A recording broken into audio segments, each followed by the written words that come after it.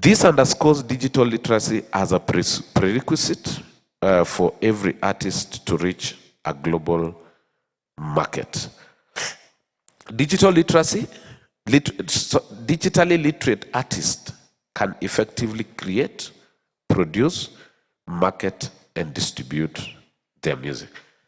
And this, the more the artists become more literate, there is this story of DIY. What is that? Do it yourself, right? So this is where the digital literacy is actually taking us. In Kenya, music streaming services has emerged as a vital digital ecosystem for independent artists, enabling them to not only display their talents and get global recognition, but also to monetize their music content. These platforms provide a level playing field, and mark that long time ago, before the digital world came, it was a story about who do you know for you to share your music in social media. These days, you can be viral even in your bedroom without even having to know anyone. And this is what we are saying we are attributing to music streaming platforms. When you put your song on YouTube, it does not require anyone to help you get it to Citizen or get it to a bigger liking or sharing. What you only require is your good content. Luckily at night people see it, they start to share, they start to like, and that's all you need. You just need to go viral. Then the whole world will talk about you. Given what we call democratization of smartphones, a long time ago, when we were growing up, you could only listen to music if you had that radio system. These days, you don't need it. You just need your smartphone. You just need your smart speaker, which are coming in now in handy. And the only thing you need to do is to be a member of Spotify. And you have your unlimited access to music. And that's what we are saying. Also look at the development of the internet. That internet is making it easy for us. We are talking about 5G now. I go to my village and I'm always amazed I'm running a 4G somewhere in some forest somewhere.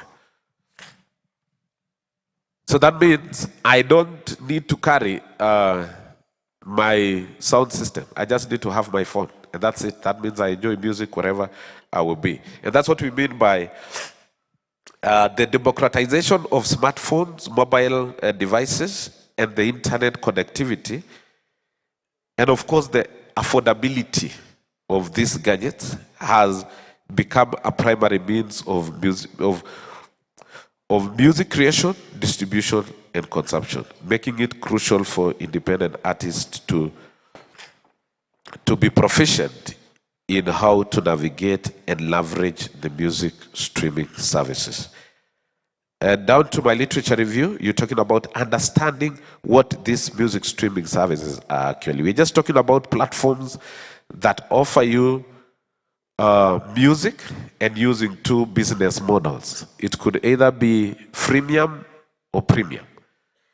Most of us who run music on YouTube, you know, all those are freemium, and you'll always be interrupted by. Hello? You'll always be interrupted by. And they place that there strategically so that they keep annoying you. Even when you look at the resolution, if you're using the freemium of Spotify, the recording and the resolution of the music is not even giving you what you would call the high resolution. And you would have a low quality music. And the main reason, look at the ads of Spotify. You can never skip them. If they are 15 seconds, you just have to hold on. YouTube these days can force you to listen to 2 ads. You're listening to your music, but 2 ads come. Then they force you. And this is because that was the setting of the freemium model, to disturb you, to give you what you would call free music, but you have to bear with them for the adverts.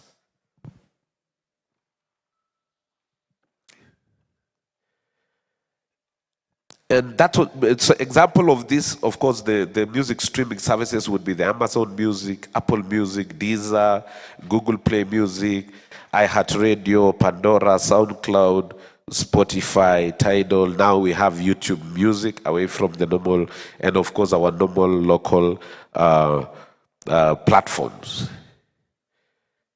These platforms have revolutionized the music industry, reshaping the way people interact with music in the era of digitalization.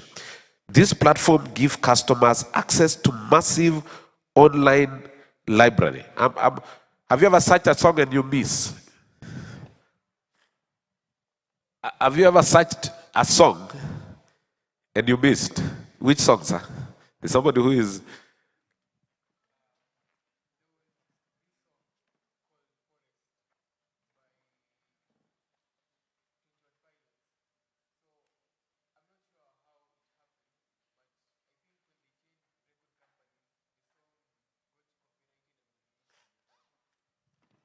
Okay, now you've answered my question. The only reason that those songs cannot be there is because of the issues of copyright. You guys, you read recently about the fight of TikTok and the artist. And particular artist or particular recording company saying we are pulling out our artist from it. And I'm sure some of you who are fans of Taylor Swift, at some point you couldn't, play this Taylor Swift songs there, but they were removed because of copyright. The fight that this company had refused to renew the contract with TikTok, or TikTok, I think TikTok, they were forcing TikTok to pay artists more, and TikTok did not want to pay more because they're saying we are giving you platform. But yeah, that's a discussion of another day. So these customers, as we said, you have a vast online library. When we were growing up, and Mr. Mbatia is here, he knows. Back at the campus, we used to have this whole lot of compact disc. You come to my room and I've arranged all the CDs, there are many there.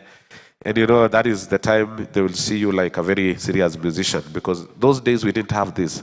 These days, if I come to your place and I find you having stack of the compact discs, I think you're weird, because these things we can find them here. Music streaming services utilize what we would call the sophisticated algorithms to perform intricate data analysis, enabling a comprehensive understanding of users' preferences. And we touched about it yesterday when they were trying to explain about the analytics of TikTok. What would be the dangers, and this maybe I'll pose to you, what would be the dangers of algorithms when you go to your favorite artist and it starts to suggest for you so many songs of other sound like? What would be the dangers? Because I'm sure if you're a reggae fan, umeweka pale Lucky Dube, it gives you the Lucky Dube and that kind of artist. What would be the challenge of, guys, what would be the challenge? Upcoming artists, they'll never be known. Because it's always going to give you, algorithms will always going to give you the known artist. But if you're an upcoming reggae artist, be sure it's going to be difficult for you to have this suggestion of either suggested playlist, suggested artist within that. You're going to forgive me, I'm having a tough time with battling with the cold. Understanding how algorithms' recommendations are associated with consumption diversity is a central question for online platforms. And that's what you're talking about. These algorithms, if you want to run your TikTok, you must understand algorithms. Hey, if you're running your social media platform, you must understand what? Because the analysis or the data that those algorithms are going to give you, go to your TikTok, the video you think it trended, and just go behind Just go see. It's going to tell you the people who watched your content, age bracket. They were men, they were women, they were watching at this time. You know, that's the power of the algorithm. They are able to suggest for you all these things. So that means, if you understand algorithms, that means that when you're curating your music or you're curating your online content, you must understand those, including at what time you're going to post. Can you post at midnight? What's the best time to post? You're the media people. I'm talking to media people. What's the best time to post? Yeah, so you can't. I've tried. Personally, because I seem to be teaching these music streaming services, I've also tried to join in other platforms like TikTok, and I've noticed, for me, I do very well when I post it at 6 in the morning. I wake up, my content is ready, and I share it. By lunchtime, the story is different, right? But if you post it at 11 o'clock, you guys will be in class. Is that the reasoning? Is that the reasoning? So algorithms power personalized playlist and recommendations, blending human expertise with algorithm suggestions to strike a balance between popular hits and introducing users to new, upcoming, and independent artists, which in most of the time not the case. Most of the time, algorithm seems to be focusing mostly on the known artist. Additionally, advanced analytics enable platforms to gauge the user engagement, popular tracks, and emerging trends, refining their content offering.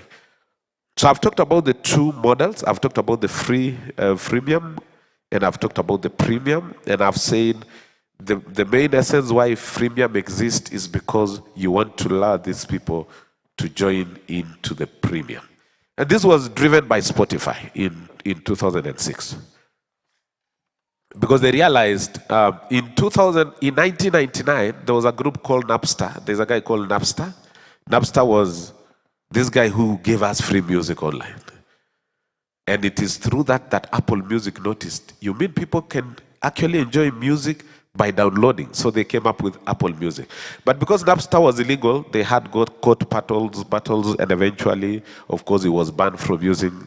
But it bore the streaming services. It bore all these digital streaming services. But for iTunes, it didn't work. When you were born, there was something called an iPod. And for iPod, you could only use that music in that iPod, but you are not able to share to your friend because they had locked it. So it didn't work. So Spotify studied and looked at the pattern that people still enjoy pirated music. So what do we do? So Spotify thought about this thing of, okay, these people love free things, so let's give them free music. And they end up giving us free music. But they started to convince companies to advertise their content. And eventually, of course, they came up with a premium where you have to sign in, you have to pay a monthly fee, and etc. So subscriptions, what you would call subscribers opting for premium model involving a monthly or an yearly or a quarterly. You would subscribe maybe per month for $10 so that you gain exclusive privileges such as superior audio quality, offline playback, unlimited track skipping, shuffle functionality, personalized playlist curation, and auto-generated content. So I'm not going to dwell into that. I have skipped a whole lot. I'm going to leave you with a link where you can get this paper. There is only one survey that was done recently by Radio Africa Group, trying to see in Kenya who are these people listening to music, and as they're listening to music, which platforms are common. And eventually it emerged, of course, everyone, the first place they go to when they want to listen to music is YouTube, and then Spotify, and then Boomplay, and then Mdundo, and then not very many people would go for Apple Music. What are the benefits and the challenges of music streaming for independent artists? Music streaming services benefit independent artists? Definitely by offering what? Putting them in the playing ground.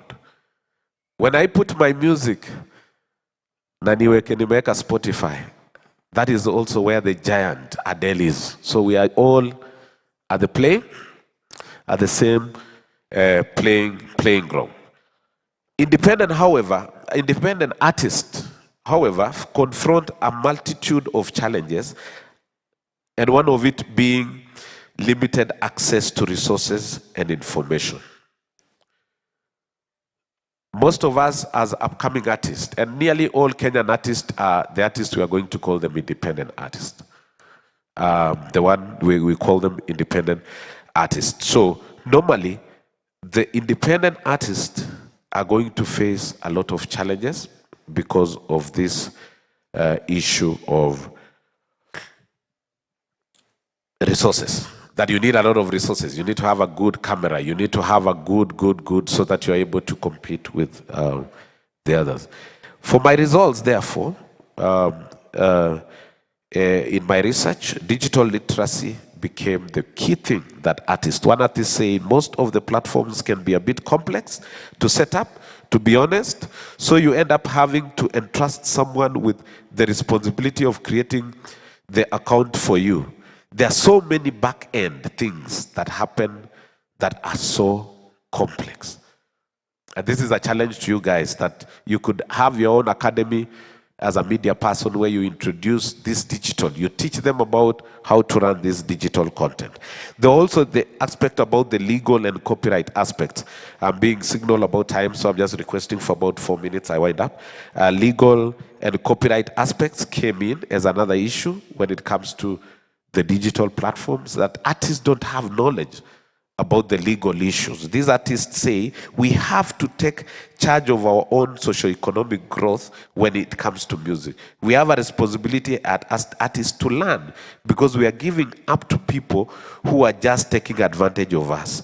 As artists, we also have a huge role to play in understanding what is happening as best as we can. So for these artists, they find themselves being viral overnight, but they don't know the legal implications. I'm sure there's an artist the other day I heard that, of course, they are viral, but somebody else has already stolen their copyright. So that becomes an issue. Artists need support systems. And then, what are the future trends coming in? The fifth industrial revolution, of course, is coming in with the AI, curation, all these things to do with the fifth industrial revolution and the machine learning. Then for artists, they see it like those are the knowledge they definitely need. So as I conclude, a comprehensive exploration of music streaming services for independent artists in Kenya revealed the fundamental importance of digital literacy. This recap illuminates key takeaways, emphasizing on how digital literacy serves as a linchpin in shaping the success of independent musicians within the ever-evolving digital ecosystem. Understanding the nuances of music streaming services, grappling with legal and copyright complexities, and leveraging support systems stand out as a crucial component that form the pillar of success for independent artists. True power of music streaming services reside on the way in which they have become a central informational hub. This journey through the benefits of music streaming services, therefore, highlights the clear potential of global reach and monetization, calling for the need of digital literacy skills, particularly in legal issues and fair compensation. Recognizing the impact of support systems, including music collection societies, the government initiatives, underscore the collaboration nature of success of the digital age.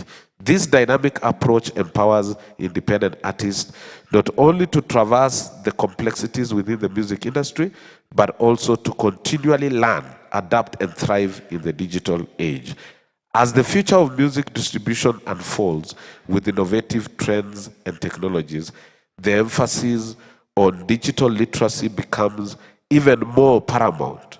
Independent artists who cultivate A proactive and digitally fluent approach will easily position themselves to adapt to the expansive and ever-changing soundscape of music streaming services.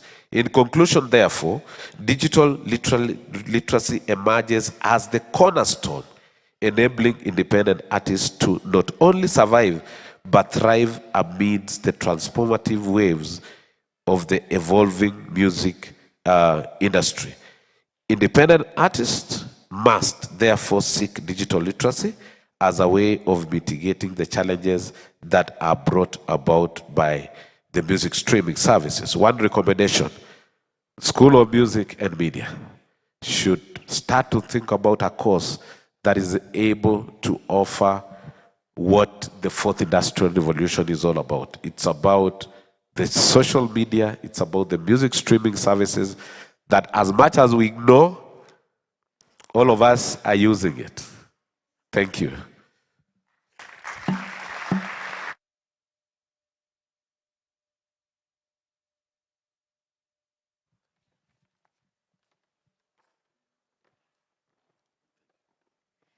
Thank you so much, Mr. Amon Kirui. Let's appreciate him once more. That was a very informative presentation, and what I have learned, it is important is if you are accessing any social media platform, it is very important to understand your algorithm. So on to our second presenter. His name is Mr. William Diema from Kabarak University, who would take us through the media and land injustices in Kenya. Mr. William Diema will do it virtually, so Mr. William Diema, can you hear me?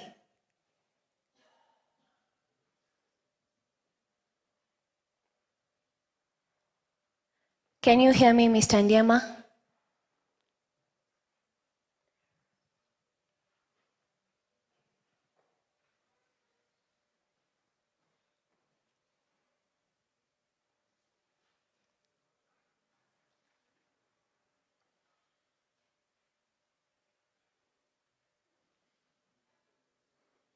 A minute as we try to fix on the sound.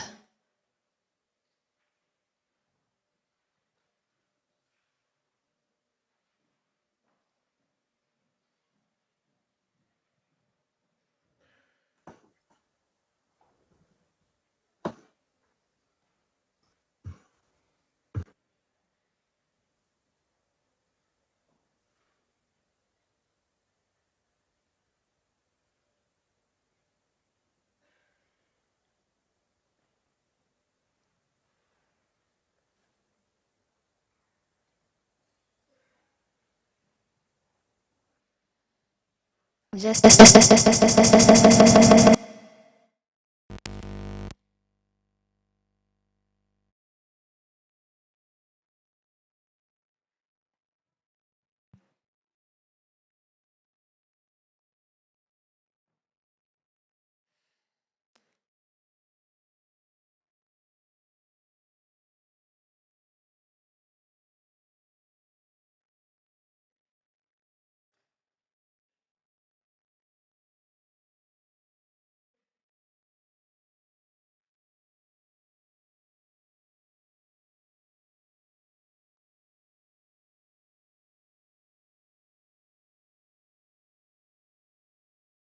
Mr. Ndiema, can you hear me now?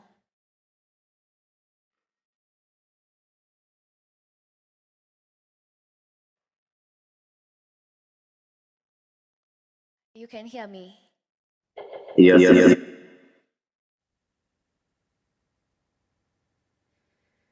Is it clear?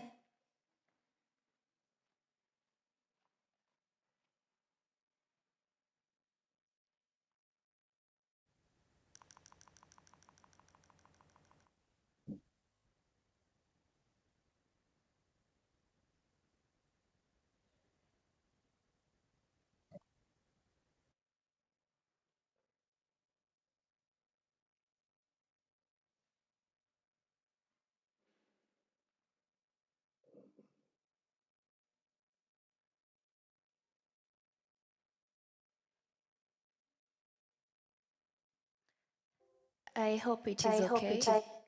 Mr. Ndiema, can you hear me? Yes, I can hear you.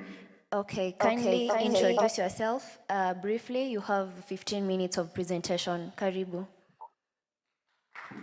All right, thank you. My name is Kiptoch William Diama. My co-presenter and I'll let my co-presenter introduce himself first, and then I proceed. My name is Magati Clinton. Yes, I'm Kiptoch William Diama. My affiliation is Kabarak University, and my co-presenter's affiliation is Masai Mara University. We are going to present on media and land injustices in Kenya. And it is noteworthy to note that when you're speaking about land being an emotive issue, especially land being a factor of production, it brings forth... Diema, just a minute. Yeah. Could you press F5 on your keyboard to give us a full screen of your presentation? F5. F5. Yes, F5, function key F5. Or you just go to where slides are and you do presentation. Yes. No, I can't hear you. So I'm suggesting for us to see your full presentation. Go to slides, yes, and then go at, yes, at the far end. Okay, left, one more step to the, yes, wonderful, fantastic. Now proceed. Yes, we are presenting on media and land injustices in Kenya. And I was mentioning that land being a factor of production, it is prone to a lot of contestation. And so this particular presentation explores the role of media in addressing land ownership and injustices in Kenya. There are a lot of injustices that appertain to land in Kenya. Talk about land grabbing, talk about disputed title deeds. And the full paper, we wrote about a case study of East African Portland Cement and the Aimima Lukenya Farmers Association, whereby there was a protracted court battle that lasted over 10 years, from 2014 to early this year, and whereby there was a contestation over 4,298 hectares of land that the company said that it belonged to them. And so it was after the court ruling that it was attained that the title deed entry number was a different one from one that existed. And this resulted to that particular land being awarded to the company. And then it took the intervention of the media when the houses were being brought down and families were being left out in the dark and in cold. That at the end of it all, the ruling was overturned and even the parliament discussed about it. And so we aim to understand how media platform can uncover and highlight and address land injustices in Kenya, especially not only from our case study, but across board. And so the media plays a very crucial role in social justice movement and concerning land ownership in Kenya. Allow me to say this, that in cases whereby, for example, the example that I gave, that the East African Portland Cement was awarded land and families were out on the cold, when is enough enough? And so that brings forth the question of social justice. Where people are suffering and where land is in question. So what is morally right? What is amorally right? And so at the end of it all, it brings forth the essence of social justice. And as such, in this dispensation of content moderation, and especially the tech advancement, how is the media bringing out these land injustices? And so the media platform amplifies marginalized voices and influence land governance policies. Not only what is right, and again, I repeat, on parameters of social justice. And so our research can hear an echo. And so our research contributes to effort for more just and equitable society in Kenya. Because at the end of it all, if we have fairness in matters that appertains land, we'll have a very equitable society and more just and more just society. And as I mentioned when I began my presentation, I say that land being a factor of production, it is prone to contestation. And as people are struggling to earn a living and gaining this factor of production, at the end of it all, injustices are prone to happen. And as such, I've mentioned cases of land grabbing. I've mentioned about cases of disputed title deeds.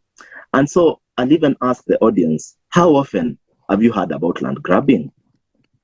How often have you heard about disputed title deeds? So these are common phenomena. And so I'll try to draw historical context of what I'm speaking about. During colonial times, while I'm mentioning this, it's noteworthy to note that there are colonial legacies that moved up to date. And so during colonial times, the British took the land that was fertile, and Africans were pushed to the reserves. And injustices of land started to be perpetrated during that particular time. And so this study also has explored different literatures as we are writing the full paper, different literatures that are aligned to land injustices in Kenya and how media has addressed these social injustices in regards to land. And so we identified that there is a very clear lacuna of knowledge in identifying specific areas of researches by highlighting and contributing and understanding media interventions for land justice issues. And so it is the responsibility of the media to actually bring forth these land injustices and bring it to the parameters and bring it to the attention of the authorities that are there. And so overall, we are building context and demonstrating unique contribution of our study. Allow me to proceed. And so the research objectives are assessing how media platform that includes traditional and digital expose land injustices, raise awareness, mobilize, support, and influence land ownership policies. Number two, explore challenges faced by media, that is in misinformation, in moderation, and identify opportunities for responsible reporting. And thirdly, propose strategies for ethical media coverage to combat land injustices and promote just land governance system. So the research methodology, we employed a mixed research method, which involved both qualitative and quantitative, because we noted our topic both requires a qualitative and quantitative means of methodology. So we collected data through interviews by interviewing journalists, affected communities and policymakers. And then in quantitative analysis of news articles, online forums, social media data and engagement, we analyzed all of it. And then data analysis and interpretation, we employed statistical methods and qualitative coding for rigorous approach. And then lastly, we adhered to ethical standards of transparency and critical evaluation to find and ensure credibility. So we've mentioned about data collection and analysis. Qualitative interviews, we did in-depth discussion with journalists and affected communities that I mentioned, and policymakers to capture rich and nuanced perspective on media role and land injustices. Also, we examined media coverage of news, and especially on matters that, on our case study that we mentioned, the case of East African Portland Cement and Imima Lukena Farmers Association. We examined the media coverage and how the media actually covered the whole scenario. how the media eventually made sure that the decision of the court was overturned in order to make sure that this injustice that was being perpetrated on people in the name of land was being addressed. And so we utilize coding and statistical analysis to identify themes, patterns, and trends in data for meaningful conclusion. And so we ensure data transparency, ethical practices, critical evaluation of finding strengths, and research credibility. I'll pass the key findings to my co-presenter so that he can also give you his insight. Welcome. Thank you, Mr. Ndiema, for the good presentation.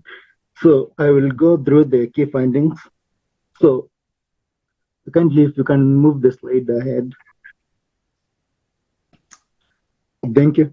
So in this section, we delved into the key findings derived from our study, which is the media and land injustices in Kenya.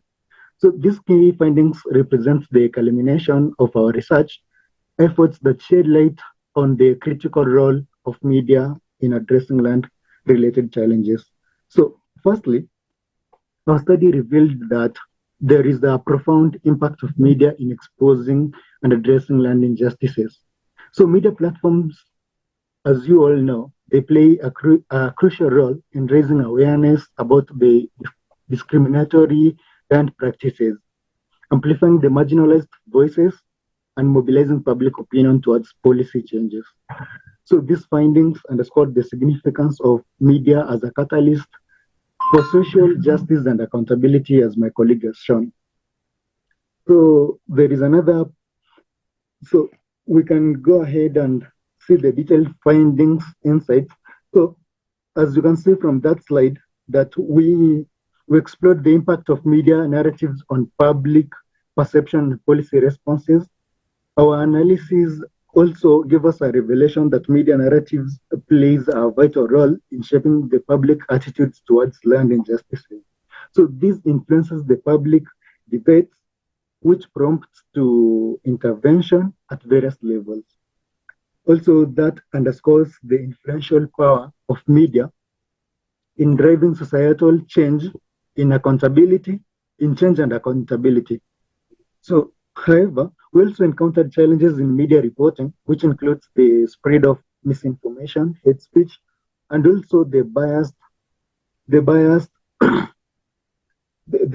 the biasness which occurs.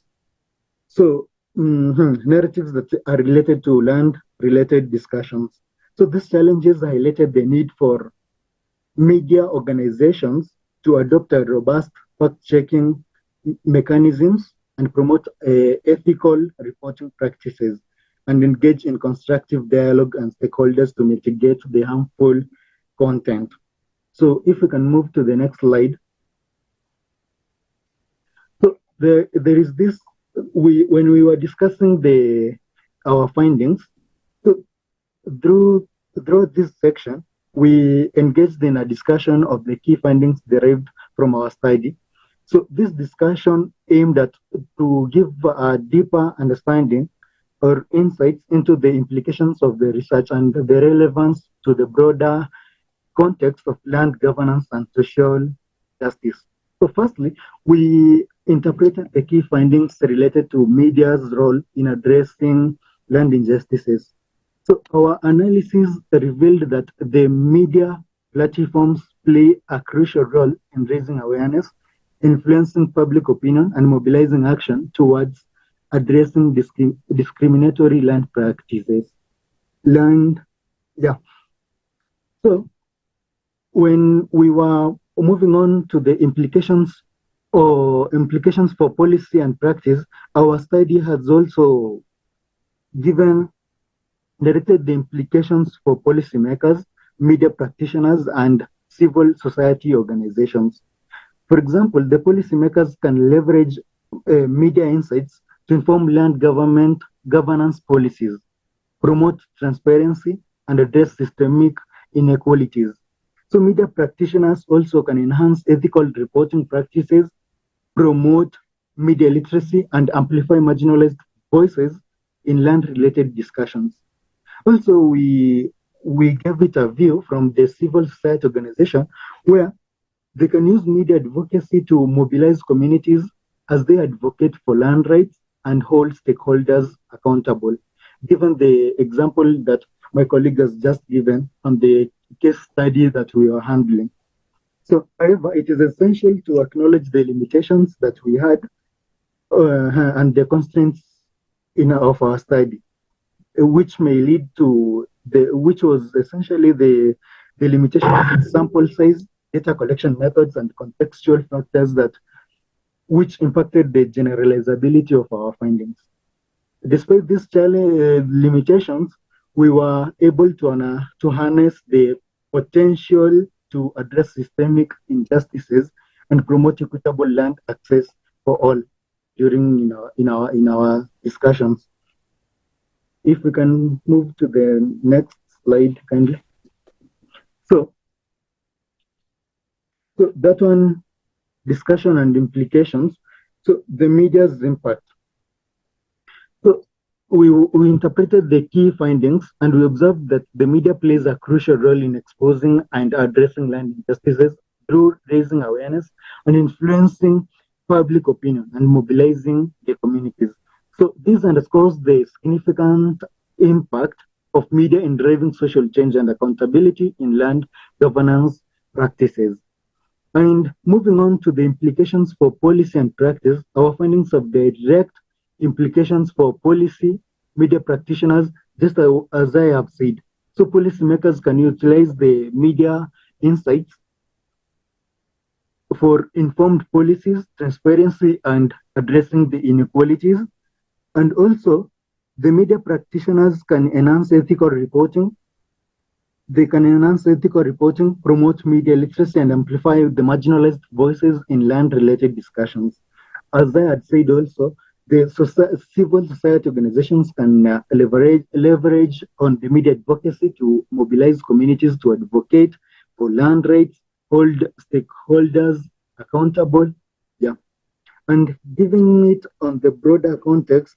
So we were relating our findings back to the broader context. We recognize the interconnectedness of land governance to social justice and media influence by understanding the media's role as a catalyst for change, where we can harness the potential to address systemic injustices and promote equitable land access for all. So the limitations and future research.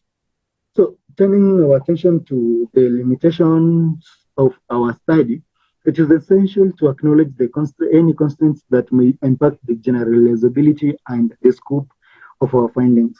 So this may include the limitations in the sample number, as I had indicated earlier, the data collection methods, and the contextual factors that require further exploration in future studies.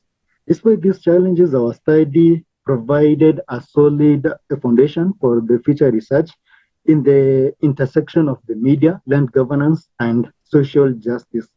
So the potential avenues for future research could include exploring the gendered dimensions of media's role in land rights advocacy in future, and examining the impact of social media platforms on community empowerment.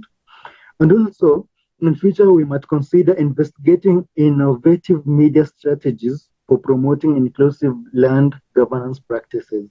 So through addressing these challenges and giving a focus on the future research directions, we can continue to advance the knowledge in this critical area and contribute to meaningful intervention that promotes social justice and equitable land access in Kenya and maybe beyond. So, onto our conclusion. So, our presentation has genuinely highlighted the critical role of media in addressing land injustices in Kenya. We have discussed the key findings, the implication for policy and practice, and limitations and future research directions. Our research also has underscored the significance of media as a powerful tool for raising awareness, influencing policy, and mobilizing communities in the fight against land injustices. So through understanding and leveraging media's potential, Ndiema and I believe that we can contribute to meaningful social change and equitable land access. So I would like to extend my sincere thanks to all the attendees to their engagement and interest in our research. Now I may invite questions and or comments from the audience. Thank you.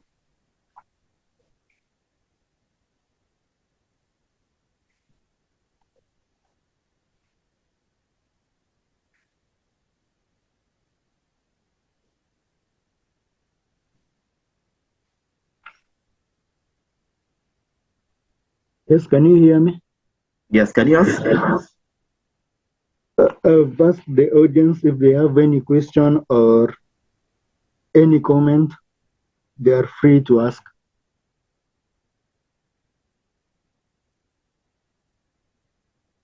If there isn't any.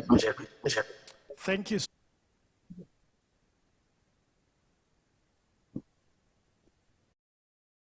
And Karibu Sana management. So we are pleased to have you, our Vice Chancellor, Professor Henry Kiplagat, and our guest speaker today, Honorable Florence Kajuju. Ladies and gentlemen, allow a round of applause for our guest and management. Yes, indeed, it is a great day. What a day. It is the day that the Lord has made, a day that we rejoice and are glad in it. Thank you so much for making time to be with us.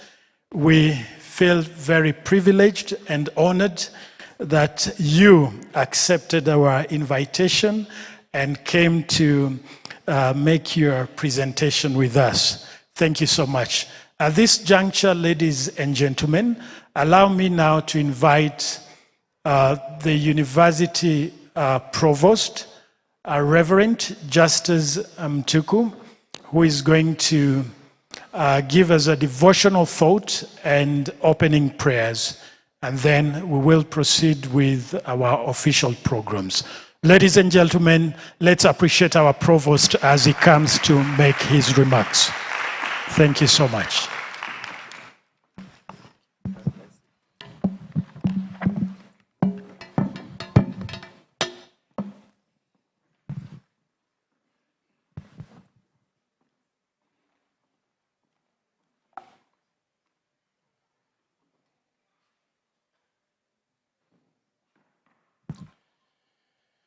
Good morning, and let us pray. Everlasting Father, we thank you so much for the gift of life that you have extended to all of us. Indeed, you are such a gracious God that in our day 2 of this conference, you've given us health, you've given us strength, and you have given us good minds so that we can put our heads together and think through things that are standing in the way of how we can become effective stewards of your ministry. We rejoice because of our visitors who are here, especially for our guest speaker today, and also for our Vice Chancellor and the team of university management, our faculty members, and the great team of our students in the School of Music and Media. We rejoice. And we pray that again in this day too, in your mercies, you remember us and enable us to have a fruitful conversation. Even as we start with a reflection from your word, I pray that you may guide and you may direct us so that we have a conversation that is guided by your presence. So speak, Lord, as you guide us, for we pray in Jesus' name. Amen. Our guest of honor, allow me to read Galatians chapter 5, verse 13 to 15. My brothers, you were called to be free, but do not use your freedom to indulge in sinful nature. Rather, serve one another in love. The entire law is summed up in a single command: love your neighbor as you love yourself. If you keep on biting and devouring each other, watch out, or you will be destroyed by each other. Yesterday, in our day one of this conference, we focused on the aspect of being good stewards in the use of technology and the advancing avenues that have been made available to us by God.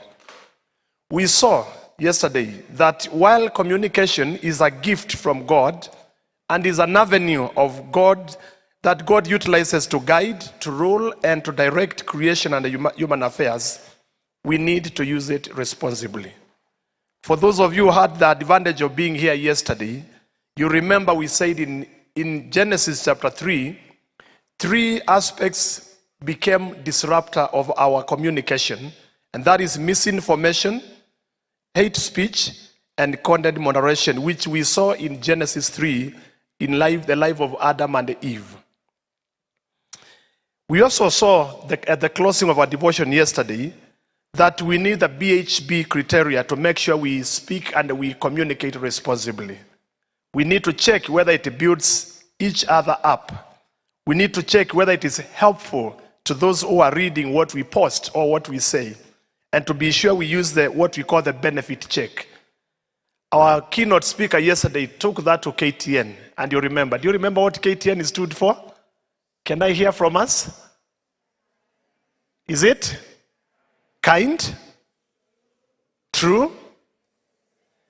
And that was born out of what I shared from scripture, that we need to make sure what we do builds others up. It is helpful for making others and benefiting others. This morning, as we do our day 2 of this conference, we move further on that line to reflect on what Paul calls freedom.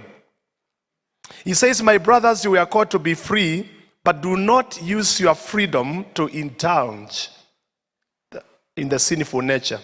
But he proposes we can use our freedom, whether in the technological space or in the physical space, to serve one another in love. While freedom is our right and our calling by God, Paul noted that there was a growing abuse of the same freedom that had been a gift to us. The word indulgence that Paul uses as a heavy weight in meaning trying to disrupt a good intention or a good intended aspect. Freedom that is used irresponsibly for selfish interest can become a major disruptor of a gift, especially in the area of technology. The word indulgence used here is actually introduced to us, and Paul, the commentators say it has an obscure sense. But the idea used in Galatians is that you are called to be to liberty, and it's not liberty for an occasion to the flesh. It is not freedom from vicious restraints and from the laws of God. It is liberty or freedom from servitude of sin and religious rites and ceremonies, not necessarily from the restraints of virtue. Paul has a reason why he calls for restraint, because he says there was a growing tendency among the Galatians where the converts who had already good intents were facing what we call a relapse into their former habits. He gave this caution to do two things. One, to caution against deviating from the right path, and secondly, to encourage the need to stand within the truth and the virtues that were established. In closing, Paul proposes that our freedom must be regulated. And I believe this morning, even as we look at part 2 of navigating the challenges of disinformation, hate speech, and content moderation in the era of tech advancement, we can draw 2 lessons from what Paul says about the use of freedom. One He says we will be guided by the consciousness of love for one another. That's why he says love one another. But the second thing he says is we must be guided by the consciousness that it is for service that we exist and we have these gifts with us. Let me repeat that again. He says, Paul says in Galatians chapter 5, he says, you, my brothers, who are called to be free, but do not use your freedom to indulge in sinful nature. Rather, serve. Mark that word. Serve one another in love. So the two lessons Paul produces to us, even as we do part 2 of our conversation, he proposes that the consciousness that you love your brother will regulate what you post, what you say, and how you use that responsibility. First, the idea of loving one another. Secondly, the consciousness that this is for the service of one another. You are serving each other. Paul says, if that is how we use our freedom, even our existence in the virtual space will be guided. There is no difference between the physical existence and our existence in the virtual space. These two principles govern how we interact in those spaces that God provides. Love for one another and service to others. May this conversation today, of part 2, lead us so that we may be guided by that understanding that as we exist in that virtual space, love for one another and service to one another and to God will guide us. Let us pray. And so, Father, we thank you so much that we are reminded that it is for freedom that you created us and that you have called us to be free. And even as we continue to exist in a world that is campaigning for democracy, which is a good thing, we pray that our freedom will be exercised with responsibility and restraint. The reason why we are talking about misinformation, hate speech, and content moderation, and looking at ways on how we can harness technology, not for those negative aspects, is because our world has increasingly followed the path of abusing that space. And one of the claims is that we are free. But this morning we are reminded by scriptures that our freedom is not just without limits. It's not without restraints. It is our prayer that as the various speakers will come on this stage, that we will be reminded to be men and women, a generation that values love for one another. A generation that values the fact that we serve one another through this avenue of technology. So I pray for our speaker today, and even for our Vice Chancellor, and those that will lead through this session, that you may truly enable us to hear from you, even as we remind ourselves to be responsible in our use of that freedom within the areas and tenets of technology. We hand over this conference day to you, for we pray in Jesus' name. Amen. God bless you.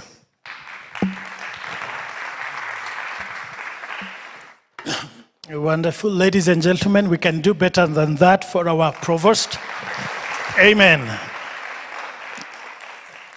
Our chief guest today, Honorable Florence Kajuju, the Vice Chancellor, Kabarak University, Professor Henry Kiplangat. Allow me to extend, and of course, all protocols observed, allow me to extend our heartfelt gratitude for your praises at our 3rd International Conference on Media and Communication. It is our 3rd International Conference on Media, but it is also part of the 14th International Conference of Kabarak University. We really appreciate that you took time to come and you honored our invitation today. The theme of our conference is navigating the challenges of disinformation, hate speech, and content moderation in the era of technological advancement.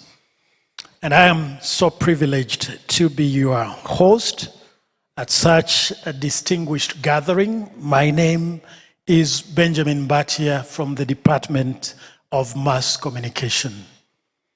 Ladies and gentlemen, allow me now to invite the Dean, School of Music and Media, Professor Mellitus Wanyama to make his remarks.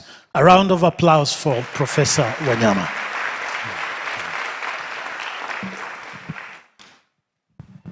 Thank you, Mr. Mbatia. Our guest speaker, the Honorable Florence Kajuju, distinguished guests, our Vice Chancellor, Professor Henry Kiplagat, the university management, and lecturers present, and our students, good morning. Allow me to introduce briefly the School of Music and Media, in which this conference, with the theme Navigating the Challenges of Disinformation, Hate Speech, and Content Moderation in the Era of Tech Advancements, is held. We have two departments: the Department of Music and Performing Arts, headed by Mr. Jesse Wanderi, and the Department of Mass Communication, headed by Dr. Michael Ndonye. In the school, we offer programs from certificate to PhD and have supervisors from all over the world supporting our students. The theme, Navigating the Challenges of Disinformation, Hate Speech, and Content Moderation in the Era of Tech Advancements, is dear to our students in both music and media. My expectation is therefore that scholars will engage critically in finding some innovative ways of navigating the challenges of these 21st century issues. With those few remarks, allow me to welcome our DVC academics and research to make his remarks, and thereafter welcome our Vice Chancellor. Thank you.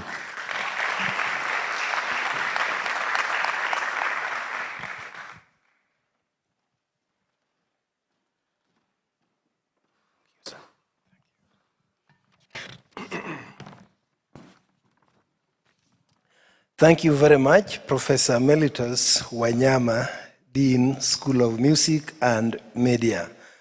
The Vice Chancellor, Professor Henry Kiplangat, our guest speakers, Honorable Florence Kajuju, as well as Madam Christine Nguku, members of the university management, all conference participants and all protocols observed, good morning.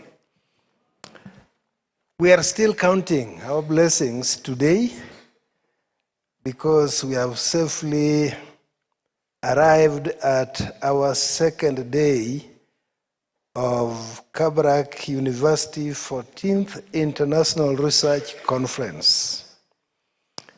And as the Dean has mentioned, together with Mr. Mbatia, this conference is being hosted by the Department of Mass Communication in the School of Music and Media. We continue to thank God for the presence of our Vice Chancellor, Professor Henry Kiplangat.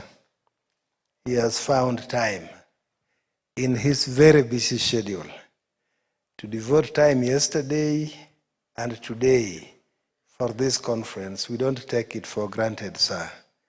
May God continue to give you the strength to remain as a beacon of blessing and of hope to Kabarak University.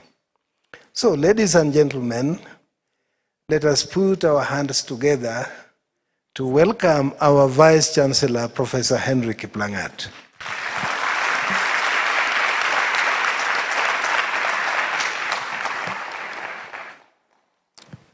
Welcome, sir.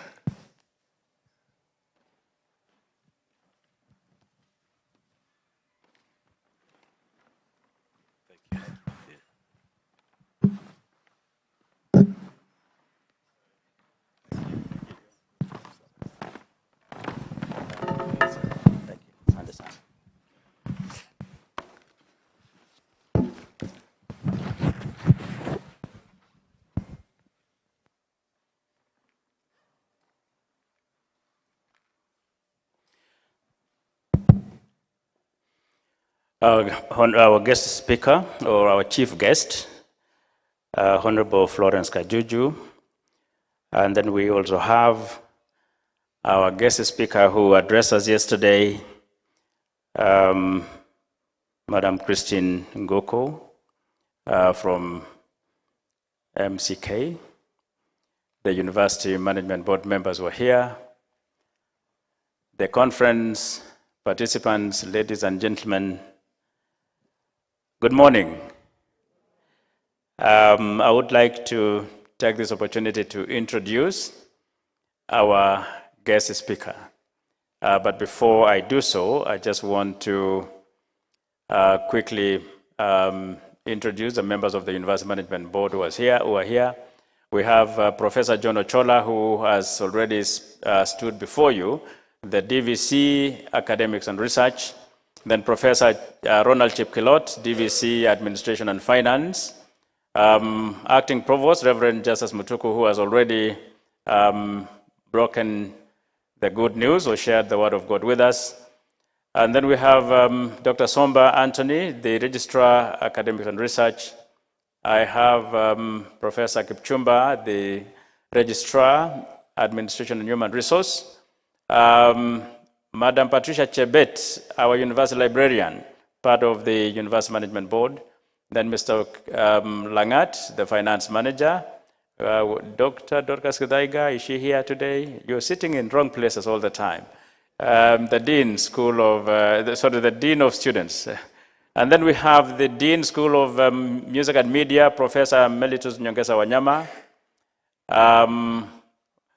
I think I have that. And then, of course, the HOD, Dr. Ndonye, who calls himself Father Theirs, the Father Babayao, we have mass communication. And then, of course, we have the distinguished lecturers from the School of Music and Media, and, of course, our esteemed students. So let me take this opportunity to introduce our guest of honor, who is our guest speaker today. So, ladies and gentlemen, our guest speaker this morning is Honorable Florence Kajuju, the chairperson of the Commission on Administrative Justice, that is the Office of the Ombudsman, and the second Ombudsman of the Republic of Kenya from 2nd of August 2018 to date. Honorable Kajuju is an advocate of the High Court of Kenya with over 25 years experience on the bar. She holds an LLB degree from the University of Nairobi and a diploma from Kenya School of Law. Before appointment to chair the Commission on Administrative Justice, Honorable Kajuju was a woman representative of Meru County in the 11th Parliament and former vice chairperson of the Law Society of Kenya. The head of state recognized and awarded Honorable Kajuju the Moran of the Burning Spear, MBS, on the 9th day of December, the year 2011. In Parliament, Honorable Kajuju was a chair of the Committee on Regional Integration and Ad Hoc Committee on MIRA, member Justice and Legal Affairs, and House Business Committee. MIRA is a good crop. That's why people are laughing. It's a cash crop, I'm told. She is currently the Vice Chairperson of the Constitutional Commissions and Independent Officers Forum. Honorable Kajuju is the Secretary General of the African Ombudsman and Mediators Association and board member of the African Ombudsman Research Center based at the University of KwaZulu-Natal in Durban, South Africa. Ladies and gentlemen, we are grateful to Honorable Kajuju for accepting our invitation as our guest speaker for our conference in mass communication. And she brings with her a wealth of experience, a wealth of knowledge and experience. Let us give her undivided attention. And we have a way of welcoming our visitors at Kabarak University, and I want to remind you so that you don't forget. I would like you to give Honorable Kajuju 5 Nyayo claps. Can you rehearse? Let me find out if you know how to do it. Can you do one? All right, okay, let's do it properly. 5 powerful Nyayo claps. 1, 2, 3, 4, 5. Thank you very much. Welcome, Honorable Kajuju. And as she comes, I would like to express our apologies for not being able to listen to her as members of management because we are carrying out some interviews. We want to recruit staff for the School of Pharmacy. So I will actually walk away with the members of the University Management Board, and I will direct Professor John Ochola to sit on my desk, on my chair, and listen to Honorable Kajuju, and then bring me a report. Thank you very much. I wish you well.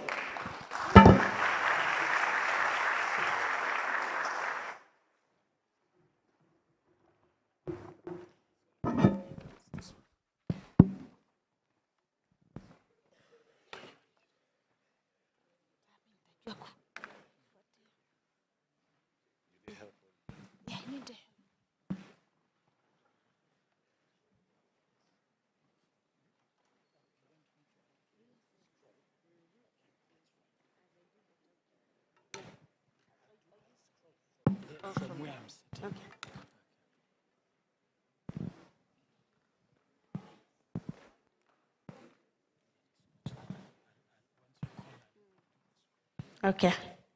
Thank you. Thank you to the Vice Chancellor for the warm welcome that I've received in this university today. Thank you to the university administration and to each and every one of us here today. Our students of mass communication present, good morning. Good morning. The provost has just given us a spiritual word that has blessed us. Are you blessed this morning? Are you happy that you're here, students? Are you blessed that I'm here today? Because I feel so blessed to be invited as a guest in this institution yet again, to be able to have a conversation with the students of mass communication, and for us to be able to share and learn. So I'm here to learn. Even as I speak to you, I expect us to interact much more for us to be able to share our what we know and the experiences that we have. So the university has organized this conference and given it this theme during the 2024 Communication and Media Conference held in Kabarak University today from yesterday. So we shall be able to speak to you from the Commission on Administrative Justice that manages this process. Let's go on. I believe the projection is okay with each and every one of us. We can proceed. So thank you for, we appreciate the organizers of this conference for extending the invitation to the Commission on Administrative Justice to grace the event and to contribute to the theme on navigating the challenges of disinformation, hate speech, and content moderation in the era of tech advancements by speaking into the role of the Commission on Administrative Justice in access to information. The Commission on Administrative Justice, also known as the Office of the Ombudsman. As I had a cup of tea with the Vice Chancellor and the team, especially Karanja from the Media Council of Kenya, the question I was being asked is, why am I being referred to as the Ombudsman? So I'll wait and see whether at the end of the presentation, anyone is going to ask why the Ombudsman and not the Ombudswoman or the Ombudsperson. But the Ombudsman is a constitutional commission that was established under the Article 59(4) of the Constitution, and it's among the Chapter 15 constitutional commissions, and it has the law that regulates its affairs. It's called the Commission on Administrative Justice Act that was passed in the year 2011. The Commission has two broad mandates that extend to both the national and county governments. One of the businesses of the Commission is to promote administrative justice in the public sector by addressing all forms of maladministration, abuse of office, among other challenges that citizens face when public service is being delivered. The other mandate of the Commission is to provide oversight in the implementation of the right to access information provided under Article 35 of the Constitution and the Access to Information Act 2016. And this is why we are here today, to be able to speak to you about the Access to Information Act that was passed in 2016, and how then it's going to apply in your day-to-day activities as you graduate out of this school and move into the world of practice, the actual practice that you're being prepared for today. The Act came into operation on the year 2016, and the Parliament, in its wisdom, decided that this Act, the law itself, will be implemented through the Commission on Administrative Justice. The Act expounds on the right to access information. It provides for limitations, outlines the process of accessing information, as well as review of decisions when one has been denied information, either by government or private institutions. This Act applies to government entities and also some private bodies like Safaricom, because it has an aspect of the public interaction, and also KCB Bank. Upon the Act, according to the Act, we are supposed to act upon receipt of a complaint from a citizen or suo motu. Suo motu is the own initiative. When the Commission finds that there is a matter of public interest that the public are supposed to know, so the Commission can move itself and be able to ensure that that information is received by the public if it's a matter of public interest. What is the jurisdiction of the Commission? We are a quasi-judicial institution because we are able to review matters that are brought before the Commission. The decisions and orders of the Commission are binding and they are enforceable in the court of law. So if we make a decision, and we shall be looking at areas where we have made decisions and entities have refused to comply. So what has happened? What are you supposed to do? If the Commission has made an order and the person who is supposed to comply has not complied, then what are we supposed to do as a member of the public or a citizen? The decisions of the Commission can be appealed to the High Court within 21 days. If we have made a decision and you feel aggrieved by that decision, you can also appeal to the High Court to set aside that decision of the Commission. The status of implementation of the Access to Information Act, you'll find that there are a number of reviews. If you move into a government entity and you seek for information, and that information is denied, then you have a right to come to the Commission, and we at that point, we refer to you as a requester. So the Commission, as at this date, has received a total of 1,057 reviews that it has made decisions because persons have been denied information and we've been able to look at them. The resolution rate is around 94%, so matters move very fast. We can skip that slide because I believe these will be looked at. The students will be able to look at my presentation to see the actual numbers on what we have done in terms of implementation of the Access to Information Act. To ensure uniformity in legislation of county governments, under the County Governments Act, you know, in Kenya now, after the 2010 Constitution, there is devolution. And then with devolution, the county assemblies are also supposed to pass legislation. Under the County Governments Act, Section 96(3), all county governments are supposed to have a County Access to Information Act that is domesticated after the National Act, which is the Access to Information Act.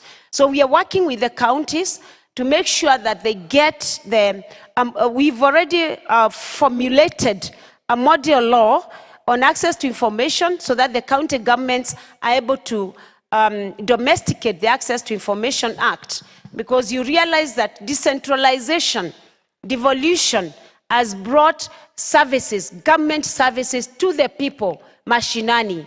So even as they bring the services to the people, then there must be legislation that ensures that the services are implemented as they should.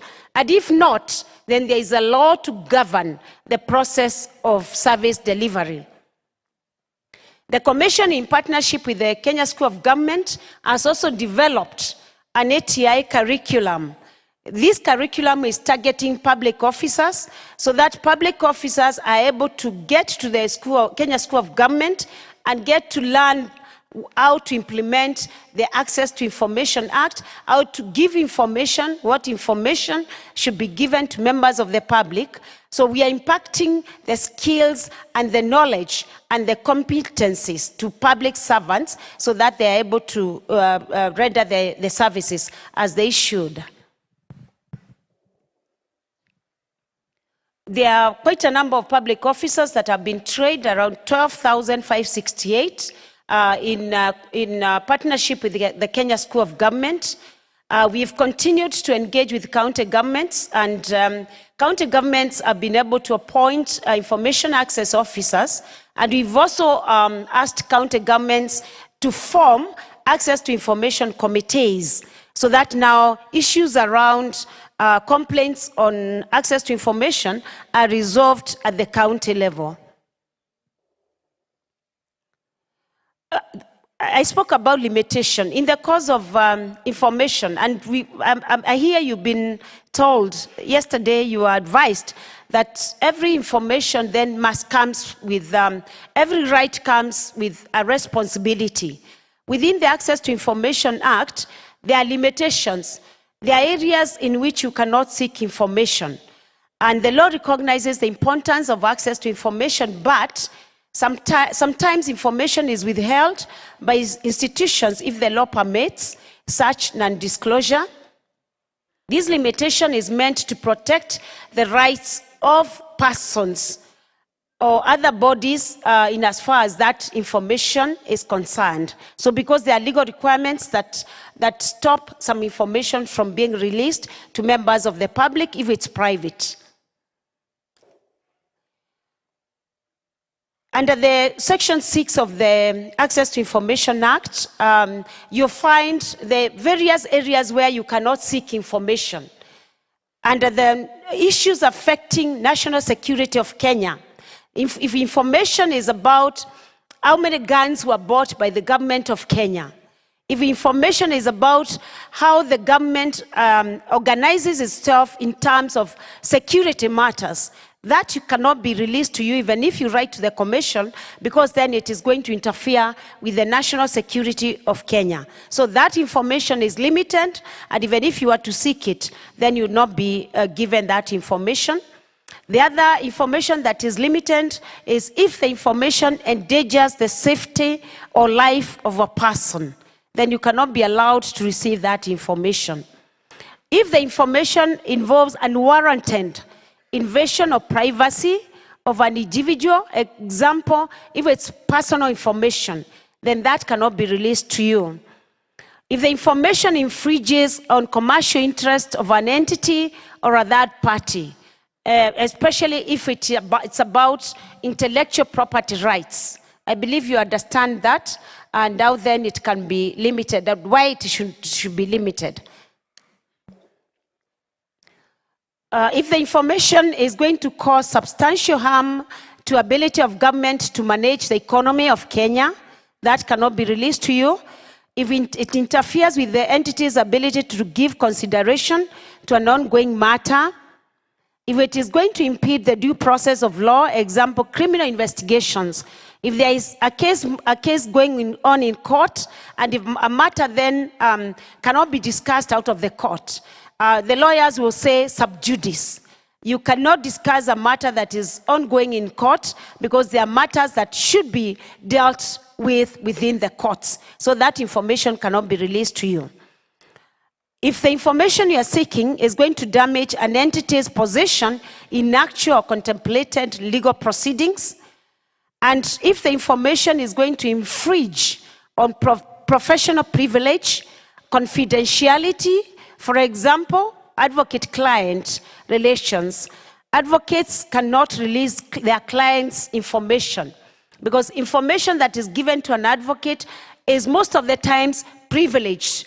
So therefore, if you seek that information from an advocate, he will not be allowed or she will not be allowed to give it to you.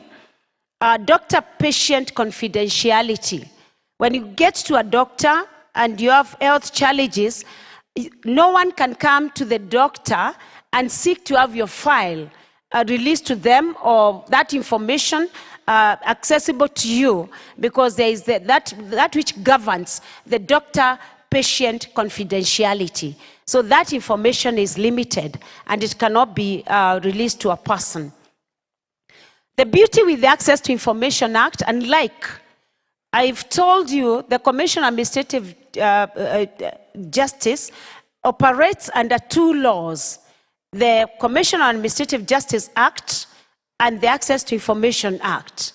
Under the Commission on Administrative Justice Act, we do not have sanctions that cause someone or force someone to implement the decisions of the Commission, because it was a law that was passed in 2011. I think in 2016, as I thank God I was in Parliament then, as this law was being written, they realized that laws must have sanctions, so that when a statute is passed, then it is self-executing. That if you don't do one thing, then there is a sanction that will bide your action or your inaction or your omission. So within the Access to Information Act, we have sanctions that if you fail to comply with the release of information, then you're going to be prosecuted and you can be fined. So under this section, you'll find that there are various provisions where if you're not able to, if you're refusing to accept a request for information, if someone comes to you as a public officer and seeks for information from you, they even write to you and you refuse to give that information, then you can be prosecuted and you can be found liable and you can be fined and you can be sent to a jail term. There are various provisions where it shows if you fail to comply within this reasonable time, then you'll be found guilty and you can pay a fine. I would like you to look at the number, if you fail to respond, let's go to the next slide. Yeah, it's okay. We go to the next slide because I think that's the one that would affect us in our day-to-day activities. If you look at the number 3, fails to respond to a request to correct personal information, or having been ascertained that information held is out of date, inaccurate, or incomplete. I've heard the Vice Chancellor of one of us speak about TikTok. How many of us are on Facebook? Even the bosses are on Facebook. The students are not on Facebook. Or you're feeling shy. Are you on TikTok? I saw a student dancing and I thought that was Kabarak University. You're on TikTok, isn't it? And you're on social spaces, which is okay, which is what you do as especially mass communication.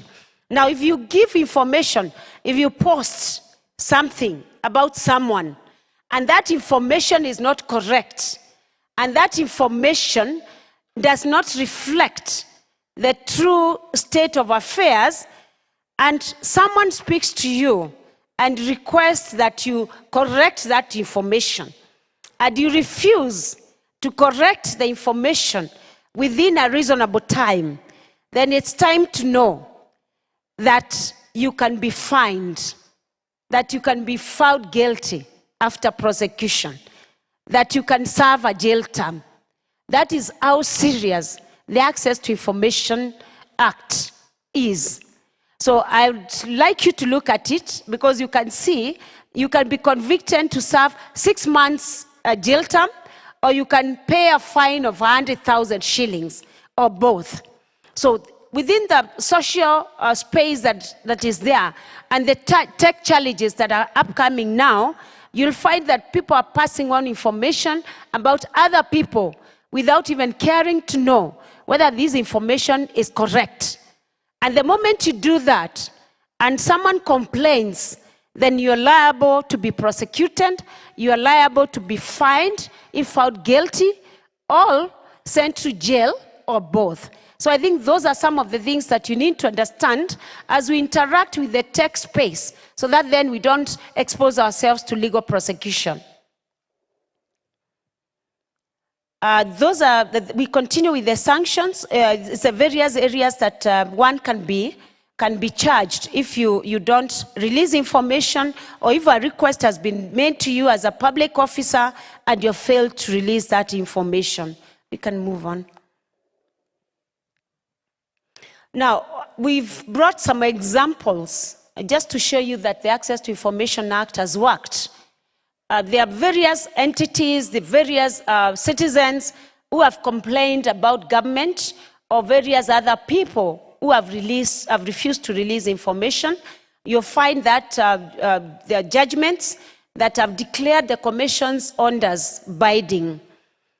There was a situation of Paragon Electronics versus Jerry Karaoke, who is an arbitrator, and the Commission was enjoined as an interested party. The applicant filed an application at the High Court, and in that application, they were moving the court to ensure that the arbitrator, there was an arbitration between Paragon Electronics and an arbitrator. And when the arbitrator refused to release the documents, the decisions of the arbitration, the matter was brought to the Commission.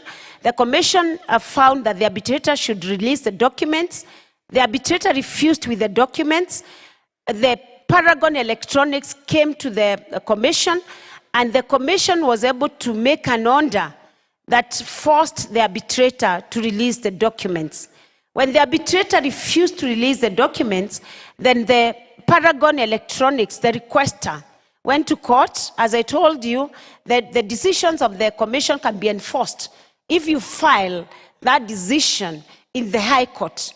So the High Court agreed with the Commission, and it adopted the order of the Commission as a decree of the High Court. So thereafter then, it was supposed to be executed against Jerry Karaoke, but she complied. Next. We also have ELC petition number 2 of 2021, Caroline Mashua versus Deputy Commissioner Kiambu County and others. The Commission was an interested party in that case. We also had made a decision as a Commission, and the Deputy Commissioner Kiambu County and the Land Registrar refused to comply.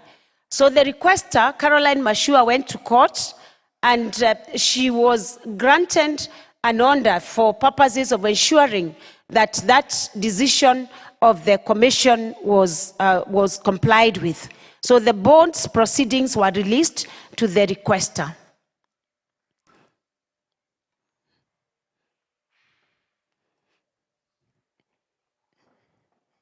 Okay.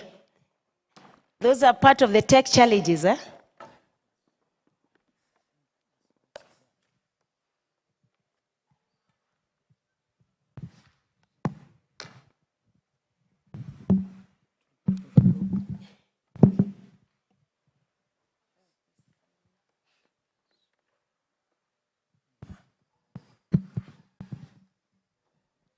Okay.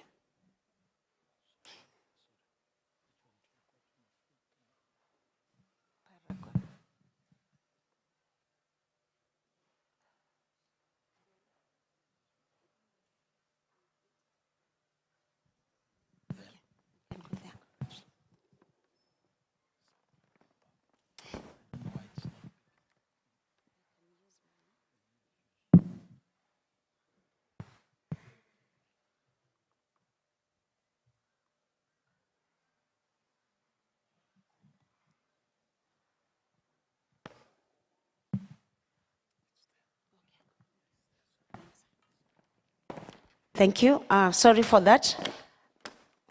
We go to the next slide. I hope it doesn't disappear again. Next.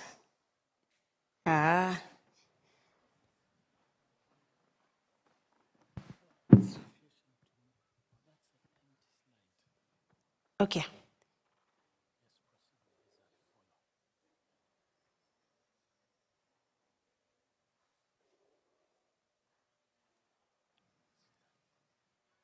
We go to the next one, if it's going to.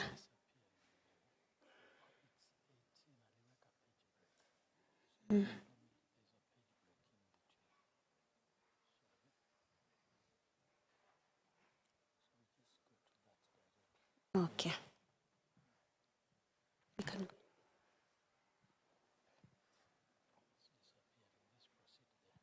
Okay, I think we can just proceed because we don't want the students to find out challenge we have. Maybe I need to enroll in mass communication.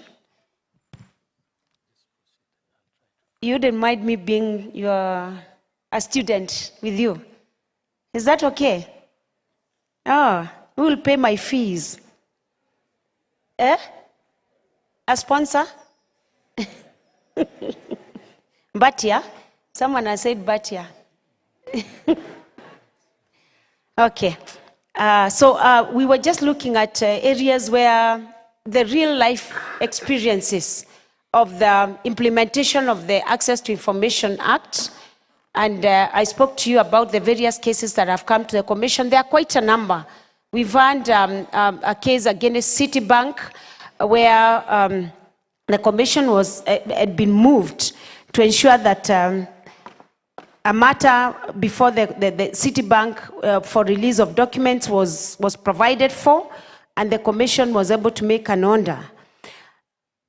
We've also had situations where citizens have come to us against government itself.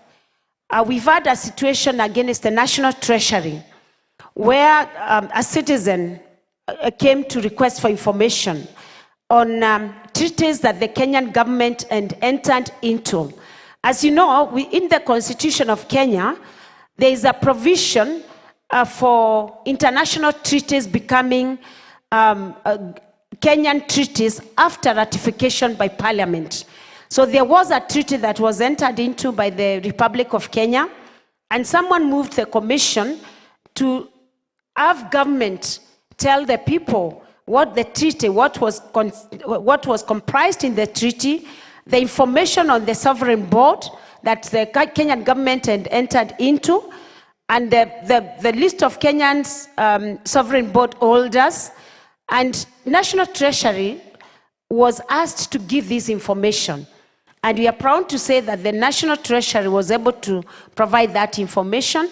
We've also had projects like the Marsabit Wind Energy Project.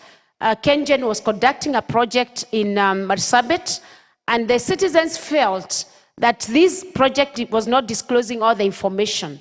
So they came to the Commission to be able to get the environmental and social impact assessment study that had been done for the project to have been carried out. And we were able to write to KenGen, and KenGen gave the information. We have also had situations where an office like Office of the DPP, Director of Public Prosecutions, has been asked how much budget he receives. The request has come to the Commission. We've written to the Director of Public Prosecution, who has availed the budget of the ODPP. We have situations against Capital Markets Tribunal and many others against government entities. So the community, the citizens, have come together in instances where they felt, even county governments, like the county government of Uasin Gishu, there was a project the county government was carrying out. The citizens of Uasin Gishu felt that the county government was not disclosing all the information. So some citizens came to the Commission, and they were able to get the information from the county government. We've had strategic partnerships with key actors. We've had partnerships with the Minister of ICT on digitization. We've had partnerships with Kenya School of Government, the Media Council of Kenya. I'm proud to find my friend Karanja present, because we've also done an MOU with the Media Council of Kenya, because you cannot do mass communication. You cannot manage access to information without working with the Media Council of Kenya, that then houses the information, the journalists, how media releases information, the complaints that come out of the interaction with members of the public. So we work together with Media Council of Kenya. We also work with the Kenya National Archives partnership on record management, including disposal of government records. As you could be aware, government records are supposed to be disposed after 20 years. So we work with them so that we're able to know at what point then that information should be destroyed. We also have a partnership with the Council of Governors. So we work with the Council of Governors because of the county government's management of access to information. If there was the projector, you'd have seen very nice photos of, of us where we've engaged with members of the public.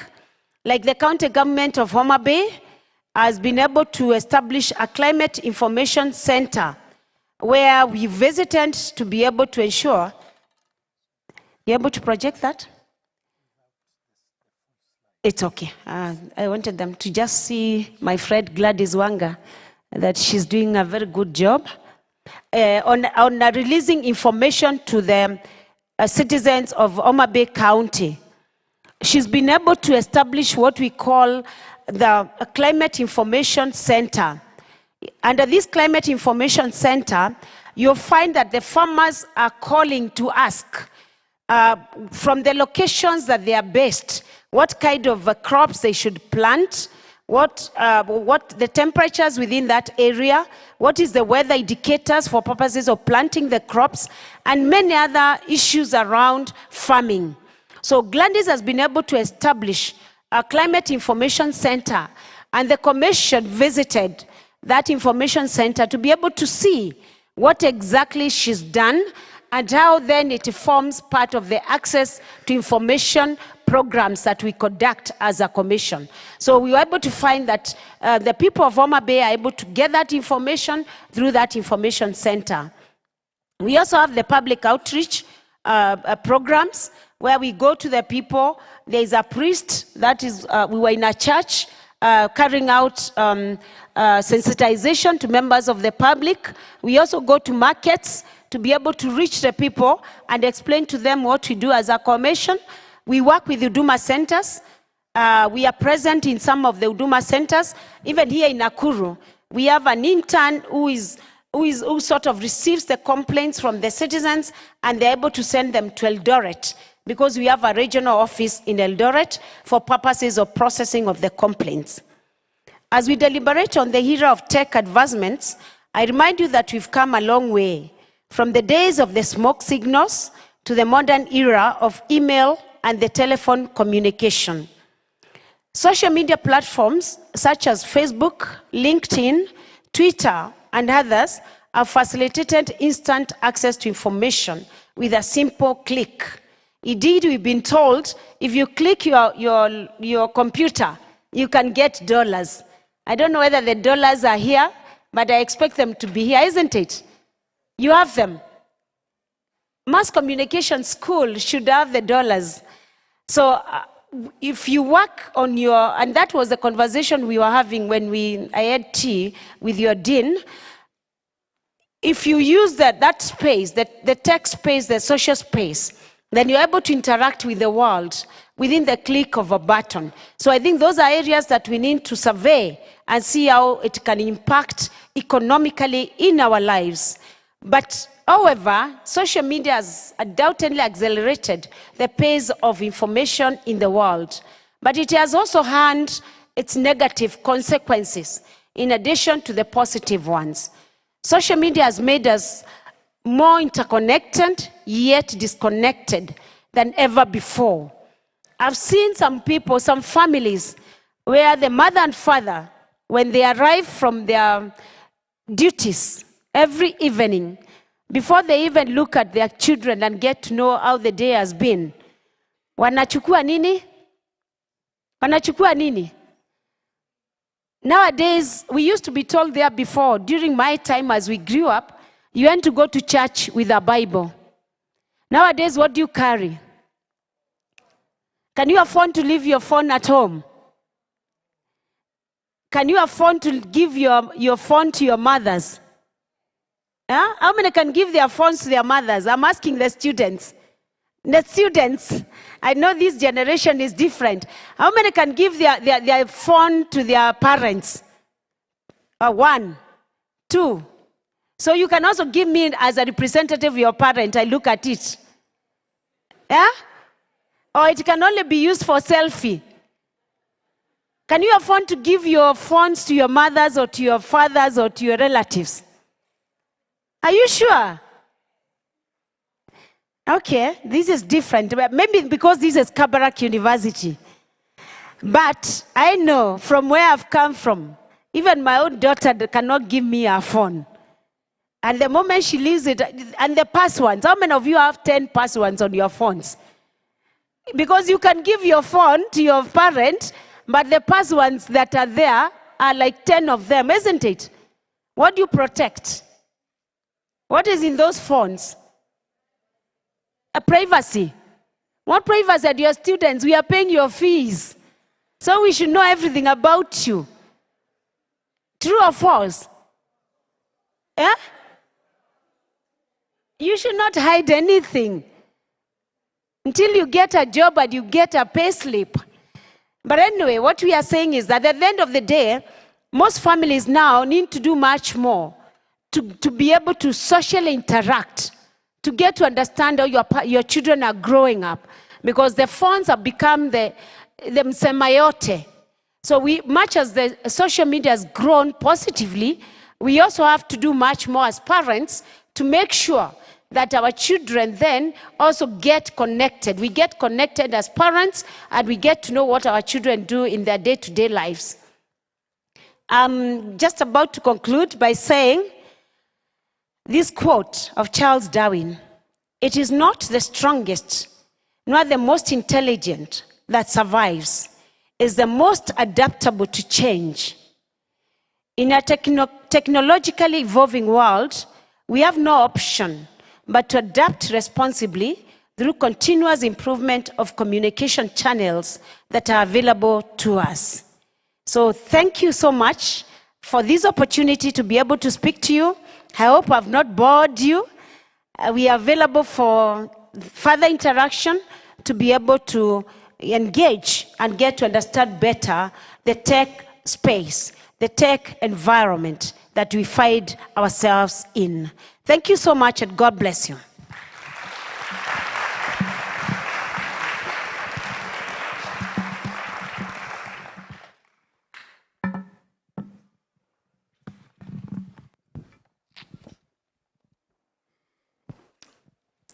Ladies and gentlemen, we can do better than that. Yes. And let's try what the Vice Chancellor just taught us this morning. We want to give her 5 Nyayo claps. You remember what we did? Can we prepare and do that? 1, 2, 3, 4, 5. Thank you so very much, our chief guest this morning, Honorable Florence. What a very, very informative topic and discussion, very relevant for our communication and media conference. Now, at this juncture, we will allow question and answer for our guest speaker. If you have your questions, please see our moderators here, and we will be able to, Mr. Austin is here, let him know. But at this juncture, we have questions prepared, and we are going to invite our students and also members of the faculty and management. If you have any questions or comments you want to make, maybe you could show your hand up, and I'll give you an opportunity for that. Yes. Let me begin by Patricia Chebet, our student in mass communication. She's going to ask her question. Karibu, Patricia. Good morning, everyone. How do you do today? My name is Patricia Sorey. I'm a student pursuing a bachelor's in mass communication, second year, second semester. I'm also a student leader, director, clubs, and associations. So my question, I just have one question to the Honorable Florence. How can individuals or organizations effectively engage with the Commission on Administrative Justice to address issues related to the access of information? Thank you. Okay, thank you so much, Patricia. The next question, please.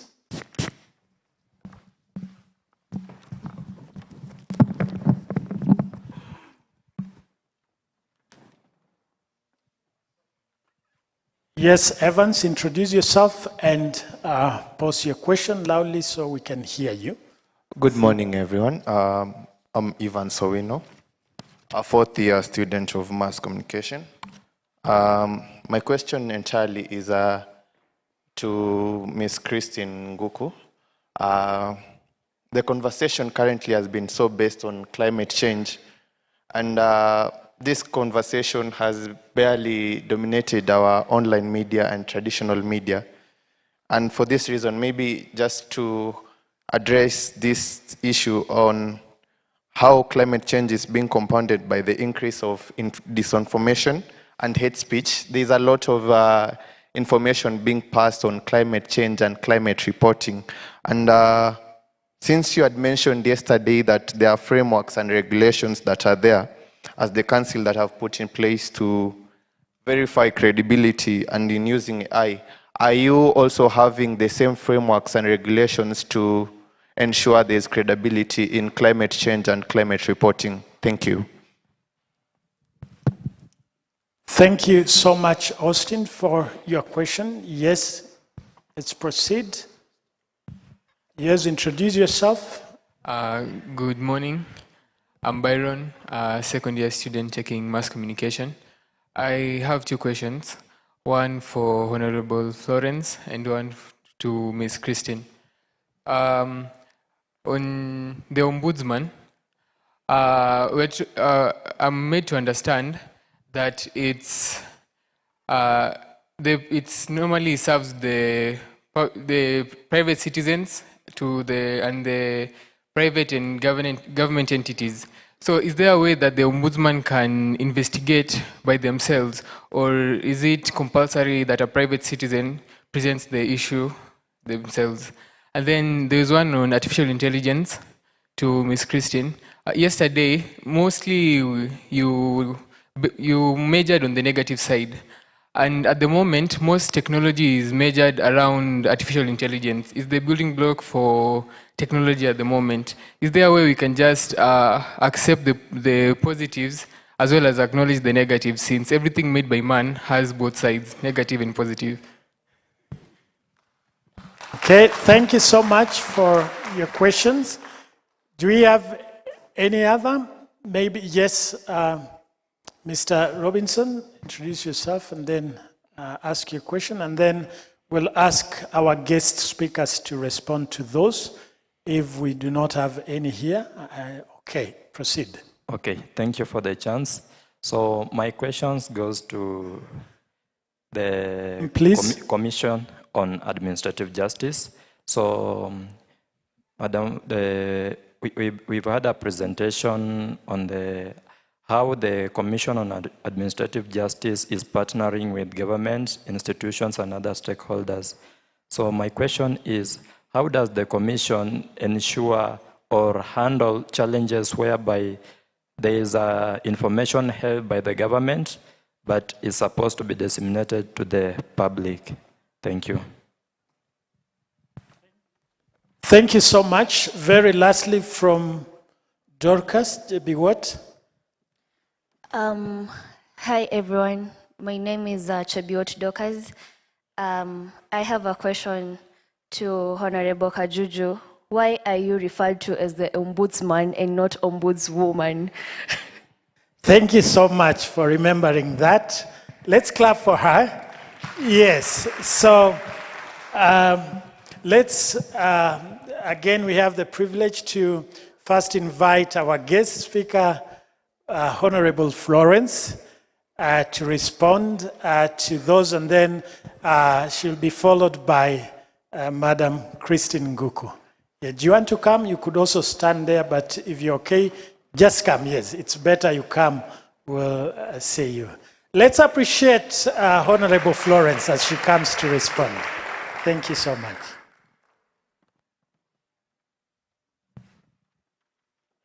Thank you. It's always exciting when questions are asked because it means that you are listening, isn't it? You are paying attention. Okay. So I'll start with the last question of Dorcas. I'm glad that you asked. The Ombudsman is not an English name. Ombudsman is a Swedish name because the concept of the Ombudsman did not originate from any other country. It originated from Sweden. So because it originated from Sweden, in Sweden, they refer to persons who manage complaints from members of the public against government as ombudsman. So because it's not gender specific, they refer to both women and men. So, and we borrowed, and you know, most of our laws have been borrowed from somewhere. Even our constitution, a lot of it has been borrowed from South Africa and Britain, among other countries. So when this concept of the ombudsman started in East Africa, in Tanzania, because Tanzania was the first country, I think in 1971, that took up the concept of the ombudsman and appointed their first ombudsman in Tanzania. Kenya, we got our first ombudsman, who is Honorable Tiende Amolo, in the year 2011, actually 2012. So you find, because it was a borrowed concept, we also tailor-made our commission to be the Commission on Administrative Justice. On appointment, we appoint the chairperson of the Commission on Administrative Duties. But when you come to the commission, you also conduct the affairs of the commission as the ombudsman. And because that is the practice, then it is borrowed. And it applies across the globe. So it is just a concept, it's just a name, and it applies to both gender. So whether it's, you call me ombudsman, and I'm supposed to be the other way around, it applies because that is a Swedish reference to the term. Patricia, you've asked how then individuals can effectively engage with the commission. We've tried also to be tech savvy as a commission, because as a commission we have 6 regional offices. We have offices in Nairobi, Eldoret, Kisumu, Mombasa, Isiolo, Nyahururu, Garissa, and we are just about to open another office in Meru, Makueni. But we've also taken up space within the Huduma centers. Here in Nakuru, we have an Huduma center desk of the ombudsman, where we have an officer who then you can interact with without incurring costs of going to Eldoret or Kisumu. So that's how you can interact with us. But we also have our social space.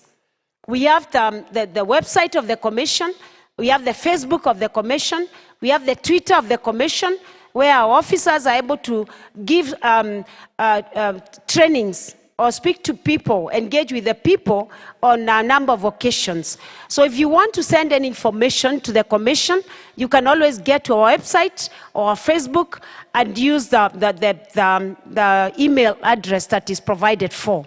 But you can always visit our offices and be able to talk to us. And now that I'm here, you can talk to me, isn't it? Yeah, that's the first point of interaction. That's why we come to you when we are invited to be able to come to you.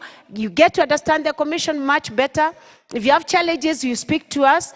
If you can share on, we have a toll-free line where you can call and be able to get information that you need in as far as the commission is concerned. There was a question by one of the students whether the ombudsman investigates issues around the citizens by themselves or one must complain. You need not complain. I said in my speech that we can move ourselves suo motu. Suo motu is a Latin term that says on your own motion.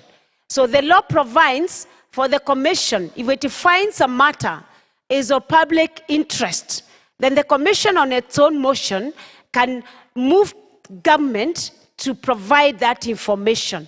So we can move suo motu.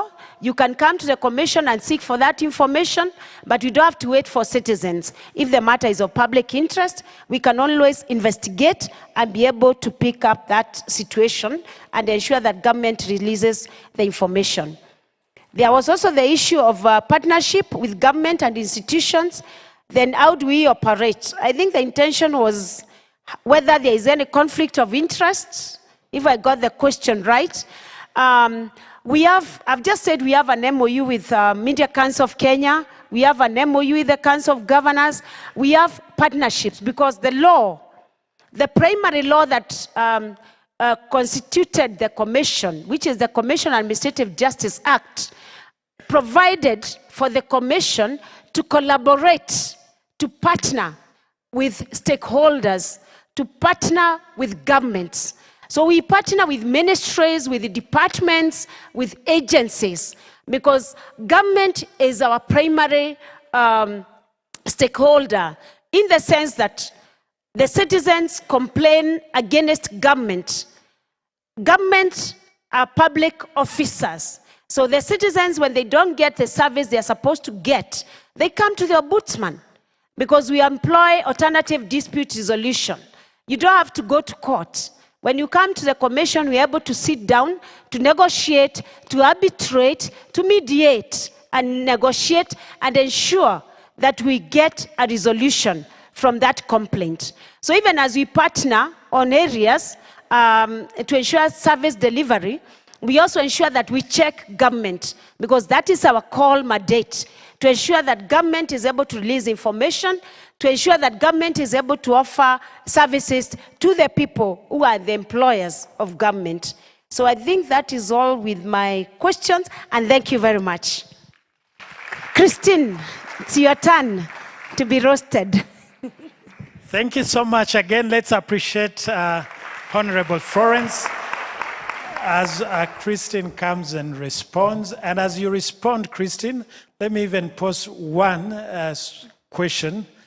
And I know you'll also respond on her behalf, maybe, because it's related to both.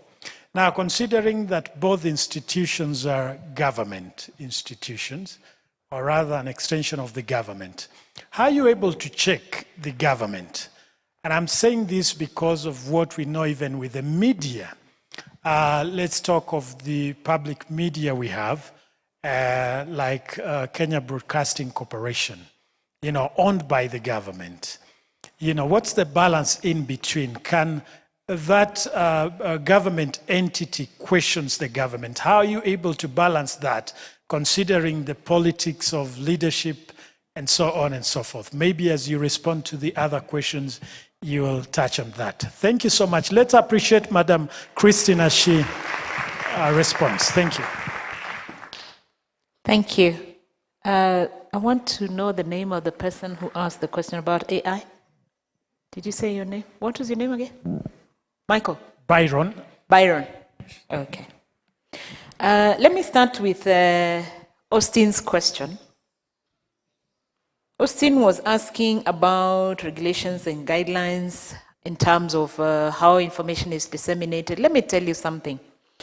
The guidelines that we have put out, that I spoke about yesterday, are first targeted at the media on how they will use AI in generation of content and checking that the information that they put out there is accurate and fits within KTN. Okay? So, as far as we are concerned, our mandate is the media, not the public. However, it wouldn't hurt if the public picked the same guidelines and used them in terms of seeking information. So the guidelines that we have put will pretty much be useful for all of you who are sitting here, especially those who are doing media studies, journalism, public relations. The guidelines will be good for you. But it does not say that another person, another kind of stakeholder, or another group of people who generate content cannot use it. Okay? So for now, we've generated those ones. Those are the guidelines. Now the government at another level can decide to now have guidelines for use of AI in the country, not specifically for journalism, but for any other field. A doctor can decide they want to use AI, and there's nothing wrong with that. But what is the guide that is helping them to use that information that they get from AI in their work? And then now I'll come to Byron. Byron, I think yesterday you chose to hear what you wanted to hear, or what you expected that I was going to say. When I spoke yesterday, and I gave examples of some of the ways in which AI has been used. Let me just say it for your benefit. AI is very good. In fact, I am happy it has come in my lifetime before I die. Then I can see what technology can do. I think yesterday when I was speaking, I told you that we were one of those people who felt very threatened by the coming of computers. We thought we were going to be rendered jobless. It's the same. Today, AI is coming and people are saying, in fact, this group of people sitting near me here, these lecturers, I know the first time they heard about AI, they thought, hey, na tutakuwa na kazi kweli. You will have work. It's just how you use it. It's the same way. Okay. You know, this generation doesn't know this age. I'm going to tell you about an age that you don't know about. Many of the executives, CEOs, managers, and what, they had a person called a secretary. The work of that person was to come into the office and ask the boss, what would you like us to do today? And the boss would say, we need to arrange a meeting with so-and-so. We need to plan for so-and-so to come and visit us. I need to speak to the staff at this time and tell them this. I need to do this. And then she will go away and write that whole agenda. In other words, she was drawing a diary for him. Can I tell you that that job became obsolete? Because computers came. These computers, these ones. These days, I want to book my things. In fact, all that anyone needs to do is send me an email that says, Christina, I would like to have a meeting with you at 3 o'clock on Monday. And it will go on the calendar. I don't have to put it there. It will go on the calendar. And then on Monday in the morning, my phone, not my computer, my phone will remind me in the morning at 9 o'clock, you have a meeting at 3 o'clock. You get my point? So, how we do things is what is going to change. So AI coming is going to just change how we do stuff. Therefore, there is all the positive things about it. I have only one rider to it. What algorithms or what machine learning are we putting into it? Remember when I gave you the example of Mother Teresa? Yes, they got the image okay, but what it was doing was not what is expected. It was not a physical fight that Mother Teresa was doing with some physical people or, creations that it's not a fight that you can fight and finish and say this is the person who has won and move on. You get it? So, on a day like today, and I know my boss is doing it too, I'm using AI to do my diary. All the information goes in there and I tell AI, please sort it out for me. So where I have double booked people, like one is at 10 and another one is at 10:30, it tells me you may consider moving one of them a little further so that you do not have a clash of appointments. I am also using AI to help me think. Look, I have no time to call Dr. Ndonye and ask, what do you think about this particular subject? He tells me, and then I write notes. Then I call Honorable Kajuju and I say, what do you think about this same subject? And then she tells me, then I write, and then I sit and I say, this is what this one is thinking. I agree with half of this. No, I don't agree with this. And I don't have to do that. I prompt it. And it gives me different perspectives on the same subject. Then I sit there and now I say, now apply my brain. You know, my brain is not in AI, and it's never going to be there.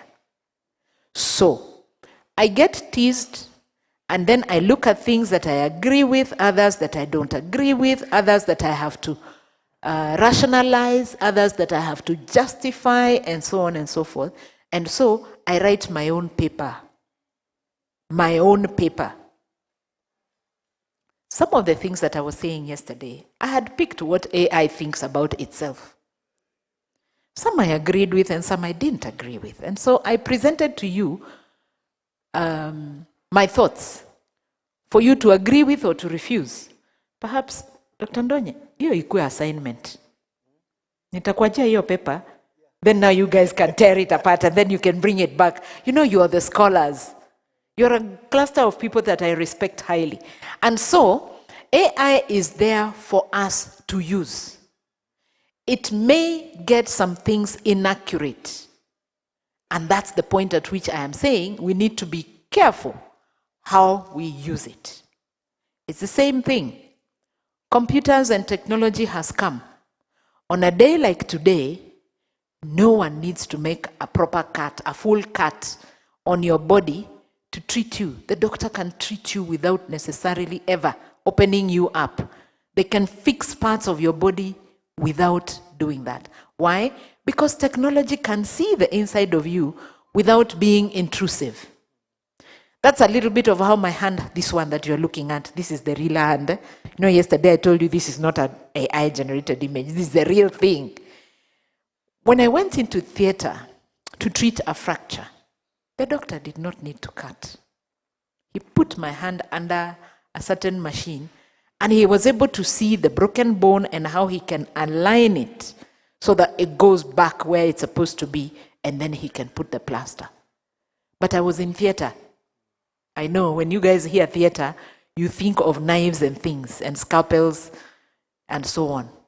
However, I was still under anesthesia because what he was going to do was going to be painful. A person without anesthesia cannot handle that level of pain. So they put you under anesthesia for two things. One, to manage the pain. Two, to make you immobile. You see, if you feel pain, you cringe. You pull your hand. Now, when they're trying to align bones, bones are very painful. I will tell you that from experience. When they pull the bone and they're trying to put it back from where it moved, it's painful. So they need to make you immobile so that even if you're feeling the pain, you can't move. Are we together? Do you see how good AI and this technology is? You know, these days they remove kidneys by poking a hole the size of my finger. A small hole like this, just the point of your finger. Why? They have technology that has scalpels that can just go in a hole, manage the kidney and literally just pull it out, squeeze it out. So when you're treated, you have the plaster the size of your thumb, and you're told that is your surgery wound, and you're thinking, am I not supposed to have a bigger cut? Yes, you're supposed to have a bigger cut, but technology has changed things. So with AI and how we generate information and content, how we create representations of our real world requires us to put in the correct data, teach the machine the correct way so that it can give us what it is that we want. Is that a little clearer now, Byron? So use AI. By the way, you guys use AI when you're doing those term papers. But apply your brain. You know why? Mwalimu will know. Mwalimu will know. Because your sentences will be the same. And again, there's something very unique that God created in us. All of you have two eyes, and you're looking at the same one image. Me, Christine, standing here. If we give you a sheet of paper to describe what you're seeing, no one will write the same as the other. And your teachers know that. So even when they post a question, they know your style of writing, your style of thinking. They know. They know how you think and how you write. You know, I'm a lecturer in another life. Perhaps I'm getting a class. And I'll be so happy to come. So every one of you has a unique way of expressing themselves. So how you will describe me will be unique to you. And that's exactly what I want you to do. Pick what AI says and then make it unique. Make it yours. If you agree with it, then do agree. And by the way, are we able to put AI as part of the citations of where we got our information? For academic work? No. That's so that I can say there, among my sources, AI is one of them. So it is now allowable. Heaven is here. So we can do that. But please, make sure you always attribute. If you pick thoughts from anyone, please give it to them. Even when you pick them from AI, say you have picked from AI. You know, honesty is a very good thing, guys. Okay. I want to respond to your question about how we check government. You know, regulation may not have boundaries as such. Regulation is regulation. The law is the law. So if a person working at KBC or at Kenya News Agency violates the code of conduct, we'll go after them. We don't mind that they work for another arm of government. We will go after them. Because they must abide by the standards that have been set by the Media Council of Kenya and the code of conduct for the practice of journalism in that space where they are. So, they are not exempt. They are not exempt at all. In fact, it goes further to even people who are public information officers and public communication officers, all those people who are working in government and they are in the PR department, in the communication department, all of them must follow the standards that have been set by the Media Council of Kenya. So there is no exemption. There is no exemption. And if you ever catch any of them, because we may not be able to catch all of them, if you ever catch any of them violating, please make a point of reporting and then watch us go into action. Then you will realize, kumbe hata hawa wanakuwa wakali sana. Sisi ni wakali sana. Thank you very much. Let's appreciate Madam Chris. Wonderful. Very wonderful. And indeed, she's a great teacher. Let's appreciate her for that. Yes. And I know Christine has cleared some misconception that Byron had. And now, if you didn't listen well yesterday, you get that clear. So thank you so much, ladies and gentlemen. Thank you, our guest speaker today. Thank you for responding to these questions. Now we want to go into another session briefly. Today we'll make a little adjustments to our program. As you have noted, maybe we may not follow it as it is, because we're slightly behind time and schedule, but it is very important for us to allow presenters who have come to make their presentation. Now, allow me to invite my co-moderator, Austin Itebete, who will take us from this session. Tumpigie makofi, let's appreciate Austin. Thank you so much. Thank you, Mr. Benjamin Mbatia. Good morning, everyone. My name is Austin Itebete, a student in the Department of Mass Communication, a fourth-year student. Allow me to say that this is an international conference, and I'm the only Nigerian student here. Yes, we are confirming that this is an international conference. Also, I'm the only student, I think, who can sing and also do media here. I'm a nani anapinga. I think I'm the only one. So, me being the only student who can sing and also do media, I want you guys to join me in a small activity. Please let us stand up for a small activity. Then we head to our next presenters for this day. I hope you're ready. So me singing, I would like to give you a tune. It's one of our nursery rhymes that I remember dearly. So it goes like this: head, shoulders, knees and toes. Yes, this is me singing. I will fine tune as we continue. I hope you're ready. I hope you're ready. In 3, 2, 1. Head, shoulders, knees and toes, knees and toes, knees and... Come on the left side. Come on, please join me. Huh? Let's go, 1, 2, 3, once again. Head, shoulders, knees and toes, knees and toes, knees and toes. Head, shoulders, knees and toes, eyes, ears, nose and mouth. Thank you so much. Let's have a seat. Let's appreciate him. It was important. It's a health break. Allowed me to invite the next presenters for the next session. We have Dr. Hilary Busolo from Alupe University and Dr. Karen Jerob from Alupe University. We'll allow them to make their presentations for today as they will be heading out for another assignment. Please let us give them a round of applause as they come.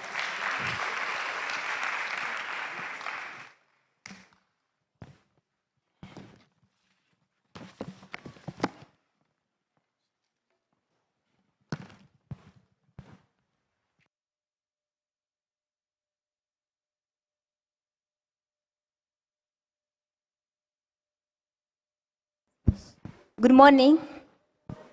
Okay, my name is Dr. Karen Jerob from Alupe University, and we've co-authored this paper with Dr.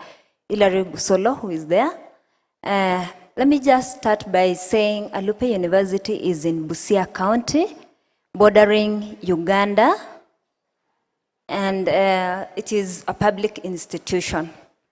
Thank you. So our presentation is on media literacy in the digital age, navigating information landscape.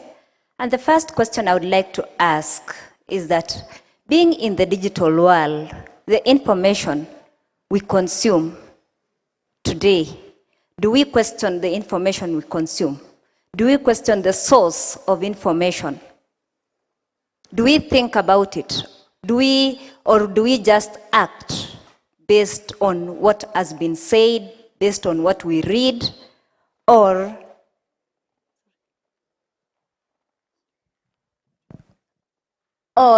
we just assume that the information we get is mere truth and it doesn't require any thinking? And that is why we came up with this paper, and critical thinking being one of our objectives. So we are saying that in the age of the digital era,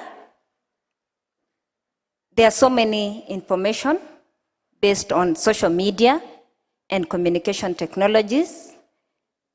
And this one has been enabled by the internet. And with this advanced technology, it has become a bit hard for people to critique the kind of information.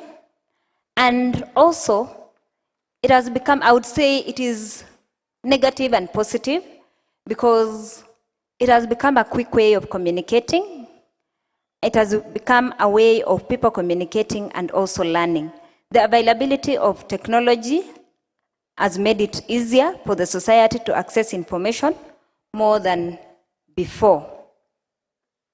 The internet, social media, and digital technologies have democratized content creation and dissemination, providing unprecedented access to vast array of information. And the question here is, with the democracy we have right now, are we really in a position to say we are able to control? Or do we look at the media being very powerful, looking at the theory, hypodermic theory or needle theory under media, where we say the media is very powerful and it influences people? So what is our status as students here, as lecturers, or as Kenyan citizens in terms of information use. There are so many digital platforms at the moment, as you can see. I'm not going to go through them. But with all these, can we say it influences our lives in one way or the other? Is it affecting our way of thinking? Bearing in mind that there are so many users, which we are going to see in the next slide, that there are so many users using the social media.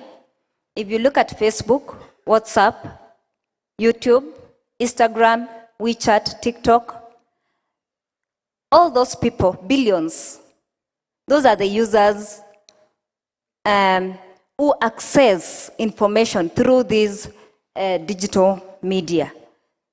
So with all this, are we able as citizens to manage the challenges we go through, or to manage the information we receive, the information we consume in day-to-day life? So we are saying, while this digital revolution has brought numerous benefits, it has also come up with challenges, particularly concerning media literacy. The concept of media literacy was brought forward in 1990, and it was more of media education. And later, the UNESCO team, those who were discussing it, agreed that instead of having it as media education, we have it as media literacy. So how much do we know about media? How well do we understand the information we receive through media, and do we question this information? It has raised concern for the researchers, media practitioners, and policymakers on available information, as well as the meaning of literate in a densely mediated, technologized society of digital age. The increased dependency of media on technology has particularly impacted the way we make sense around the world, and therefore it is important to comprehend the way people analyzed. Just a few minutes ago, our yesterday's guest speaker said it is not wrong to get information from AI, but are you relying on AI fully, or do you question what AI is giving you?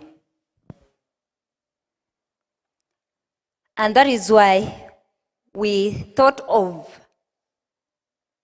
looking at,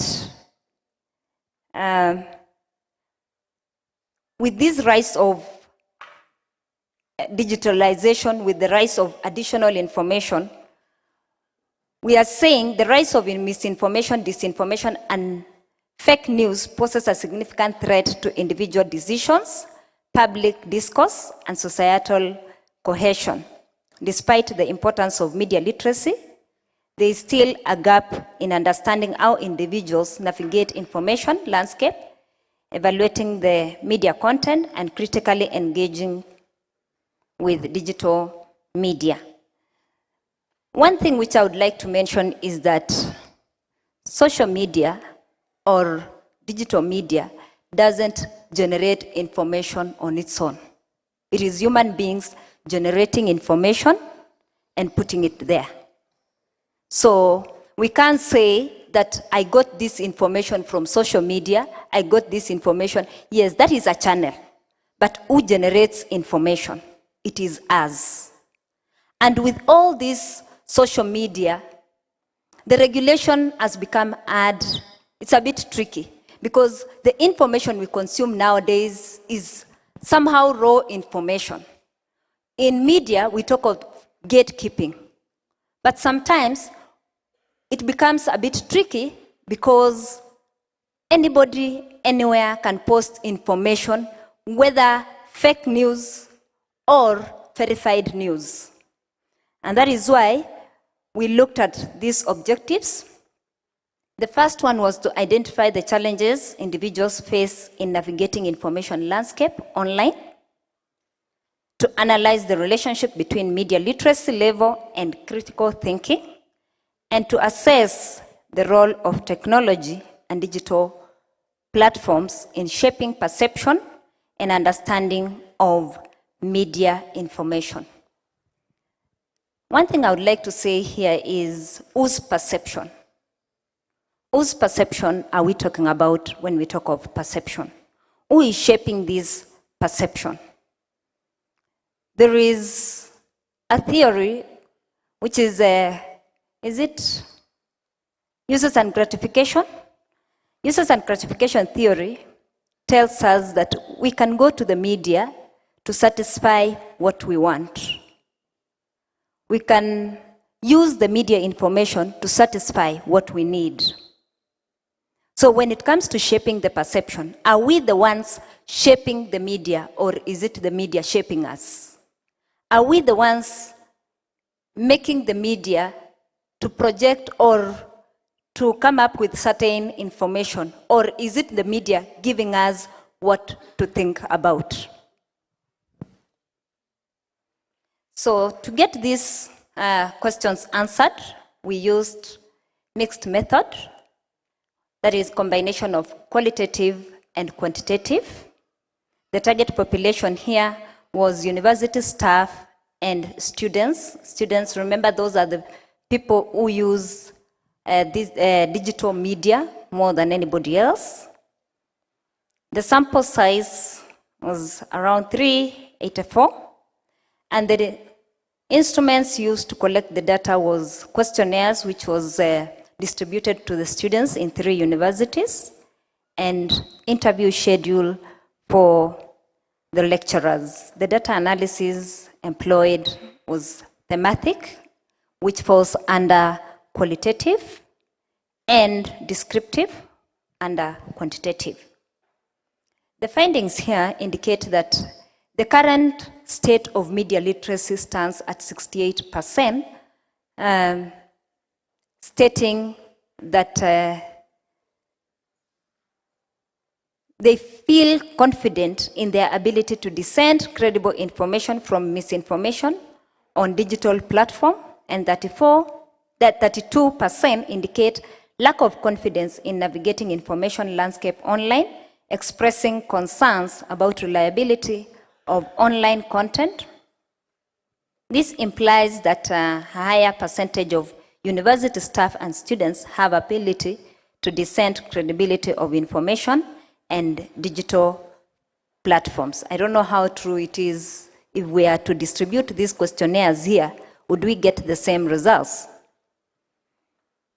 Looking at the challenges in navigating information landscape, it's stated that 44% of respondents identified the overwhelming volume of information as a significant challenge in navigating digital information landscape, while 29% cited difficulty in distinguishing between fact, opinion as primary challenge, while 17% reported encountering misinformation or false information frequently during the online activities, which implies that digital information is voluminous and can be overwhelming to navigate. This is very common nowadays because when you go online, sometimes people have been announced to be dead while they are alive, several times, until we even send condolence messages only to see the person resurrect. Because we tend to imagine somebody can just wake up in the morning and create a story, a fictitious story, post online, and within a few minutes, it has gone viral, and people tend to believe. And that is why you can see the figures that some people have a challenge identifying what is true and what is not true. On the impact of digital media consumption habits, 56% of respondents reported spending more than 3 hours per day consuming digital media. 69% indicated that their media consumption habits influences their perception and understanding the information presented online, while 64% expressed concerns about potential influence of algorithm-driven content recommendation on their media consumption habits. And these findings revealed that quite a number of university staff and students spend more time per day consuming digital media. And I'm sure even as we speak right now here, I can see quite a number of us are on phones consuming digital media. This is very clear that we can't, one of our lecturers here said that we can't do our way with our phones. And even our guest speaker was asking, can you leave your phone? It has become part of our lives.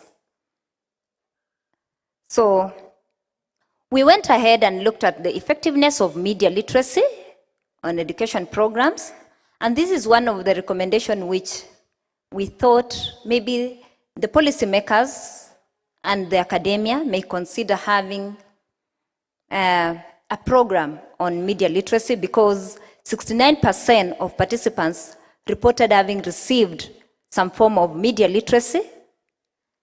53% perceived media literacy education programs as moderately effective in improving their ability critically evaluate online information, while 27% indicate a need for more comprehensive and practical media literacy education initiatives.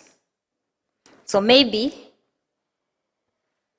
with technology and the consumption and information overload, we may want to consider having a unit under these, or maybe enhancing what we already have. The role of technology and digitalization platform. When we asked this question, 87% of the respondents reported using social media platforms as primary source of information or news. 63% expressed concerns about the potential of echo chambers and filter bubbles to limit the exposure to diverse viewpoints. Just to mention something is that right now, gone are those days where people would get radios, newspapers, watching TV, because you have a gadget where you can access all this information. You can read your newspaper through your phone. You can watch TV through your phone because of digitalization and technology. To finalize, we are saying the relationship between media literacy level and critical thinking abilities was investigated, and there is a positive correlation of 0.65, which is less than 0.001. Is it less or greater? So that one was observed between media literacy level as accessed by a standardized scale and critical thinking abilities among respondents. As I mentioned earlier, that with this study, based on the findings, we recommend integration of media literacy education into formal curricula and promotion of digital literacy skills. This will ensure that individuals develop critical thinking so that we don't just absorb information. And with what our guest speaker said, it is not wrong to use AI, but are you using AI to think for you, or you still have your brains with you? The second recommendation is address digital inequalities. Efforts to enhance media literacy should be prioritized, addressing digital inequalities, including disparities in access of technology, digital literacy skills, and information access. Thank you so much for listening, and let's have this conversation of media feeding us with information, technology, where do we get our information, and do we critique this kind of information we consume? Thank you.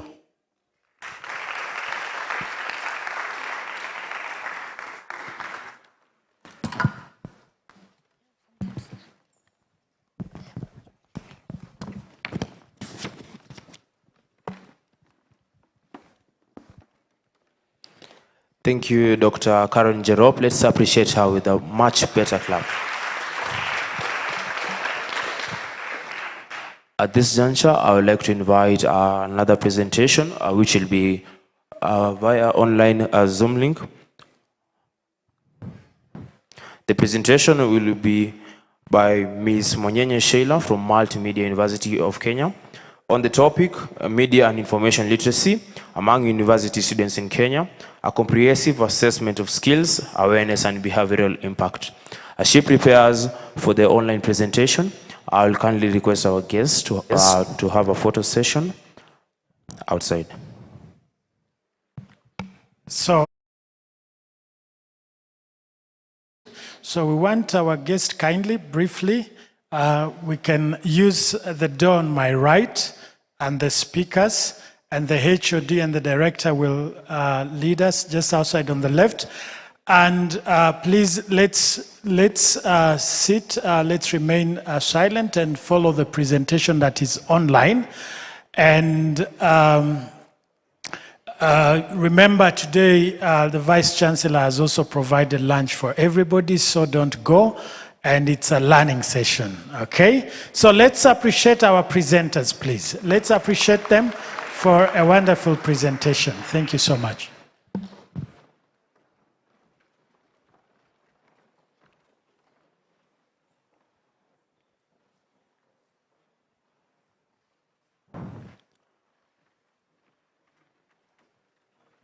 A minute as Ms. Monyenye Sheila prepares for the presentation.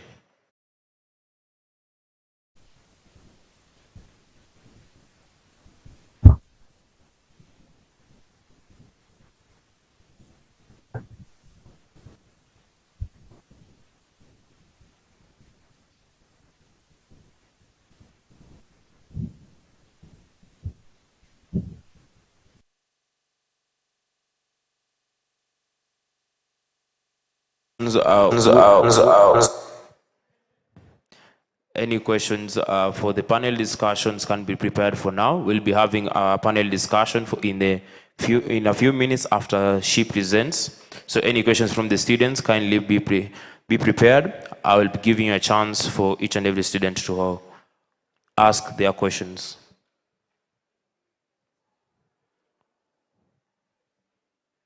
I hope Ms. Sheila is ready.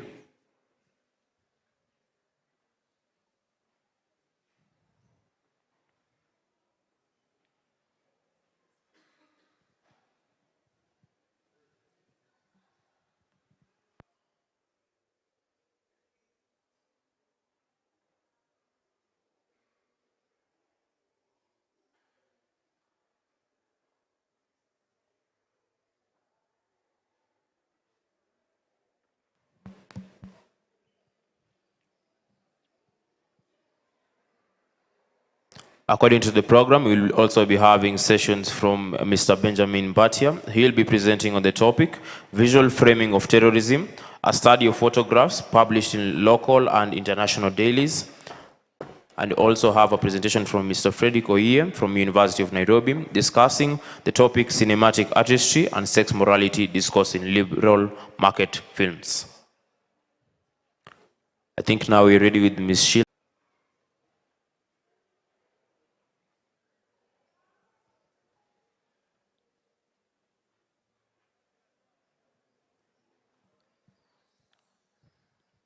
As the technical issues are being solved, once again, Ms. Sheila will be discussing on the topic Media and Information Literacy among university students in Kenya, a comprehensive assessment of skills, awareness and behavioral impact. Ms. Monyenye Sheila is from Multimedia University of Kenya. I hope she's ready now. Ms. Sheila, can you hear me?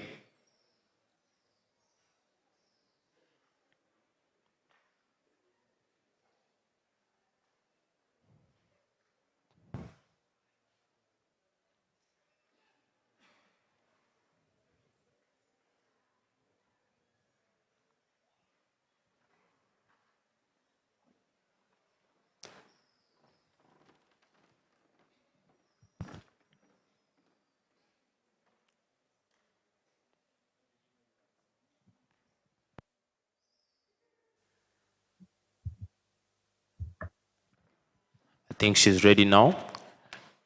Ms. Sheila, we can see your screen.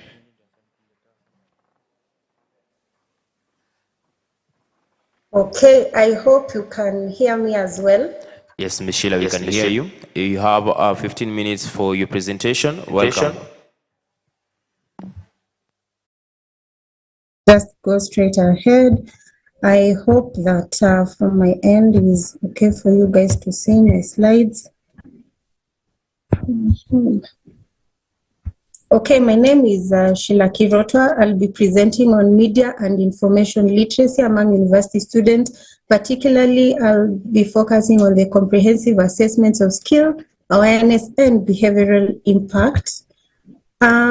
My research topic investigated the state of media and information literacy among university students in Kenya. It focused on their skills, awareness, and behavioral impact. I specifically focused on mixed methods approach, where I compiled both qualitative and quantitative analysis in my comprehension. And finally, my research findings contributed to the understanding of media information literacy dynamics and inform educational policies and inventions which aimed at enhancing MLI proficiency among university students. Basically, MIL has become something that is essential in the digital era due to its abundance of information sources and the need for critical evaluation. Despite all this importance, it raised concerns why people need to use MIL, and especially university students, and how it helps them in their day-to-day activities. This particular research aimed to address these concerns by providing empirical insights into the skills, awareness, and behavioral impacts among university students in Kenya. Basically, I got my research from two institutions. That was from ZTech University and Multimedia University. This is where I got my sample size. Basically, the digital revolution has transformed how information is produced, disseminated, and consumed, which poses a challenge for many MIL. University students are particularly vulnerable to information overload, which creates more need to navigate this complex landscape and to ensure that they understand what goes on there. Media information literacy is not only crucial for academic success, but it is also good for informed decision making, and it helps students and any society member to get information and to create societal engagements in one way or the other. My major problem of statement was there need to be a research, especially comprehensive research, to evaluate MIL proficiency among university students in Kenya, now that it is something that it is upcoming and it is something that is new. Another problem was that researchers and students alike need to understand the awareness of and the significance of media information and its behavioral impact on information seeking behavior and decision making processes. Finally, it is important to address these issues and to come up with an effective way in which education can be disseminated among students in a more evidence-based intervention. I was guided by two specific objectives and one major objective. The major objective was to evaluate MIL proficiency levels among university students in Kenya. I then specifically needed to explore students' awareness and the levels of MIL significance, especially in academic success and personal development. The second specific objective, I needed to investigate the influence of MIL on students' information-seeking behavior and critical thinking and decision-making processes. Basically, I was asking myself, to what extent do students gather or gain information through digital platforms, and is this information that they get important in their decision-making processes? My literature review borrowed a lot from the UNESCO's MIL Alliance on Media Information and Literacy, and this framework, their comprehensive framework, provides a guidance for research and practice and give some of the practices that MLL actually focuses on, and I based my research solely on that. And other empirical studies also highlighted variations in MIL proficiency and the importance of interventions to address these disparities. I used Albert Bandura's social cognitive theory, which emphasized the role of social influences, observational learning, and self-efficacy in shaping behaviors. I applied this SCT theory to my research, and it helped me provide insight on how social factors such as how social factors influence students' MLL skills, attitudes, and behaviors. Finally, I understood the social cognitive processes that goes on in digital dissemination of information to university students. As I stated earlier, my research methodology was basically a mixed method approach where I employed both qualitative and quantitative methods. I used a representative sample of students from diverse disciplines, academics, and different academic levels. I used ZTech and multimedia university students to gather my information. The data collection instruments included standardized MIL assessments. I conducted some surveys, a few interviews to some of the students, and we had several focus group discussions where I got my data from. And finally, the data that I got, I analyzed it both qualitatively and quantitatively. Under quantitative, I specifically focused on descriptive statistics, where I tried to inference the information that I got. And finally, under qualitative methods, I used the thematic analysis. My findings under quantitative showed that there is actually under the survey data that I got, it provided insights to the awareness levels of the students, and it also provided information on their behavioral impacts. Under quantitative as well, I realized that there are some dynamics among university students that affects their information seeking processes. Under qualitative findings, I realized that through the in-depth interviews and focus group discussions, I uncovered perspectives on MIL skills, awareness, and behavioral impacts on my sample. The participants shared their experiences, some of the challenges and strategies that related to MIL proficiency and its application in their academic and personal journeys. And finally, the qualitative narrative complemented the quantitative findings, all in a bid to show how digital information is disseminated.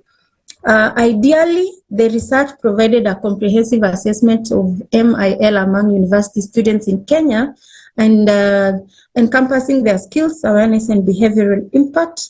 The findings from this research highlight the need for targeted interventions to address disparities in MIL proficiency and enhance awareness of MIL significance. And finally, the study contributed to an evidence-based for MIL education, and it informed the development of interventions to foster MIL competency among university students in Kenya. In conclusion, it is important for us to address these disparities, and the recommendations that I'll mention after this is also very important to help educators to come up with ways to incorporate digital learning into their learning spaces, because we're living in a digital environment. Finally, by implementing the evidence-based interventions, many institutions across Kenya can empower students to succeed academically and personally through increasing their complex information environment. And yes, I came up with 3 recommendations out of my research, and the first one was to have a longitudinal studies which would provide insights into the trajectory of MLI development among university students over time. The second recommendation is that we need to have a cross-cultural comparison between different regions or countries to help cultural influences in MIL proficiency and awareness. And finally, we need to have a further qualitative exploration that can deepen understanding of the social cultural factors shaping MIL dynamics and information. Yes, basically that was what is in my research. Hopefully in due time, I would share my paper so that we can all go through it. Thank you.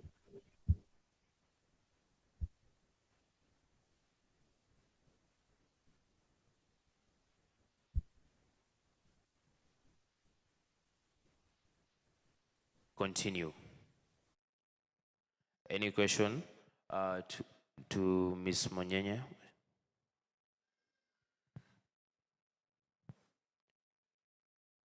I believe there are no questions. Let us appreciate Ms. Monyenye once again for that presentation.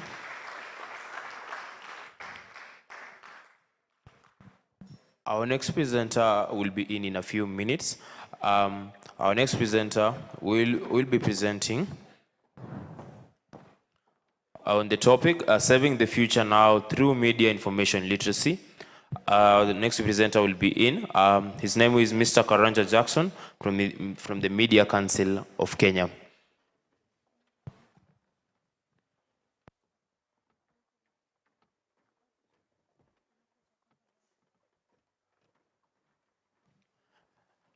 Ladies and gentlemen, let's prepare to welcome our presenter for the next discussion that is on the topic, Saving the Future Now Through Media Information Literacy.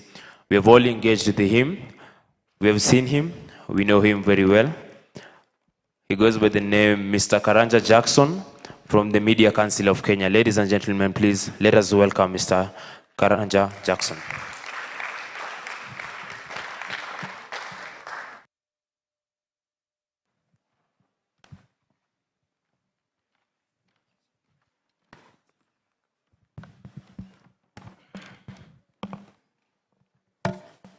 Yes, let's appreciate Mr. Karanja as he prepares to come. Yes, Mr. Jackson Karanja, for those ones who are old here in the Department of Mass Communication, he used to lecture with us before he proceeded to the Media Council of Kenya, and it is indeed a great privilege to have him around. Let me just make remarks as he comes in. You know, as you might have noticed, yesterday, Mr. Karanja had a similar shirt like mine. And actually, some have asked, and I want to confirm that indeed it is the one I'm wearing, because he had borrowed. And now that is, but he obliged to the terms and conditions of borrowing. At only one condition, he was exposing it to too much sunlight. But I warned him and he agreed. Anyway, let's appreciate Mr. Jackson as he makes his presentation. I was just saying a few things as he prepares his slide. Karibu. Thank you, Benjamin. Can help me with that. Our chief guest today, Honorable Florence Kajuju, friend and mentor in the profession, the chairperson of the department, Mr. Michael Ndonye, Mr. Benjamin Mbatia, a friend for so many years, colleagues in the room, students at Kabarak University. Good morning. Good morning. As Benjamin helps me say this, I was reflecting on my time back in the years of practice, and I remembered that at one time I had employed Mr. Ndonye as a teacher in a bridging program where we were teaching students English, those that had cleared high school and were about to join campus. So as mentioned, I have a strong affiliation to Kabarak University, going back to 2018, I think, when I joined the department, and I was up and down teaching a few students here and there. I've seen a few that were there. Fast forward to 2022, when I came back here in a different capacity, working with the Media Council, and we had a career talk where we exchanged ideas with the students on how best they can improve their working. So it gives me a lot of pleasure, and I feel a lot of privilege to be here today to join the discussion on how we can be able to save the future through media information literacy. And as we start, and I think a lot of our speakers have mentioned this, communication or information has become an integral part to everything that we do today. And because I will be here for a few minutes, I want to just borrow your time for a few minutes. We have this discussion, then we can get back to our gadgets. You see, communication and information has become so integral. And allow me to pose a question. When we were growing up, tukiwa wadogo, tukizaliwa when we were growing up, tulikuwa tunaambiwa, when you wake up, what is the first thing you do? What is the first thing you do? I can hear one person say pray. Another one? Just project your voice. Eh? Tuliambiwa ukiamka unaomba, isn't it? But nowadays, when we wake up, what is the first thing we do? We check our phones, isn't it? Uone kama ka message ulituma jana jioni kalijibiwa. Uone kama uliblutikiwa. Uone kama kwa group walisema kuna class leo, and such a view. Communication has become such an integral part to everything that we do today. Madam Chief Guest also asked a question. If I asked you today to give me your phone in exchange of 1,000 shillings, just for a day, unisaidie simu asubuhi nikupe 1,000. Wangapi wanaweza kubali? Show of hands. Okay, si nyingi sana. Naona mheshimiwa tukishikana hapa tutoe 1,000, tutabaki na masimu nyingi sana, isn't it? It's because the phone has become so integral to everything that we do that before you leave your house, you will always want to know where your phone is. Another example, when we visit way back, and maybe Dr. Ndonye will tell you, when we used to visit siblings or cousins or relatives, you would be given an album. Okay? Unapewa, unaambiwa uone picha, wanakwambia hii ni wakati mzee alikuwa wapi. But today, when we visit someone, what is the first thing we ask for? Password ya Wi-Fi. Isn't it? You get to a place and the first thing you want to do, you want to be connected to the outside world. Okay? Sometimes someone has, a few people have debated, umetoka hapa, umeenda, I hear there is a new place inaitwa something next door in town, ama wale wenye bado ni old school wanaenda Platinum. But when you get there, you are chatting with people who are not there. Okay? Why? Because we have been addicted to the various forms of communication and information. So for the next few minutes that I'll be here, I want us to discuss about how we can be able to save the future using the media information literacy. So the media carries immense power in any society. It is able to shape opinion, it is able to inform change, and it is able to guide the society. And time and again, and I will also again pose it as a question, the phone that you are using today, where did you first see it? Either you saw it with someone, or you saw it online, or a friend referred it to you. It is always someone or somewhere who convinced you to get that particular item that you have. And that is what information does. For those that are a bit old enough, This picture is picked from 1994. I hope you can see it a bit clearly. 1994, in our neighbors here in Rwanda, where they witnessed genocide. And over 800,000 people died. They were died because there was a civil war between the Hutus and the Tutsis in that country. And the perpetrators behind this was a radio station called RTLM that was involved in propagating violence or messages of hate from one community to another. And a lot of people died. There you can see millions of people were displaced. And even today, you can still find people from Rwanda living in different countries. And all this comes down to what the media can do. Back home, in 2007, we witnessed violence following the disputed elections in 2007. How old were you in 2007? 3 years? 6 years? Au ni wazee kidogo? 12? 5 years? Okay. But I believe you've interacted with history and you've been told that in 2007, our nation descended into chaos, isn't it?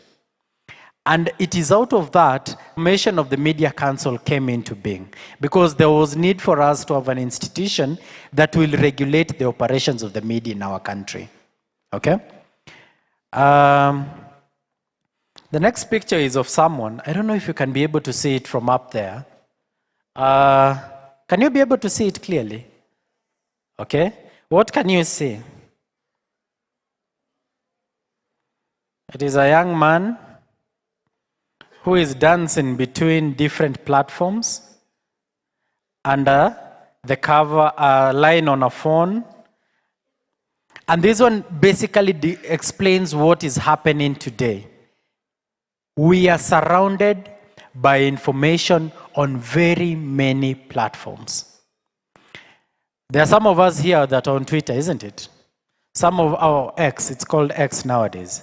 There are some of us that are on Facebook, Instagram, there's LinkedIn, there's Snapchat, there's YouTube, there's TikTok. There are so many platforms that are flooding us with information. Okay? So it is important for us to sit back and say, with this proliferation of information, how can we use the said information to better our working? I think maybe this could be a bit of history. There was a time in this country, we only had 2 platforms of news. We had KBC, Idhaa ya Taifa Radio, and there was VOK, that was later renamed KBC TV. And for those that don't know, that ikifika saa 6 usiku, TV ilikuwa inafungwa, station wanafunga. Like literally, wanafunga station.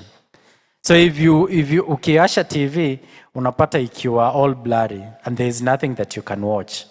Okay? Then at 6 in the morning, wanaasha tena. Okay? And it would start with the national anthem. That one tells you about how far we have come as a nation. Right now, according to records by the Communications Authority, we have over 569 licensed platforms. This entails over 225 radio stations, 175 TV stations, and over 110 digital platforms. This is a lot of information that is fed to us. And with this, a lot of information, there comes a need for us to regulate how we convey this information. There is need for us to look at, with all this information being fed to us, how we're going to balance it. This is a chart that shows the number of social media users in Kenya from 2014 to 2024. I really wish it would be much clearer than this, but it details that 13.05 million people right now are engaged on 1 or 2 platforms, either Facebook, Twitter, LinkedIn, Instagram, and such of you. If you compare from 2014 to 2024, you can see a rise in the number of users that are on these platforms. And that now informs why there is need for us to relook at how we consume information. So media information literacy acts as an essential means to enable individuals to evaluate, inspect, and manage a great abundance of information that exists online. And that's why yesterday, as some of our speakers were speaking, I was saying that while we can continue talking about maybe the negative aspects of internet, the challenges that AI are presenting, we can also look at and ask ourselves, how can we also be able to leverage on the international, on the opportunities that are available on the internet spaces? Okay? So you have a YouTube channel, because by the mere virtue that you have a Gmail account, that gives you an opportunity to have a YouTube channel. But how are you using these channels? TikTok, the one that has been debated from yesterday. Are we using TikTok only for challenges? Or are we able to use TikTok to improve our consuming of information? So MILK, that is media information literacy, can cultivate a society that is able to withstand misinformation threats and hate speech while promoting responsible use and production of digital resources. And I come back to you as students and I ask you, with this wide array of information, like right here, I've noticed we have free Wi-Fi here in the institution, isn't it? And you can access it at any one time. How are you using this information platform to better yourself? Okay? Are we using it only to send information, to send memes? Okay? Unajua wale watu weka tu memes twingi hata tumefuatana tudogo hivi. Meme lords and meme ladies. Okay? But is that the only thing we can be doing using the information that we have? Okay? There are so many opportunities that there on the online space. It is up to us to sit back and say, I want to tap into those knowledges. I want to tap into those information. So MIL, that is media information literacy, encourages individuals to critically analyze media content, including news articles, videos, and social media posts. It emphasizes the importance of verifying the credibility of information sources, which is very important. When we were approaching elections, there was a lot of information going around. Some was doctored, some was not true. And with me, I have a few pictures that were captured during that phase that can help us identify how MIL can help us in identifying information. So that picture, I hope it's clear enough. Who is that? Anyone? Anyone? Anyone? Mwalimu ulisema hao ni wanafunzi wa media. Okay, sawa. Acha niulize tena. Who is that? Anyone? Anyone who is confident enough asimame aseme. Want to say? Who is that? Okay, let's have... I'm Chelsea, and I think that's Prince William. Okay, that is Prince William. Anafanya nini? Okay, let's hear... From that angle. Belinda. Good morning. Good morning. My name is Angelina Gutu, and we can see that the prince is pointing his middle finger. Okay. Anyone else of a contrary opinion? What do you think? Is it the middle finger ama amesema mara mbili? Anyway, yes. Okay. Thank you. So that is the first part. But this is actually what he was doing. You see, yes. Visual framing. Visual framing. Yes. From this angle, unasema Prince alitukana watu vibaya sana. Hata tunafaa tuende huko Buckingham Palace. Tujue alisema nini. But when you take it from the other angle, he was actually showing three. Okay? Let me show you another one. What do you think is happening here? A lion is eating its young, isn't it? No, from first view, you can unaweza sema lions za siku hizi zinakula watoto wao, isn't it? From that angle. But when you look at it from this angle, it's a lion that is just carrying its young, okay? Let us go to the next one. Who is that? Anyone? Who is that? You want to? Nani atajaribu? Chauvin.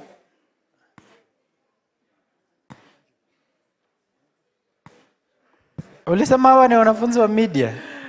I think he resembles Magufuli. I'm not sure. Kweli? Yes, he resembles, that's true. Okay. Kichwa, Yes.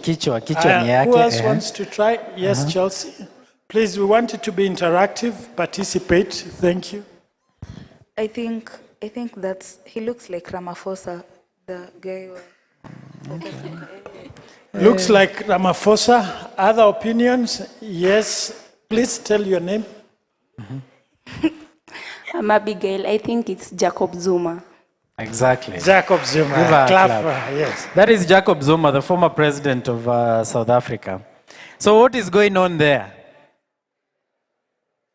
Amepata mutu. Isn't it? But this is actually a doctored picture because this was the exact picture.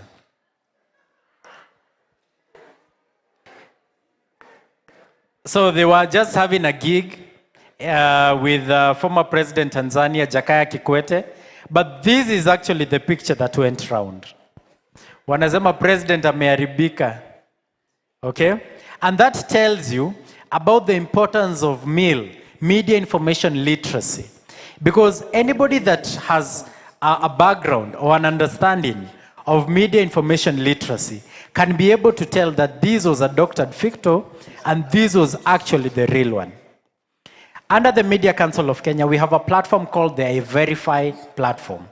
Under the I-Verify platform, that is literally I-Verify, you can be able to post pictures, post content, and have a back end to it to understand what that picture was. So the first time this picture was posted, there was a lot of uproar.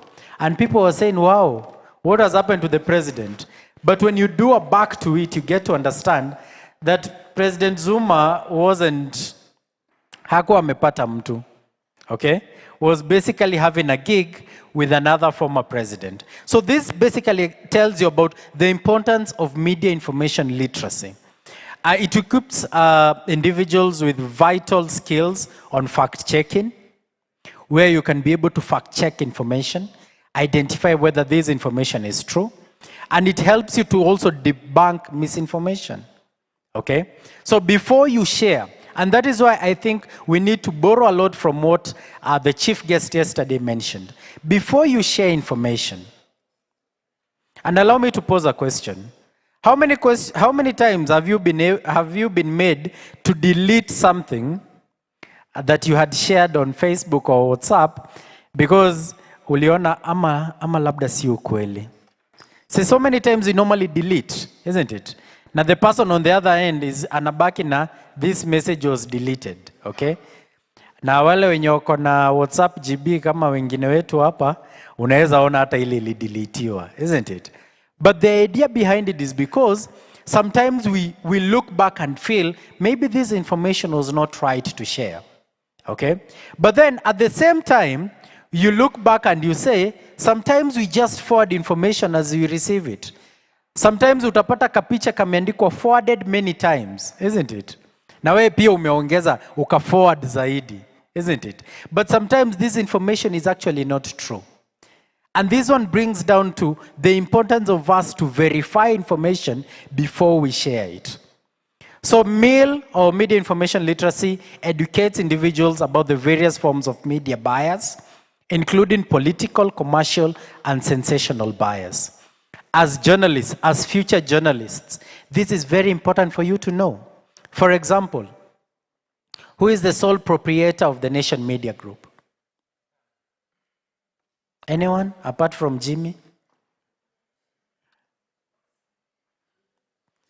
Chelsea is doing a lot. Anyone else? Clap for Chelsea. Yes, she's participating. 5 more marks. Now, who else? Chelsea, you know, we say this, but the question has been posed. Who is the owner of the Nation Media Group? Dr. Ndonyo ulisema hawa ni wa media? Okay, sawa. Let's appreciate Chelsea. Aga Khan. His Highness the Lord Aga Khan. Okay? Clap for Chelsea. Yes. And that one may tell you why some information that runs on the Nation Media Group will be skewed in a particular way. Because remember, His Highness the Lord Aga Khan is the spiritual leader of the Ismaili community. That is why sometimes you will notice the content that goes out on the Nation Media Group platforms will be based on family values. Okay? Let me throw another question. Who is the owner of the Standard Media Group? Hiyo yenyewe sasa ikikataa Dr. Ndonye sasa tunamalizia tu hapa. Standard Media Group. Raise your hand. Very good. Alfred. Yes, I know your name. I know your names, guys. The Moi family. Okay. It's affiliated to the Moi family. Okay. And that is why maybe sometimes you'll notice some content, and even maybe in the run-up to elections, you'll notice some of the content could be skewed to one way. So as journalists, it's very important for you. And we can go on and on. You can talk about MediaMax, another platform. You can talk about TV47, okay? That is, again, aligned to someone else. So these biases are very important for you as communicators, as you journalists, to understand them, because they will inform a lot of things that go on in the newsroom, okay? So MIL also encourages individuals to become active contributors to the media discourse by creating and sharing content responsibly. MIL, that is media information literacy, includes digital skills that help individuals navigate online platforms responsibly. And again, I pose this question. How many know about the virtual portable network? VPN. I can see only one hand. Okay. Amuja interact na VPN? Okay. So VPN, it's a platform and you can download it on your phone. It normally helps an individual to mask the location of where they are. So for example, whenever you're using public Wi-Fi, as journalists, you are always advised to use a VPN because it masks and prevents people from getting data from your gadget using the shared network. So the next time you walk to any hotel, and before you rush to ask what is the password of this place, ensure that you have a VPN, because it will help people, it will help you protect the data that you have on your phone or even on your gadget, okay? So these are vital digital skills that you need to have, okay? Another thing, and you'll be getting to the professional world in a few years' time. The minute you get to the professional world, and I believe most of you will want to become journalists, investigative journalists, maybe the next Linus Kaikai and others in this room. I want you to be very careful about the digital skills, because the digital skills will inform and help you navigate the professional world. For example, you're a journalist. You're following up on a very big story, okay, in your newsroom. Then, in the same capacity of you, let's use Jimmy, for example. So Jimmy is following up on a very big story affecting the government or any county government, okay? But when you go to your Facebook page, I can be able to tell where Jimmy is at any one point. Why? Because Jimmy alipoingia, which is a big hotel in town, maybe Sarova, alipofika Sarova, alipiga kapicha akiingia hapo kwa entrance. Hata kama alikuwa peke yake, aliuliza security guard akamwambia nipige kapicha kazuri. Then akaingia Facebook akapost. akasema checking in at Sarova Woodlands. Okay? Then hashtag Mungu anapenda watu wake. Okay? Ama ingine ile common, tumia pesa ikuzoee. Okay? You know those ones. Okay? Ama amepata a good trip, ameamua ende Mombasa. Okay? Amepanda ndege, ameweka verse. And you know nowadays people are very creative. They will look for a verse somewhere in the Bible. I don't know, Leviticus 1:2. And the Lord will help his people explore new places. Okay? Na ameweka, very good. It's a good verse. Okay? But you have already told everyone where you are heading to. So anybody who wants to look for you will only need to go to your Facebook page or your Instagram account and will be able to tell at one point where Jimmy is. So sharing information on our platforms, while it's a good thing, tuliambiwa life is for the living, isn't it? And you only live once. Na utumie pesa ikuzoee. At the same time, you have to be very careful with the information you share. Very soon, and maybe already you are, you will become parents. Okay? And your kids will be joining school at one time. It's a good thing. You want to celebrate it. But you will be taking pictures of your young ones, unaweka online. Unasema day 1 of school. Okay? For the Lord will lead his people. Nowadays, lazima mtu ambatane na kavasi. Okay? Unajaribu kuonyesha humility, but at the same time, you are bragging to the masses out there. But you will be telling people where your child lives, where your child goes to school. So anybody who wants to target you and is not able to get to you will get to your kids. Digital literacy is very important. And I want to, as you continue engaging with these online platforms, always be very careful. For example, I believe you normally watch things on YouTube, isn't it? Have you noticed that after you watch something, acha nichokoze watu kidogo. Manchester fans, Manchester United fans? Hey, hadi mheshimiwa. Yes. Okay. Sasa itabidi nimebadilisha hii joke. Sasa juu kuna mheshimiwa. Anyway, lakini juu nilikuwa nimeshajipanga nayo, wacha tu niende nayo. Unajua walisema watu wa Manchester kitu wanaweza shinda ni labda washinde njaa. Manchester. Vitu ya Manchester, achia watu wa Manchester. Okay.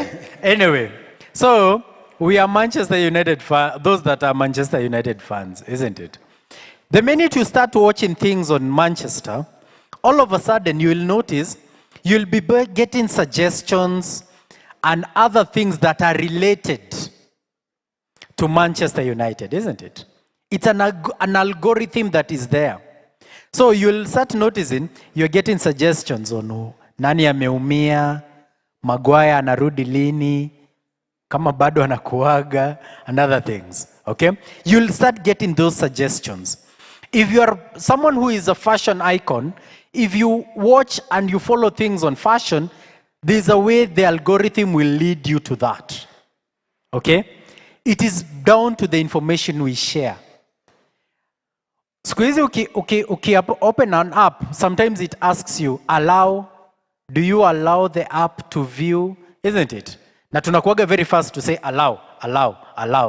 Okay? But we are sharing a lot of our information to the masses out there. So you need to go back and start asking yourself, the information that I'm sharing, how necessary is it? And this goes down to what we are talking about on matters of media information literacy. As I wind up, so it plays a big role in addressing misinformation by equipping individuals with the skills, knowledge, and attitudes necessary to navigate the complex media landscape. So it's important for all of us seated in here to start asking ourselves, with the information that we are getting, how are we using it? There was a challenge and there was a question someone asked. Yes, we've been talking about AI, but how can we also use AI to benefit ourselves? And later on in the career talk we'll be having in the afternoon, I shall be talking to you with my colleague on how you can start leveraging on the digital space. Okay? Wangapi wanapenda kupika? Okay? Na wangapi wanajua kupika? You know those two are very different things. They are very different. Unajua unaweza kuwa unapenda kupika but haujui kupika. Okay? Start thinking about coming up with a YouTube channel where you can be recording content. Okay? And then you will be posting. Unasema, welcome back to my YouTube channel. Si unajua hizo? And then unaambia watu, a lot of you have been saying, but ukiona views ni 1. Sasa unashindwa, a lot of you have been asking. A lot of you have been motivating me to put up. Lakini tukiangalia views ni 1. But that should not deter you. Anyone who has a YouTube channel in here? Anyone? Daktari. Ulisema hawa ni oh, I've seen hands. There's one hand there. Oh, there's one hand here. Nikita. Yes, thank you so What's much. your platform on? On YouTube. It's called Royalty Rebels Official. I usually just post journalism stuff when I'm anchoring, reporting. Okay. Yeah. That's good. Clap for her. That's good content. Okay. And maybe we could go on and on. But what I'm urging you is that you need to use, tusikae hapa tukisema internet ni mbaya, no. There's a way we can also leverage on the internet. Utakuwa na wewe tu ndio umelike, wewe tu ndio umesubscribe, na wewe tu ndio umeasha notification. Okay? Unaingia asubuhi una view, saa 7 una view tena, hizo ni views 2. Na una view jioni, hizo ni views 3. You are heading somewhere. If you talk to people like Alex Chamwada, who runs the dairy in abroad, they started somewhere.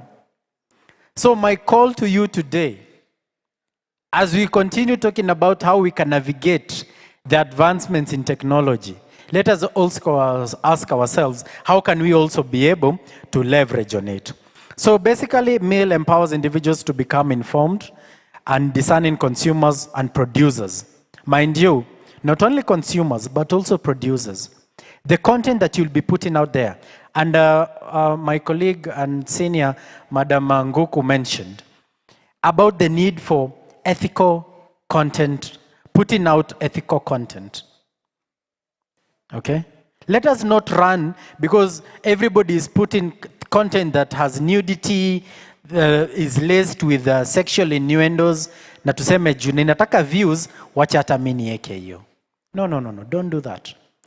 There is space for professional journalism in this world.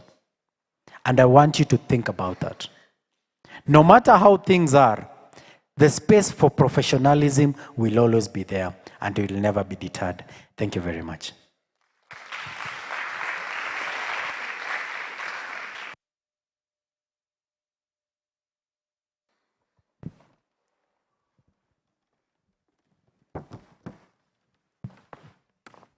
A round of applause for Mr. Karanja once again. Thank you so much, Mr. Karanja. We've learned that we have to have knowledge on the media literacy information. So before posting anything, before posting any information to the public, you need to be aware of the media literacy information. Our next presenter will be Dr. Layinka Egbohare from the University of Ibadan and Professor Adiola Obafemi Mobalaji from Brian Lamb School of Communication, Purdue University, West Lafayette, USA. These are the presenters for international. They are international presenters. They were supposed to present yesterday, but because we were caught up with time, we had to push them to today to do their presentations. Dr. Layinka, can you hear me? They'll present them virtually.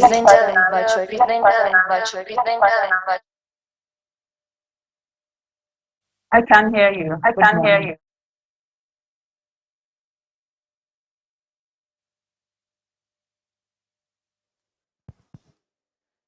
Dr. Layinka, can you hear me right now?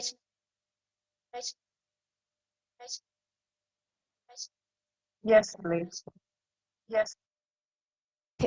Okay, you have a 15 minutes presentation. You can introduce yourself and then you continue with your presentation.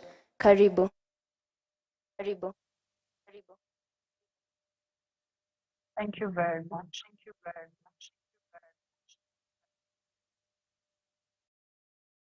Good morning, everyone, and thank you for this opportunity to give this presentation.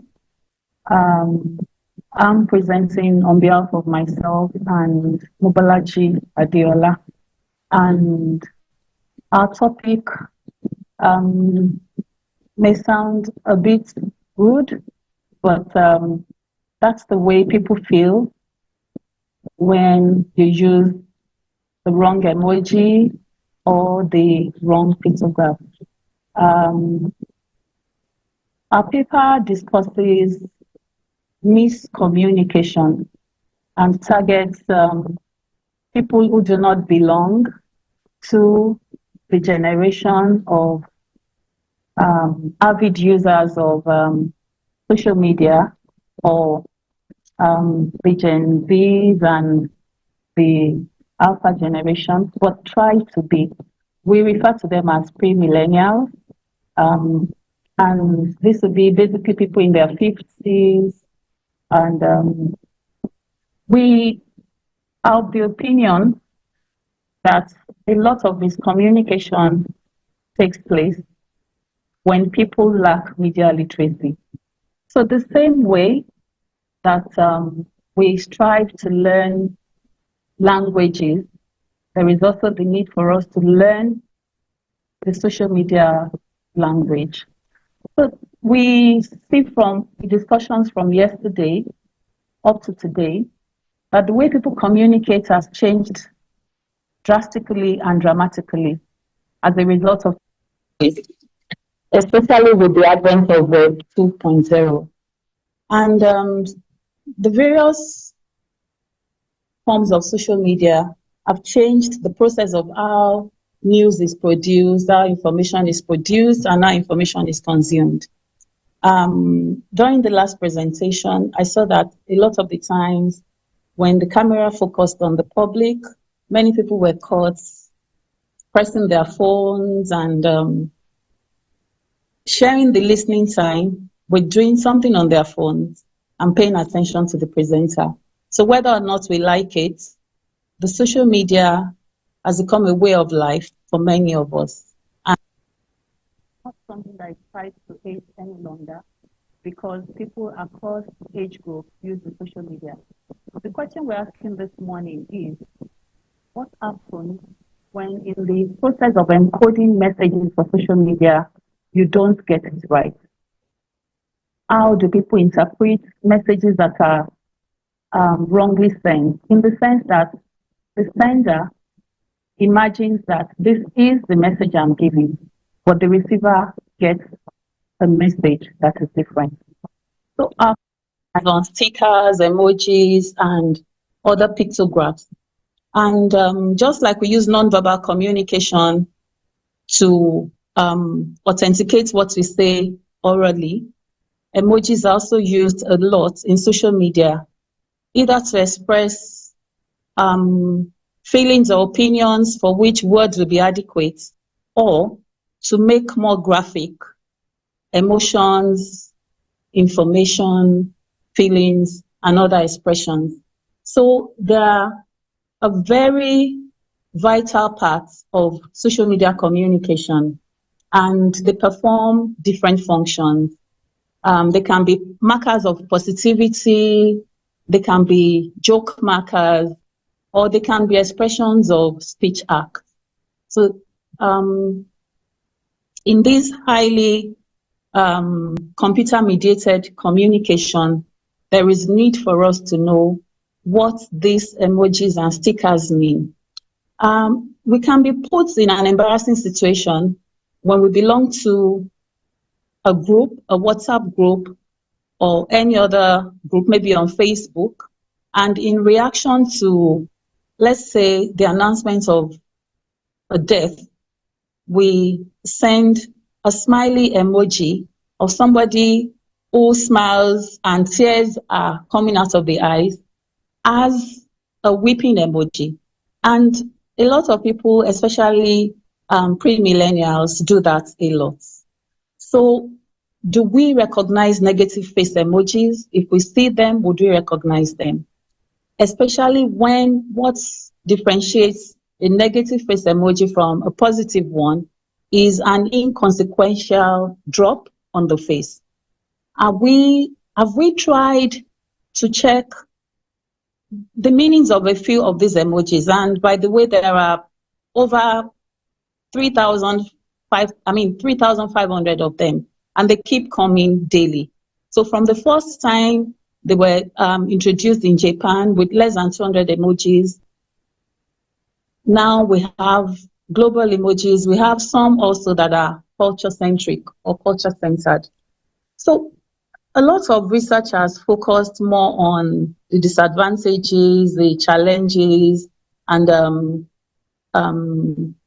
fake news, miscommunication, and a whole lot of others. So we would, through this paper, like to fill that gap of the need for media literacy, especially among pre-millennials, on the right usage of emojis, stickers, emoticons, as the case may be. We hinge our study on Stuart Hall's encoding decoding model, and we wish to establish that in the process of encoding social media messages using non-words, there is need for us to be sure that the message intended is the message received. This is very important because, yes, emojis are used to express a myriad of emotions, actions, and objects, and they're supposed to enrich our conversation with a burst of color and creativity. But what happens when the wrong emoji is applied? And then there is noise in communication. This noise was unintended, but then it's going to impede what eventually happens among the communicators. So emojis, like other pictographs, typically are presented in a colorful form, and they may be used inline in a text. They may be used with words or without words. But let's remember that these faces, even though they look similar, are not the same. Sometimes they don't even use faces, sometimes buildings, sometimes pictures of food and drink, sometimes vehicles. And I think this is one thing we can learn from the Gen Zs. We can ask them, what does this icon mean? What does this emoticon mean? What activity or feeling is this showing? Instead of us to have social media gaffes, or, instead of us to go on social media and show that we do not know or understand the language that the symbols speak. I agree that some of these symbols and pictographs can have very easy meanings, but please, let's remember that some of them are rather complicated. Some of us that have young people as children or that work with adolescents often find them laughing at some of the things we post, and there have even been instances where some of them left groups that are adults populated because of some of these gaffes. So let's be conscious of the cultural trends. Let's be conscious of the message context. And of the over 3,000 emojis, well, if we have the opportunity or the time, we can go on Emojipedia, which is the Wikipedia of emojis, or the online encyclopedia of emojis, and then see what the meanings are of these emojis before we use them. There have been a few embarrassing moments on some groups where the wrong emojis were used and people were taking care of them. We want to avoid situations of, are you out of your mind? When in reality, we meant no harm. We were only trying to be fashionable in the use of smileys or objects and more. let us avoid miscommunication. Let's explore the social media in a better way, and let's be literate in our use of the social media. Because this is a powerful trend in digital communication, and because it is beyond just posting pictures and especially posting pictures that we like, there is need for us to know that there's a high level of connotation in these visual signs, and there are contextual references, and we have to apply the correct positioning when we use them, so as to be sure that we are not giving the wrong information, or even worse still, giving a wrong impression of ourselves because we did not code our signs very well to express the deep semantic meanings that we intended, or that we're using a code that is not acceptable on the platform to which we belong, or a code that culturally would be offensive. So we should bear in mind that these emojis have ideological dimensions. They're not just pictures. They're messages, and they say a lot. So in the encoding process, in our selection of pictographs, we need to ask ourselves, what exactly do I want to pass across? And which of these stickers best relays my message, so that we would avoid miscommunication, we would avoid introducing noise into our communication. And then we will fulfill our obligation of saying what we need so that our communication can be effective and message intended will be message received. Thank you. I think I'll stop here. I don't know if, thank you very much.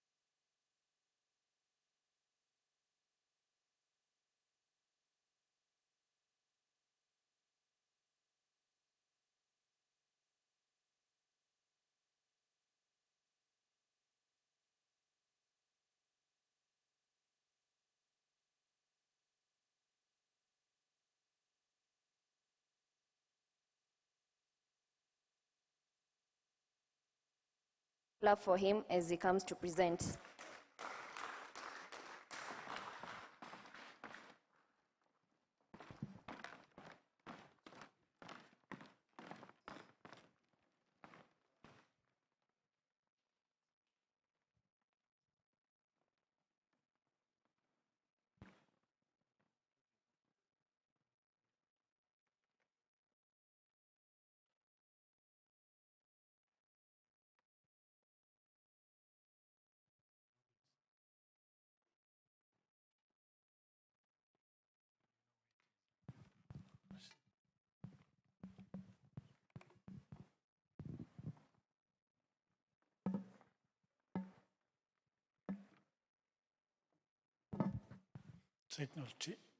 Technical team, please allow projection of the slides. You want us to change the HDMI? Robinson?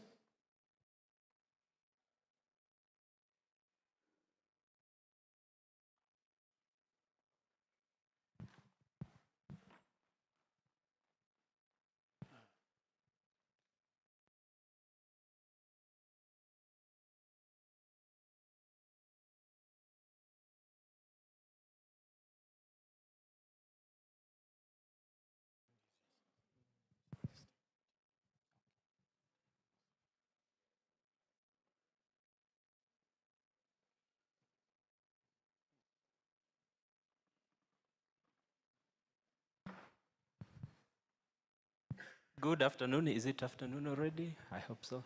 Yeah. Good afternoon, the colleagues in the teaching industry and students. I welcome you to listen to this presentation on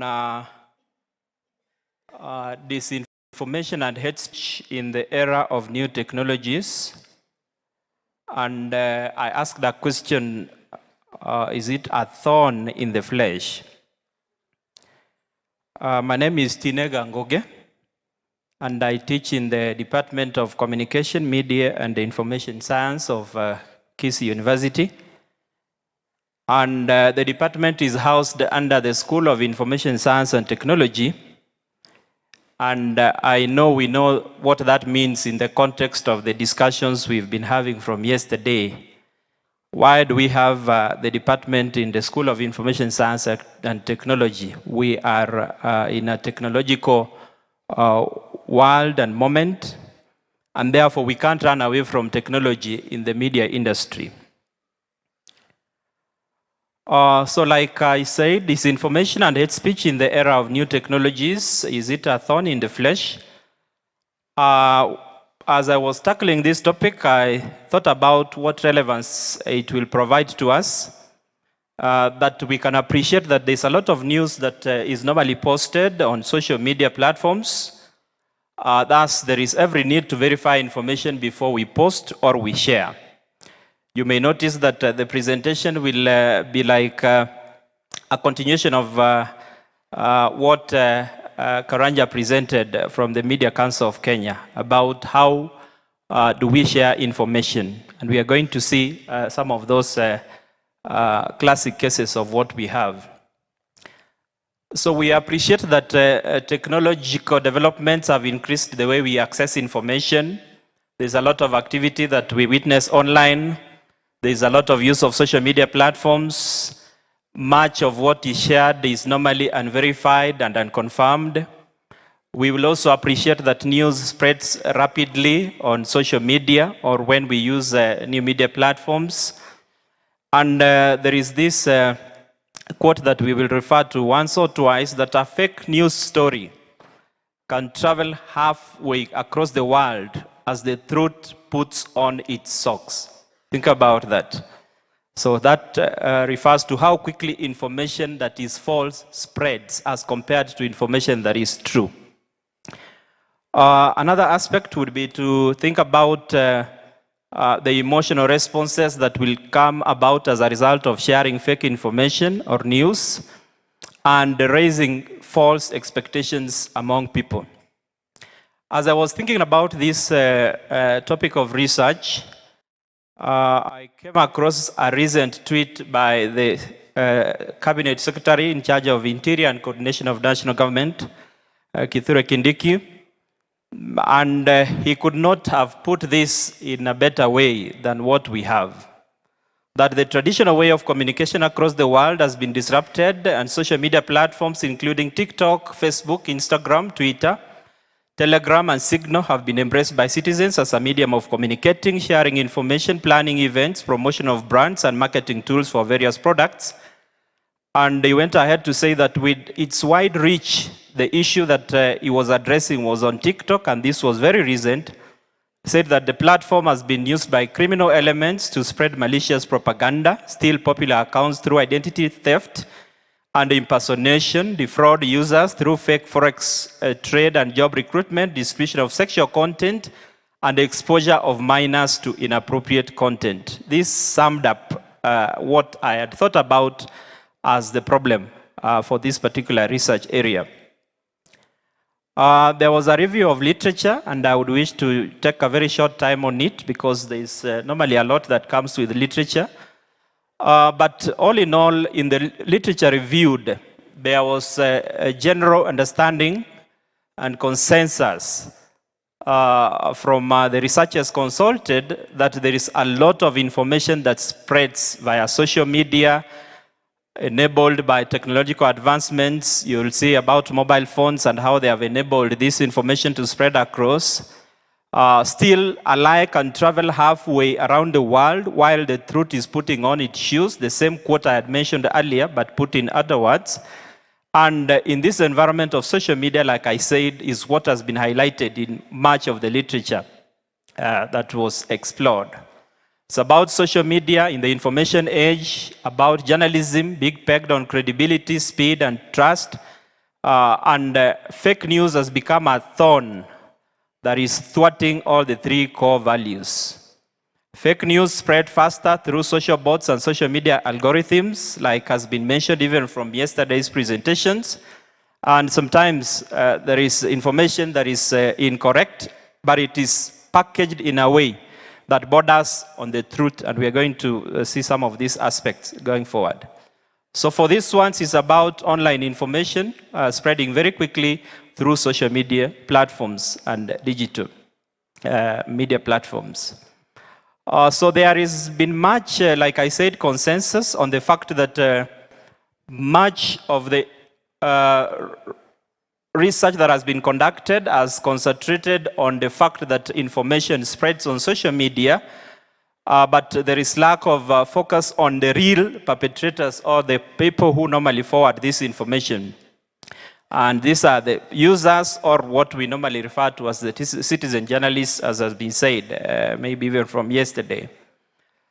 So there was a qualitative approach for this research, where data was captured in textual format, in the form of words rather than numbers, qualitative content analysis, and purposive sampling that I employed in this particular research to bring it across.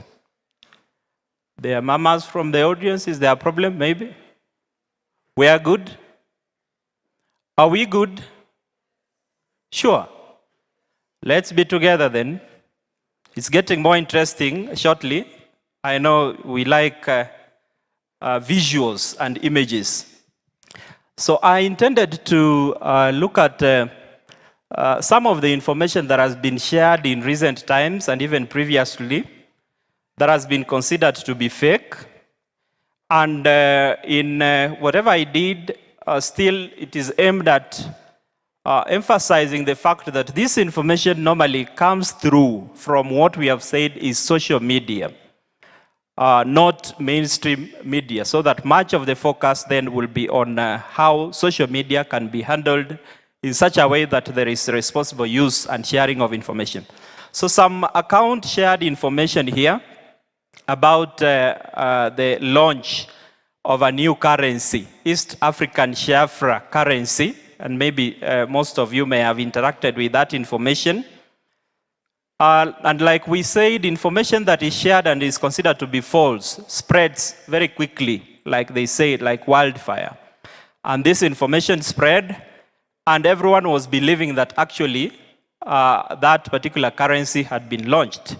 And if you look at that, there were so many other sources that took a turn in trying to establish whether actually that particular currency, as was reported on an X account, was actually a true report of a currency that had been launched. And you realize that that was found to have been a false report.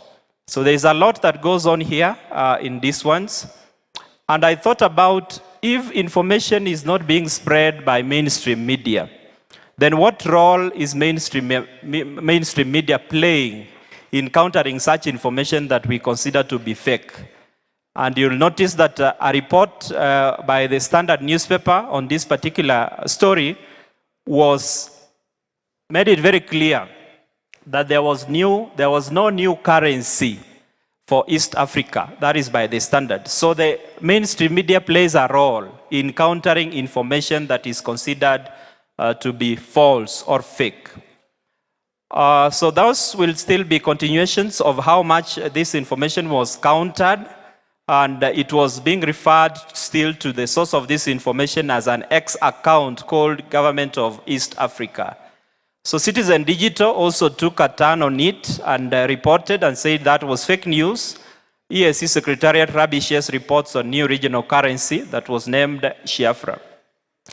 I was very much interested again in this research to see One of the greatest advantages that we have with the use of new media or social media is the aspect of interactivity, in that audiences or those who interact with content that has been shared on social media have a chance of giving their comments or sharing their views on what they have read or watched or viewed or listened to. I was very much interested in comments, and this is where it gets very interesting, because we understand that in making comments on social media or online, there is that aspect of anonymity that normally people or users like hiding behind, or the comfort that this kind of commenting provides them, and therefore they are able to write anything. So we're very interested in these comments. I won't sample all of them, but maybe one or two. Listen to this one. Will Mama Mboga be able to accept the Shafra? Or is it for businessmen and YouTubers crossing over? What about traffic police? Can they be bribed with this? Think about that as one of the concerns. Let me see if there is another interesting one. Of course, the comments are so many. How did they come to use the Kenya shilling to dollar rate? There was also a concern on that. Then there was a concern here on this. Trust me, police will cash in at the opportunity. So think about that as how much information that is false is normally accepted, and then people start commenting about it as if it is actually true, as has been reported. And then somebody else said, Wacha Ije, and all those ones, as we have said. Someone else thought that there was need for citizen engagement, more specifically, for me, is how did they arrive at the exchange rate and all those ones. But then, the point that I'm putting across here is that information is normally believed once it is shared. So how comes then maybe users don't take a minute or two to establish whether the information that has been shared is actually true before maybe they make their comments, as we have seen. Another story again that we will maybe focus on was another very recent one, where there was a photo of the CS for health, Nakumincha, here appearing like she was in an operating room without having the required protective gear. But you notice that the image, as was reported later, was actually not true as presented. That she was not actually in an operating room. And like I said, I'm interested in the comments, and you will hear somebody say, even in the report that was done by Citizen Digital here, that okay, as a patient, if you know that in the photo is Nakumincha as the person responsible for healthcare in Kenya. That is somebody who said that. And then somebody said, you guys, the Minister for Health, in a PR show, to prove that doctors aren't on strike, stormed into an operating room without the necessary personal protective equipment. Buana, what country is this? So like we said, information is believable, and then we ask ourselves, what effect will that information have on people? Because it will keep spreading and spreading as quickly as people keep forwarding it across. Somebody else said that Nakumincha S decided she will disrupt an ongoing surgery in a theater, ndio muone madaktari wako kazi. She did this all for you, beloved. Hope muliona. So think about all these comments that again will always catch the attention of those who have been mentioned or those who are involved. And the CS took notice of that and took it positively and said, the criticism my team and I have received is justified. Medical theaters are sterile environments, and although this is a situation lab, we should have been dressed in a proper attire. So think about that and the power of this spread of information and how it is verified. There was another very interesting scenario that we had a few weeks ago when we had the impeachment proceedings for the deputy governor for Kisii County. And the nature in which information was breaking was that there was a lot of preempting of information. I'll tell you that by the time it was confirmed, or by the time the Senate was voting to impeach the deputy governor, it was way around midnight, but as early as 22:37 hours, online users had already started saying Monda is impeached.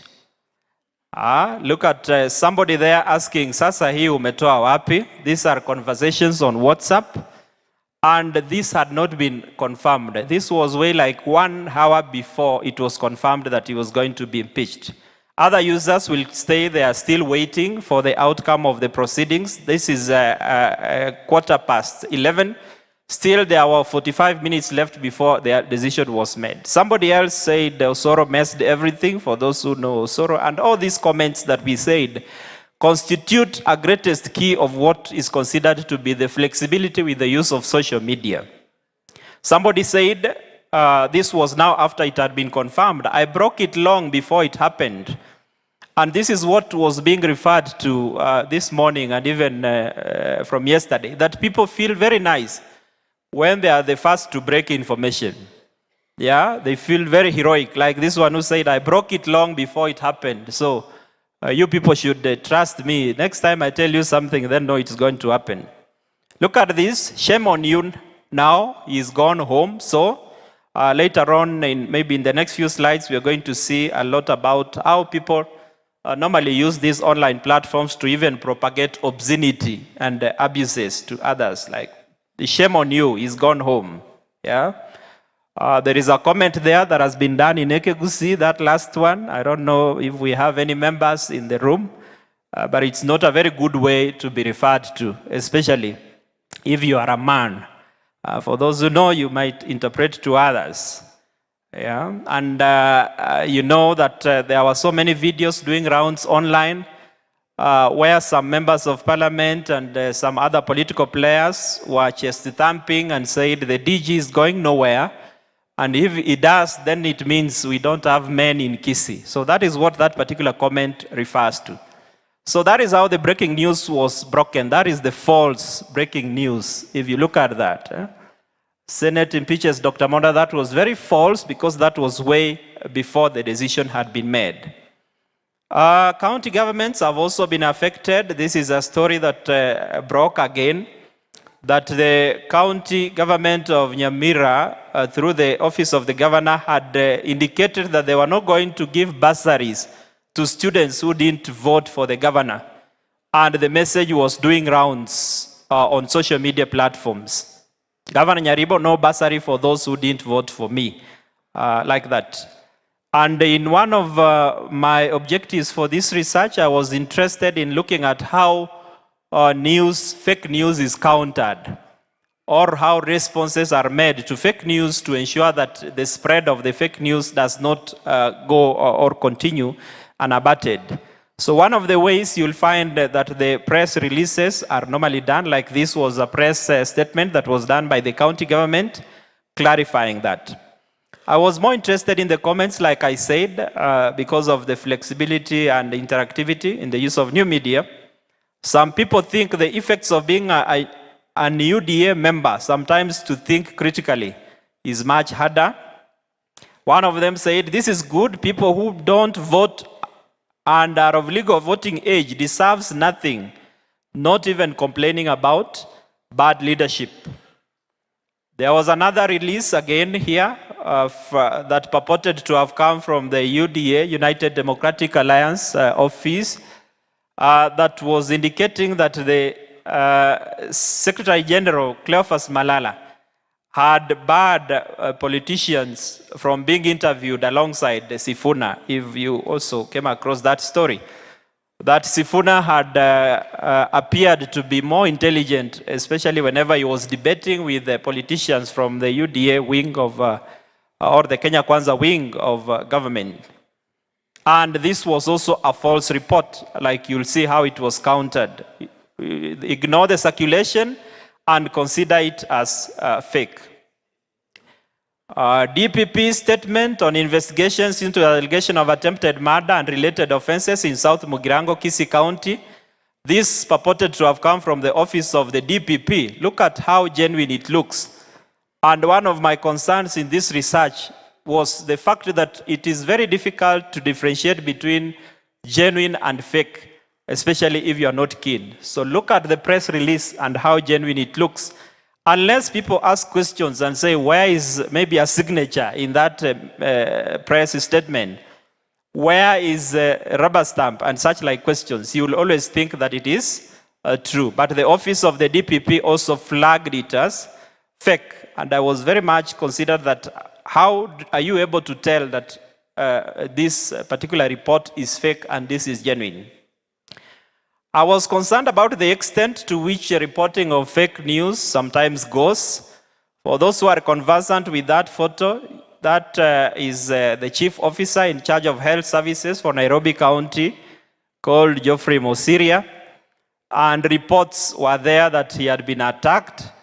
And it was a very funny story that he was attacked somewhere, I think in some not very good places, maybe. So look at how it borders on obscenity.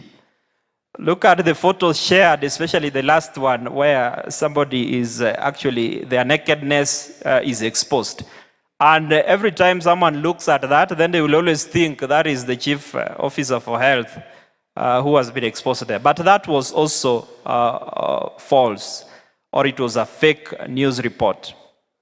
And what causes this report sometimes is when it turns out that some particular maybe players are doing good and they are being maybe praised in one way or another for having done good things in attending to their roles, and then people would wish that they want to bring them down using some of these forms. So it was a very funny story there that maybe we don't want to go into details on where he was found and about Airbnbs that have been very common in the last few weeks. There was another very interesting one here. If you guys remember, we had an original post that national ID replacement was to cost 2,000 from 100 and 1,000 for non-previously registered ID, according to the Interior CS. And look at how that was turned and what was doing rounds. Yeah. Those living as husband and wife without marriage certificates will now pay 2,500 monthly charges. Think about that and see how that was taken around. And this is the message that spread even more than the original message. Like I was saying, false messages will spread more than even the true messages. So how difficult, for example, is it for you to establish that this particular message is not true? It just comes out as being true. So that was the concern for this research on how we are able to discern truth from fake. I was very much interested in the comments again. What did one user say here? Hadi marriage, it's taxable. This is Kenya we want. Yeah, think about that. Somebody else said, what is the government aiming at? Anyway, men with 5 girls will retire soon. So think about what that meant. Another person was very clear here. Kwamba hatuoi. Somebody said this is the madness of high level. We said that in making comments or in interacting with content that has been shared on social media, there is the aspect of people using that freedom negatively. Like if you say this is the madness of high level, bordering on abusing the very able CS, if I can call it. Somebody else says, Shindwe atinilipe, it can never be me, isn't it? Like what we say. While other people, like they normally do, they said nasoma comments. Yeah. Another person here said, ni nini yao tunakula? Somebody else said, kwani natumia mwili wako? Think about this. Somebody else said, kubavu. I don't know what that means according to you. And we said, the ease with which we use social media sometimes gives us that leeway to even write that which we cannot say to someone if we meet them face to face. Yeah. Somebody else here, very interesting. LBTQ. Shindwa na Mungu, isn't it? So you know about these issues of LGBTQ and all that. Somebody else said this is confused leadership. May God intervene for our country. Think about that comment and maybe ask yourself whether is it a fair comment to say. Another very interesting one here. Tutakuachia hao wasichana uwaoe. Guok. What guok means in Luo, maybe you guys can tell us, isn't it? So comments are even done in vernacular. And think about some of these things. Maybe I will use this last one to illustrate.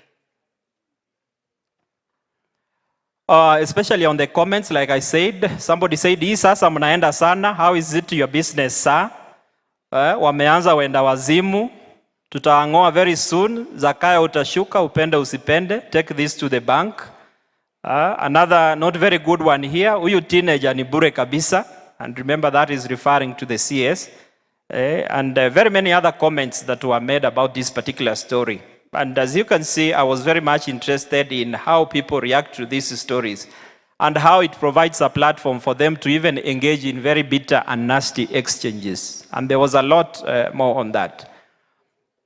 People killed this gentleman here some weeks ago. Another day we have lost a celebrity, Steve-O, Simple Boy. Yeah. Very interesting. This is just a few weeks ago. For those who watch 10 over 10 show, like myself, you know that this particular artist fainted while live on studio like 2 weeks ago. And other people took that fainting and then they decided to kill him. Very interesting comments here that again, in the interest of time, I wouldn't wish to go through. Yeah? But some other people said that, I think there is one user who said, "Uyu hawezi kufa, hata ufanye nini?" Somebody else was asking, "Mazishi ni lini?" So meaning they are waiting very hard to go and bury the gentleman. So there are so many comments here, like I said, I don't want to go into details, and very many other instances of information that has been found to have made rounds on social media that has gone viral. There was something here on free breast cancer treatment that was also false. And there was a concern here from the concerned organization which said false hope can be devastating. Always verify information before sharing, and that should be the clarion call. Very many other classic examples that I don't want to go to. Sometimes there was a fake gazette notice giving people a holiday, called a holiday to celebrate Eliud Kipchoge's feat, which was very false. So tell me what such kind of information can do. Someone can avoid coming to work the following day and then they say, I saw a gazette notice declaring today a public holiday and that is why I didn't come to work. Maybe this last one here, that was very interesting also a few weeks ago on the ranking of universities. What is possible with technology?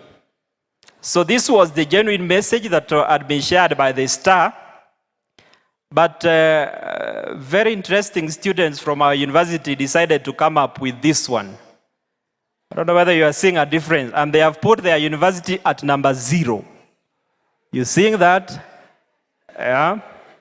And they are saying Kisii University was the Harvard of Kenya, position 2 out of 100.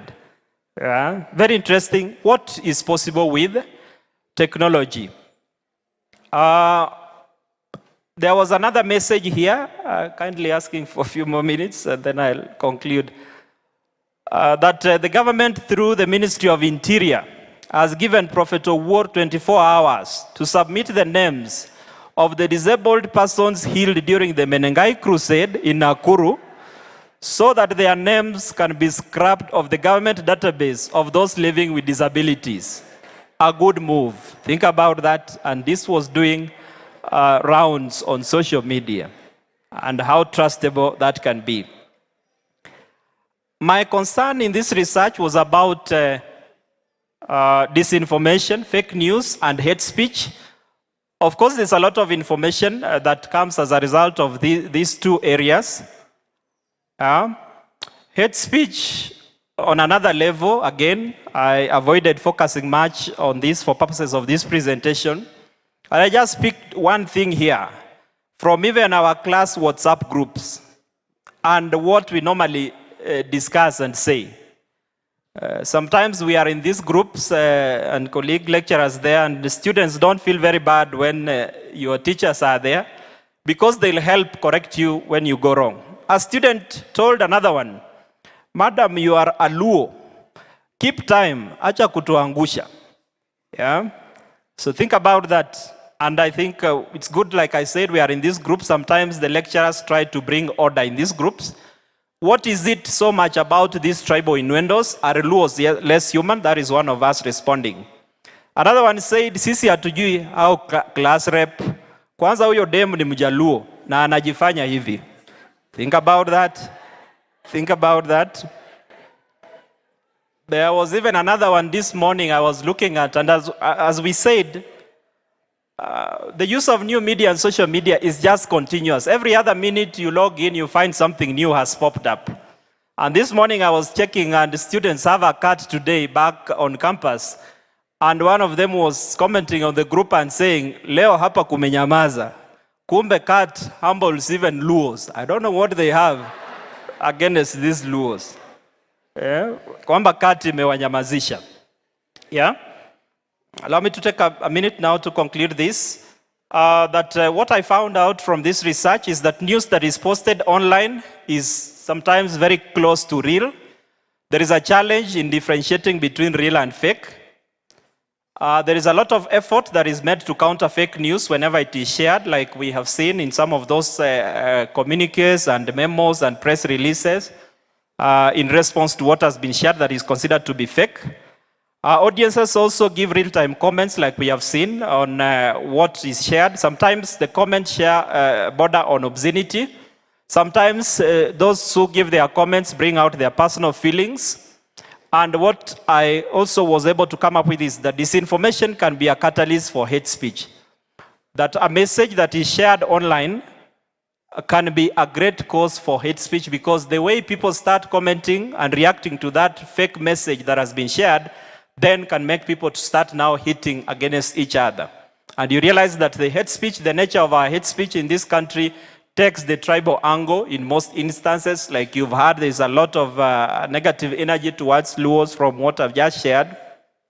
In the political field, we understand there's a lot of hate speech, especially whenever politicians take to the podium. Information that has been shared even in the last few days about the governor abusing the Speaker of the National Assembly, and all these things that we said. But in conclusion then, we cannot run away from technology and developments in new media. And like I've said here, technology is an enabler and we need to embrace it. We cannot say that we don't need technology or we don't need social media. Fake news, disinformation, misinformation are a serious concern. I thought of media literacy skills like the presenter from the Media Council of Kenya was giving us here.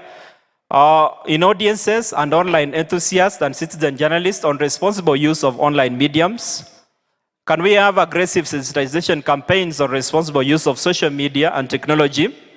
And we say that there is never a competition when we are posting information. That no one will reward you for having been the first to share wrong or fake information. But if you do and share the right information, then at least you will have done justice to the people. This is a conclusion. When the CS was appearing before a Senate committee, and there was a suggestion to ban TikTok. I don't know whether it has gotten to you, especially those who are fans of TikTok. We are banning TikTok because we have criminals using it to spread malicious information. That was according to the Interior CS Professor Kithure Kindiki. So I asked the question, is this the way to go? And we can answer that even in our later discussions. Is that the way to go? So do we look forward to a time when social media is banned in Kenya, like in other countries? We know that has happened previously. A comment again that was given by one of the users who interacted with the proposition by the CS to ban TikTok. And they told the CS, like I said, I'm very much interested in these comments. Bwana CS need to prioritize where there is going to be maximum impact to citizens, from illicit alcohol to bandits, passport cartels, then illegal PSVs, and rogue drivers, then now TikTok. So look at the items that this particular user has placed before the CS to take notice of before he thinks of banning TikTok. Allow me to stop at that, and sorry for taking longer than was planned for.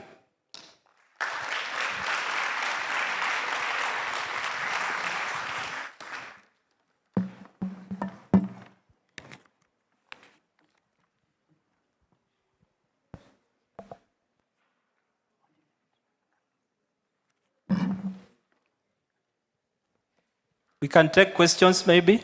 Is it? Let's just.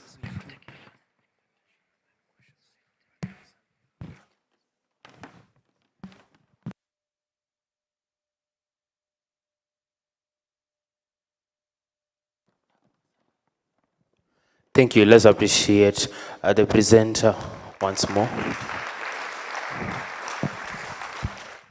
Thank you, Mr. Geoffrey Ngoge, for your presentation. At this point, I would like to invite the next presenter. Thank you for remaining patient and calm. This is the last presentation for our conference. Mr. Benjamin Mbatia will be presenting on the topic Visual Framing of Terrorism, a study of photographs published in local and international dailies. Ladies and gentlemen, a round of applause as Mr. Mbatia prepares to present.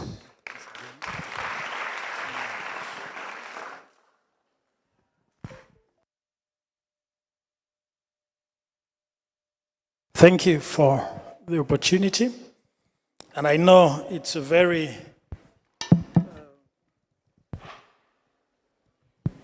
it is a delicate time to make presentation. I know it's lunch hour, so I'll try to be as brief as possible. I decided to be the last presenter so that I can be as brief as I can. Then we will have questions and answers and then break for lunch. Remember that lunch is provided for everyone, and so please, you will receive your meal cards. But allow me to go straight away to my presentation.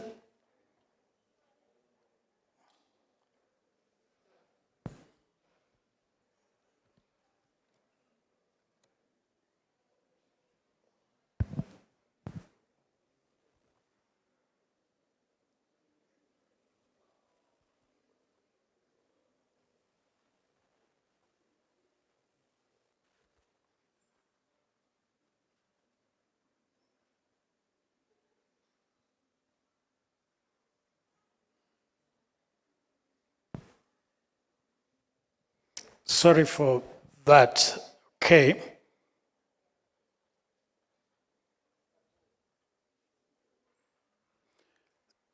So I'll be making a presentation on visual framing of terrorism, a study of photographs that have been published on local and international dailies. And I'm happy that some of the presenters here have actually touched on what I will present, and that would allow me to be a little bit faster in my presentation.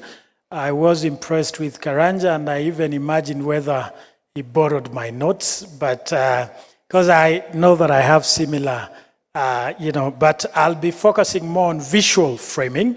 It's an empirical study. It's part of my thesis. And I'll try to summarize and mainly talk of the visual framings and the findings about the study. Yesterday, those ones that were here, the keynote speaker defined framing and also defined priming, and also told us the role that the media plays, both print and electronic, which is to inform and to educate and shape the public's awareness and attitude about various things. About framing, of course, he mentioned framing, and again I say, and it's, according to Edmund 1993, this is a proponent of framing, and refers to the strategic presentation of information or issues in a particular manner to influence how individuals perceive and interpret them.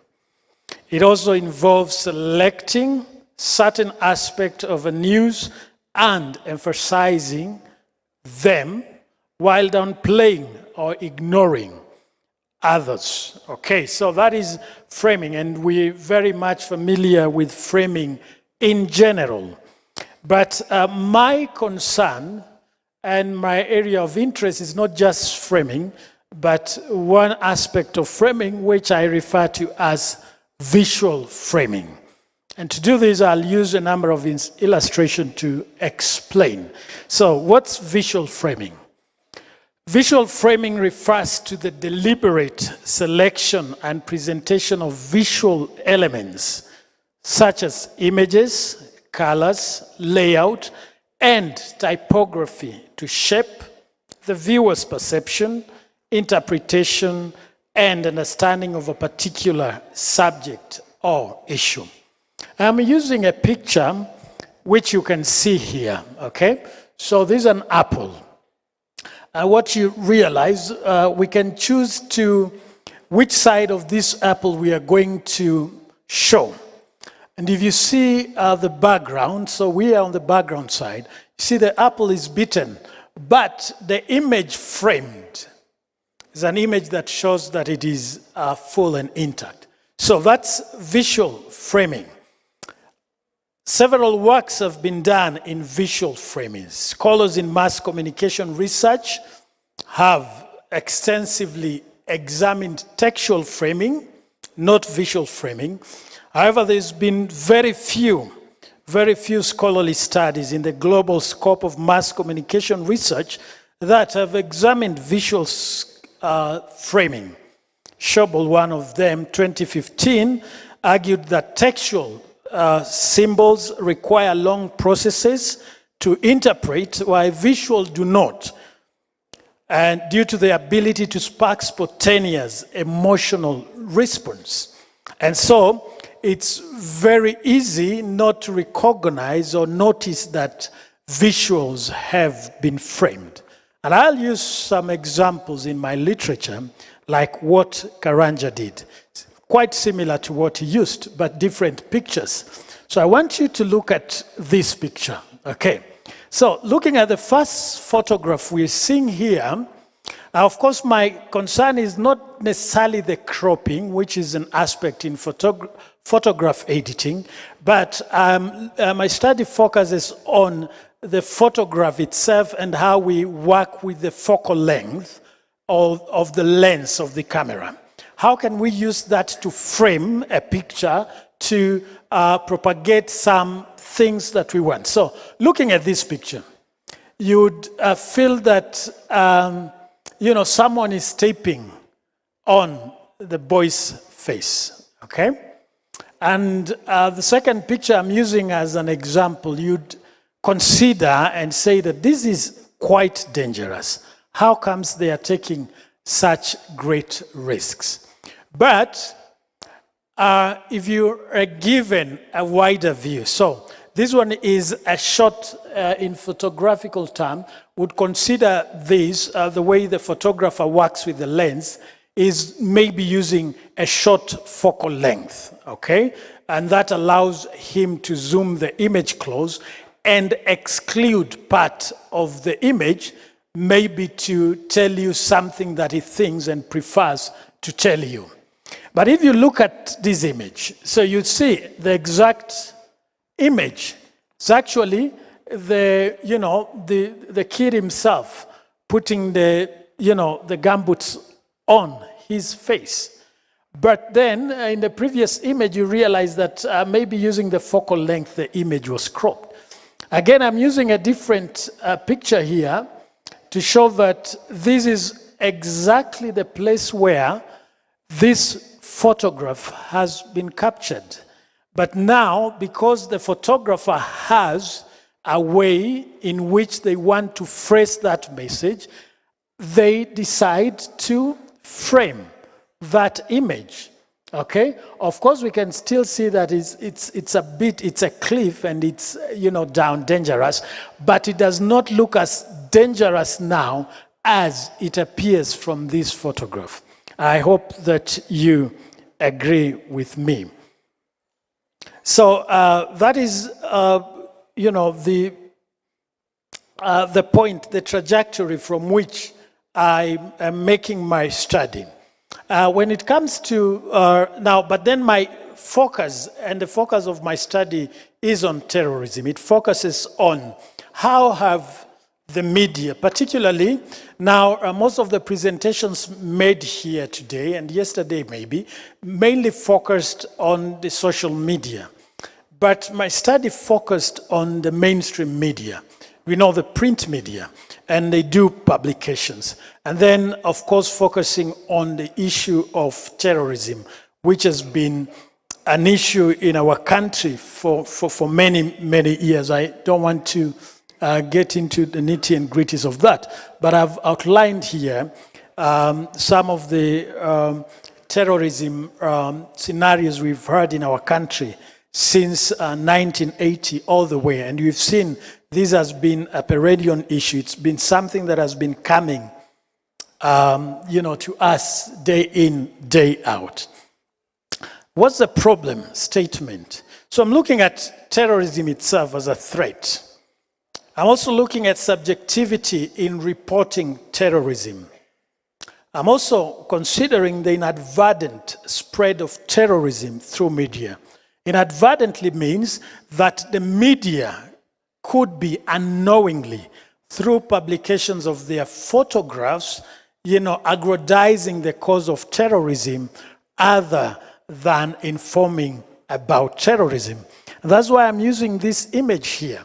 Look at the symbiotic relationship that may exist inadvertently. We have the media here, see, and we have terrorism. So there's a sort of a symbiotic relationship.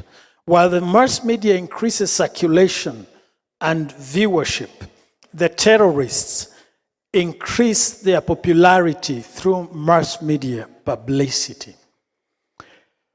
My study had, for this particular one, I'll mainly focus on the first objective, which is to examine the types of frames that were used in the photographs published to portray terrorist attack at the Westgate Mall.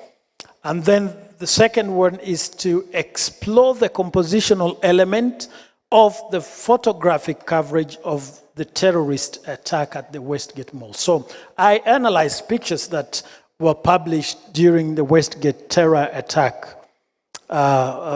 several years ago, about a decade now. So of course, I'm using the framing theory, two theories, the framing and the multimodality theory. And I'm taking you through this because it's an empirical study. And of course, this is an illustration to show us how framing takes place. So there are several events here, and then these events are selected. To put this into context, a situation has taken place, and we have a photographer. My area is in visual communication. So the photographer decides, what am I going to focus? Of course, we have all these incidents, but it is them that they select what to focus. And after that selection, they construct. How do they do construction? It's maybe by deciding on the camera angle. They also may decide on the focal length of the lens. You've seen the photographers we have here, and Jimmy has just left out. You realize that he has several lenses in his bags. And, you know, he looks at a situation and picks one lens against the other because he wants to frame a picture in a particular way. And so that's what I'm referring to as construction. So we have the events. It's a terrorist event in this situation, but how do we want to present that? Okay, so the research design is a qualitative research. So that we first I did a data collection, and then interpreted that and the coding, and also we had data collection we did two types. One was analyzing the printed photographs, and the other one was an in-depth interview with photojournalists from the mainstream media. And so the population in this particular case, we had the newspaper. Population is the entire group, subject or object in which the research desires to ascertain some specific information. I put this here specifically to help you understand that, I'm having the newspaper as items, but also they sum the population of the study. And of course, the participants who did or undertook the in-depth interview. And then, so that's what we did. And then, of course, I'm in the methodology, so data analysis, just a graphical representation of how that was done. So with the two sets of data, one was the newspaper photographs. So we encoded that and tried to look at the codes. And I used the MaxQDA. It's a data analysis software that is specifically for qualitative data analysis. And that enabled me to, extract some frames that came out from the study and from the photographs that were analyzed. And then in the in-depth method, I used the semi-structured interview that led to data analysis. So we assessed the visuals using, so to provide the answers to the research questions, the two in this particular case, adapted Rodriguez and Dimitrover's 2011 model of identifying and analyzing visual frames. So to establish the types of frames that were used in the photographs published after the Westgate Mall attack, the researcher adapted the first level of visual analysis. And at this level, the researcher examined the photographs as visual stimuli triggered by senses of sight to pass information to the viewer's brain. And at this level, the photographs are described as to determine their superficial meaning both to the communicator and to the viewer. Now, allow me to rush to the findings of the study because that is what is important. So the findings, of course, I'm making a summary. The entire document is about 250 pages. So I'm trying to really summarize a lot in very few minutes. So, and of course, I'll present the findings of the first objectives briefly in a summary so that I can allow us to proceed for lunch. So the findings of the study established that 11 frames that were depicted in the newspaper's coverage of the Westgate Mall terrorist attack, the frames depicted a print media perception of various aspects of the terrorist attack considered newsworthy to report. So the first frame depicted, so answering the first question of the research, depicted the vulnerability of survivors. This frame was featured in 16 out of 51 photographs that were sampled and analyzed. And of course, I'll show a table. Another frame was identified as mass destruction of property, and it featured in 2 of the photographs that the researcher analyzed. Separately, the frame of heroism of rescuers featured in 10 photographs, while the frame identified as humanitarian featured in 12 photographs. Now, let me show that table. So I looked at 11 frames, and this came out clear. And I say that I use the MaxQDA software to analyze data.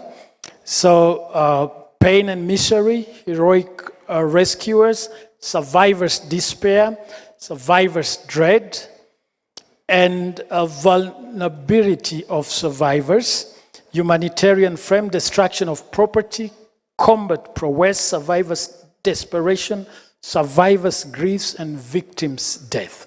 Now, out of these frames, I was interested to, know which of them were positive frames and which of them were negative frames.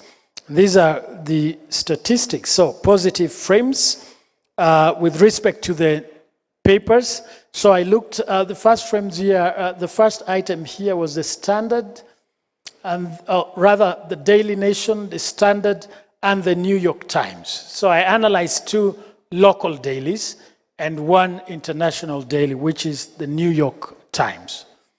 So to bring this to an end and make recommendations. So of course, let me make a disclaimer that some of the images could be a little bit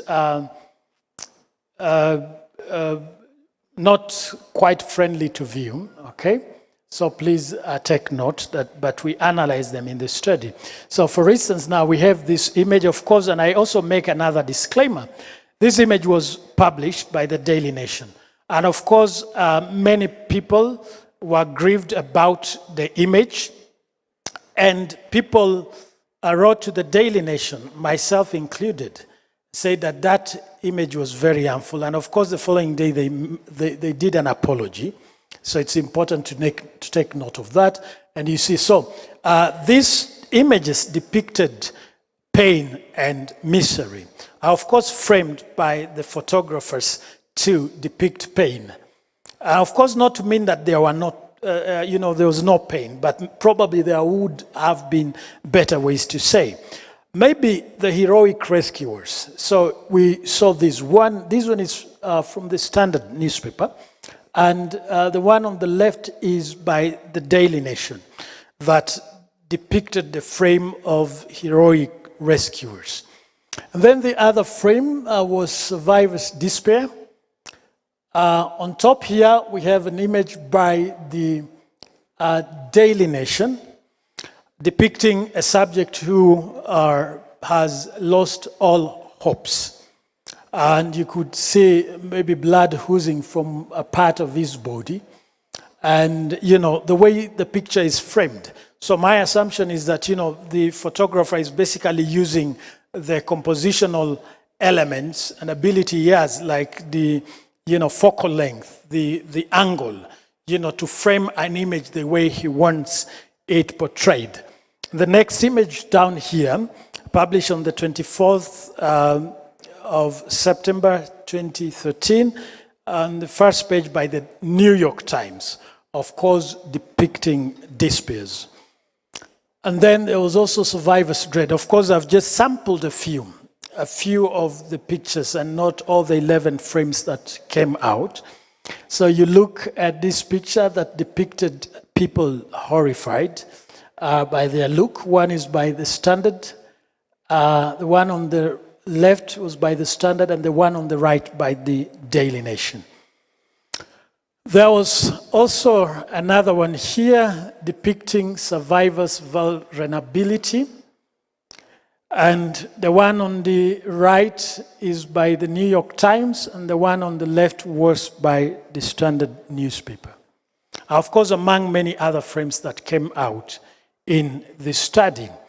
But with these ones, very interestingly, when I was analyzing my study, I realized that in order to depict these frames, most of the photojournalists picked women to maybe portray them as the most vulnerable in such ordeal. And you'll see in this picture, which is an overhead shot, the one by the New York Times, this is a woman and her children. So this woman and her children lay flat. And this was a kitchen, the Westgate Mall attack. And what does this picture tell us? They're very much exposed. Look at where the photographer is standing. To them, they feel like they have taken shelter. Okay? And maybe that's what the photographer wants to pass across. But then, from where he stands, suppose a terrorist stands at that position. So he's, has the view of all the three. and can easily target them. So you understand what I'm saying. Of course, the other picture you see a lady, and we also see the situation, you know, that it was very dire, that we're using supermarket cart or trolleys to ferry victims, trying to suggest that, you know, the response team may not have responded very promptly to the incident, and so suggesting that, you know, we were caught unaware by the terrorist.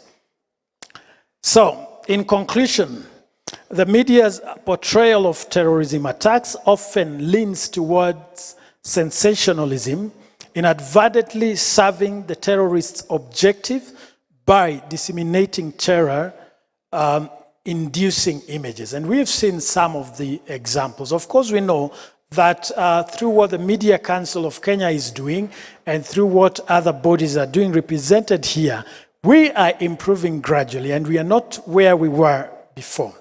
But what I'm arguing is that the media, and they are not doing this knowingly, it's inadvertently, they could be propagating terrorism by publishing. What do we see when we see such pictures published? You know, the conclusion becomes that, you know, we have been overwhelmed. So, analyzing print media, it was evident that a majority of the frames, 59, were negative, emphasizing suffering, vulnerability, destruction, and grief. Positive frame, like the heroic rescue, still carried elements of negativity. Of course, we've seen that some portrayed women in some ways.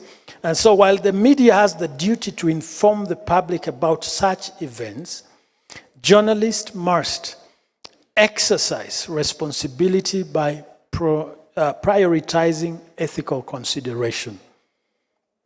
The media should avoid sensationalizing graphic images, respecting victims' dignity, and limiting undue publicity for terrorists.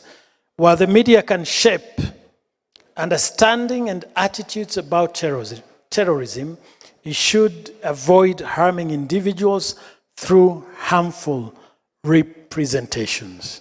So those are just but some of the recommendations that I have made in my study. And of course, these ones are focusing on the first objective. I have 3 objectives. Now, for the interest of time, allow me to stop there. I know we will continue with the debate. Maybe our moderators will give an opportunity for questions and answers and comments before we allow people to break for lunch.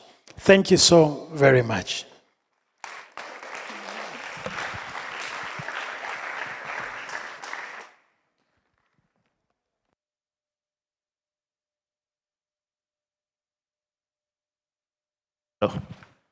A better round of applause to Mr. Benjamin Mbatia.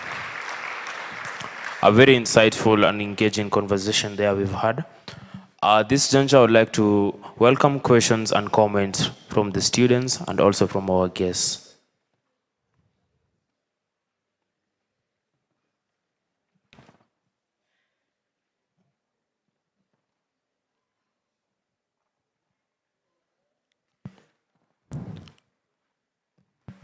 Any questions from presentations that have been made today or comments? I know you are tired. We'll take 2-3 questions and then break for lunch. Any questions? Yes, thank you so much, Abigail. I know your names.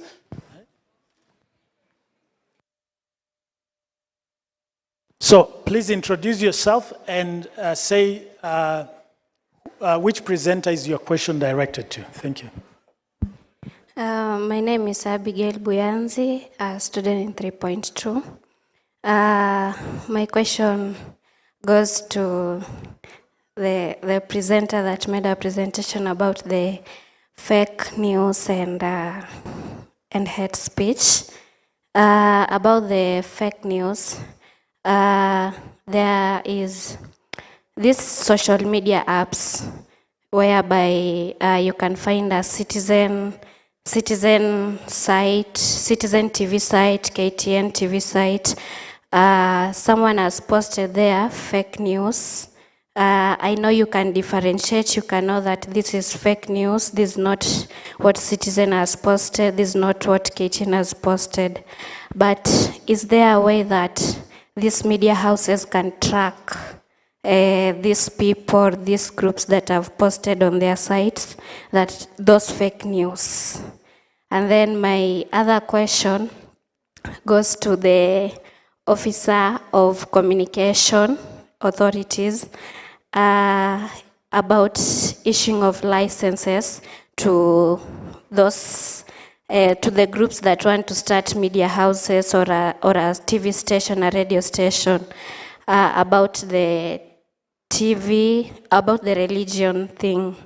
How do you measure that what is going to be aired by a certain church, it's true or it's not for the damage of the public? Because I've seen cases whereby, like the current one of Paul Mackenzie, whereby the media exposed what was going on there, and it reached a point where the media house, the TV station was to be shut down. How do you gauge, how do you measure that this church is doing the right thing? Thank you. A round of applause. Very, very insightful questions. Yes. So please, speakers, you can take note of the questions. So we want to take them as a whole.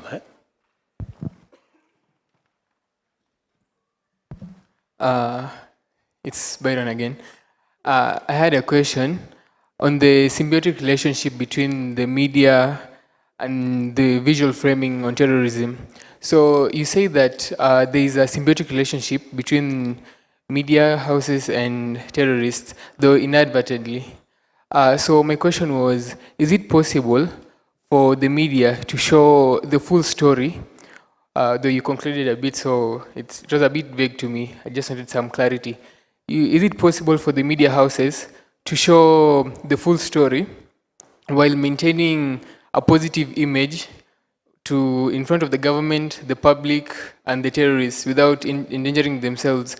This is because I remember late last year, there was this journalist, Sharif, from Pakistan, whose view on how, I wouldn't like call it terrorism, but how he presented how the citizens were suffering and due to political views. That's, in my opinion, terrorism is something that somebody carries out something with the intention of creating a political view or creating political impact. So is it possible for journalists to present their full views without endangering themselves or fear of being exiled and maintaining their normal lives? Thank you. Any other question? Yes. There's one here. Yes, Chelsea. And then we will come up there. Good afternoon. My question goes to Mr. Mbatia regarding the media and terrorism. So my question is directed to you.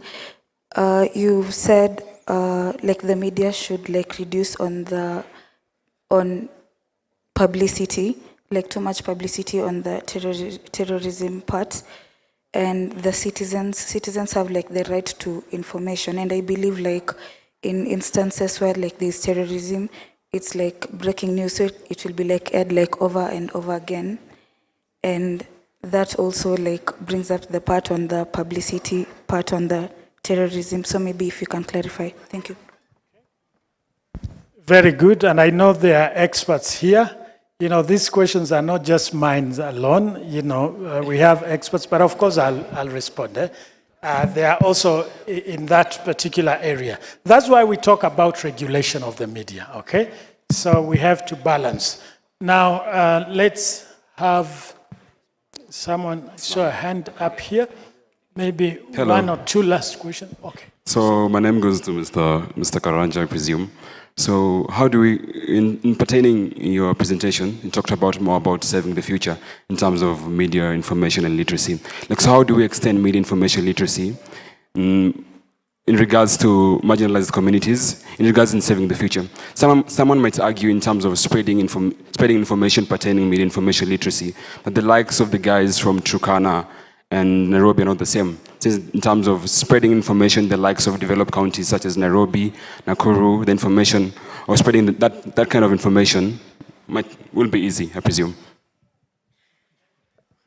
Thank you so much. Then another one from Collins. Collins.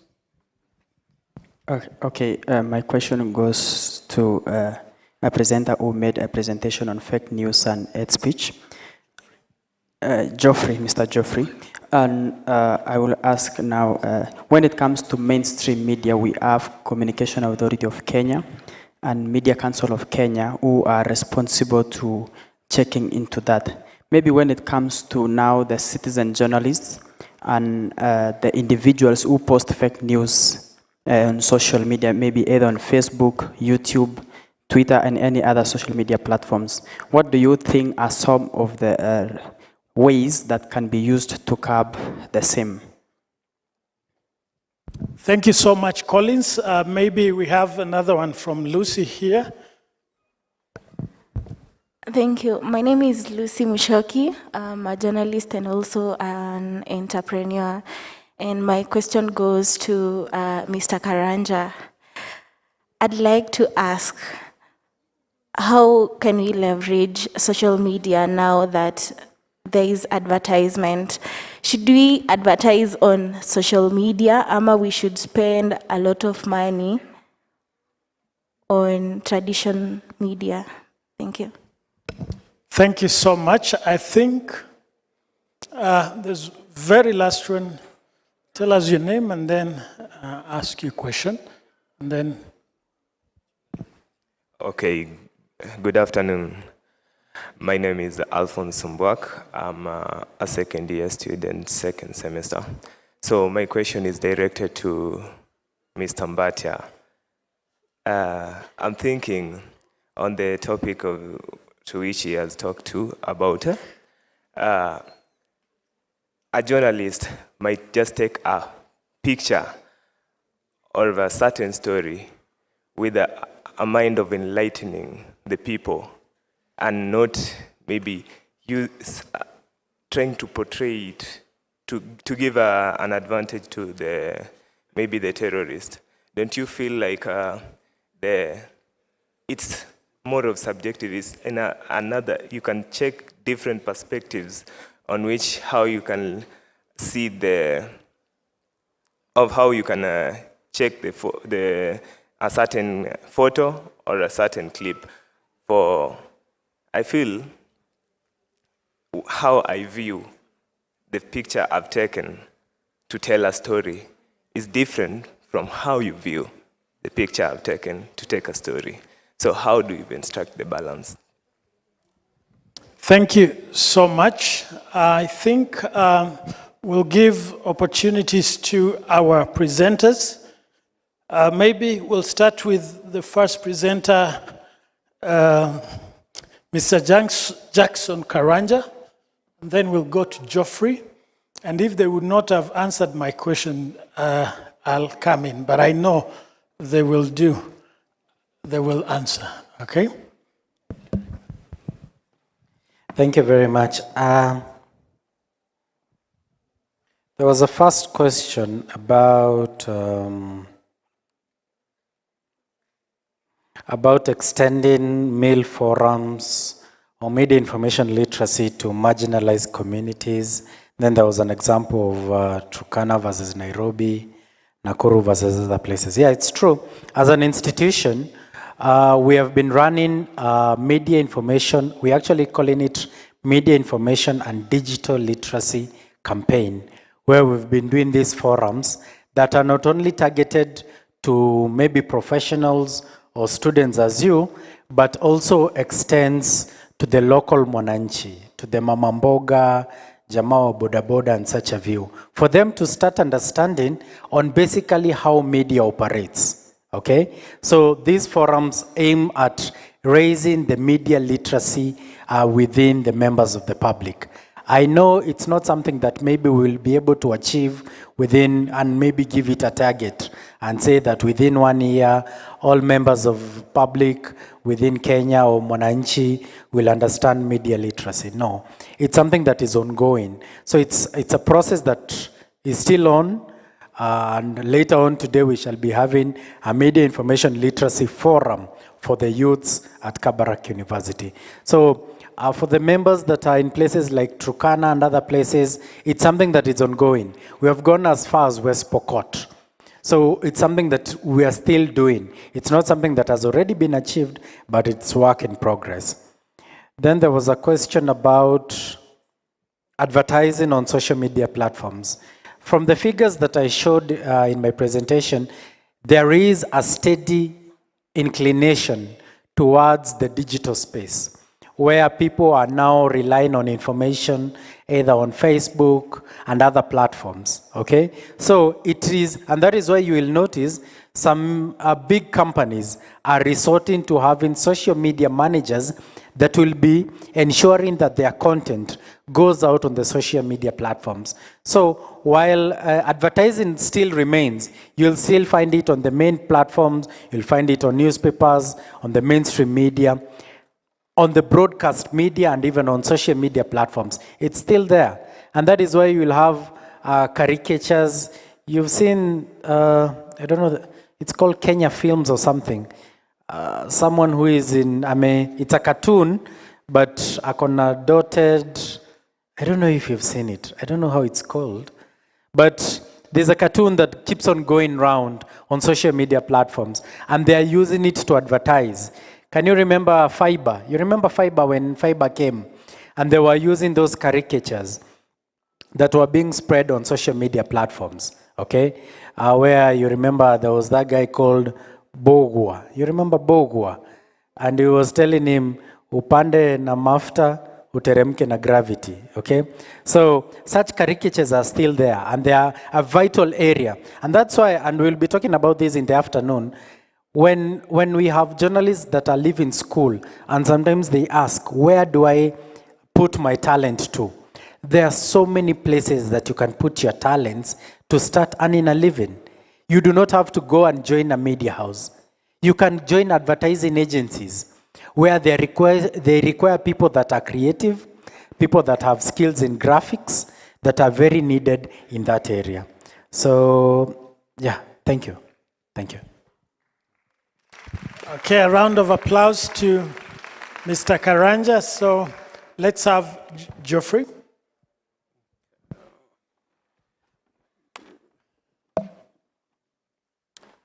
Thank you for those who asked questions that I'm supposed to respond to. There was a first question on this information that is normally posted on social media, but then you find that it is done in a way like it appears like it comes from maybe the mainstream media. That was the question, isn't it? Yeah, and that is quite common again on social media. And the question I'll ask is, why do those who normally post that information do it that way?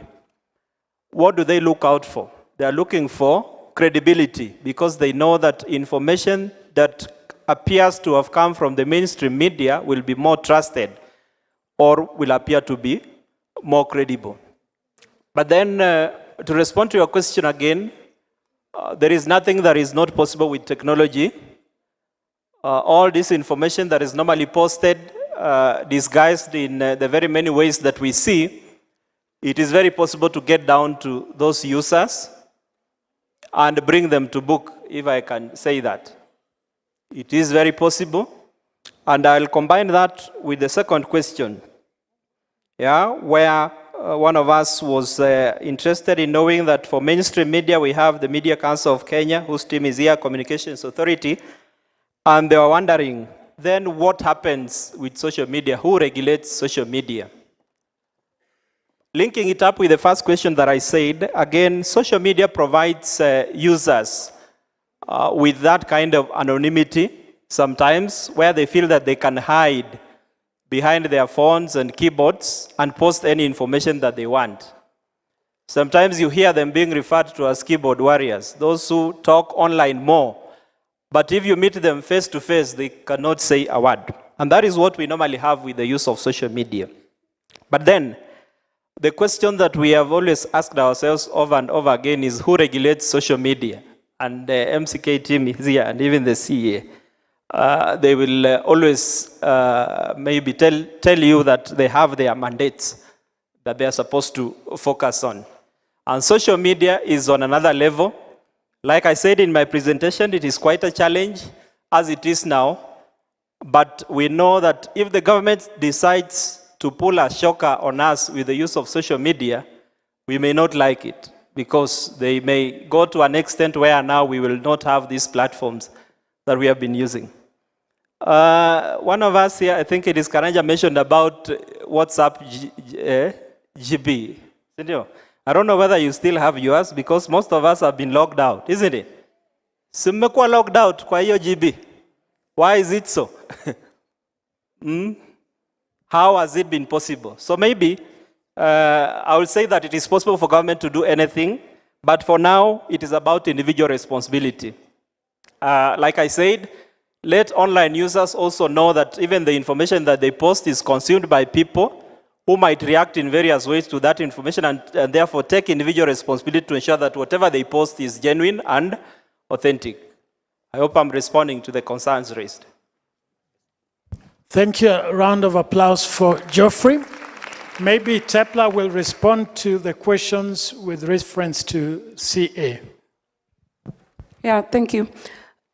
With response to how we regulate religious programming ama religious groups wakati wanataka kufungua station, first of all, before you apply for the license, you have to write to us, like telling us the objective, why exactly you want to open that radio station or that TV station.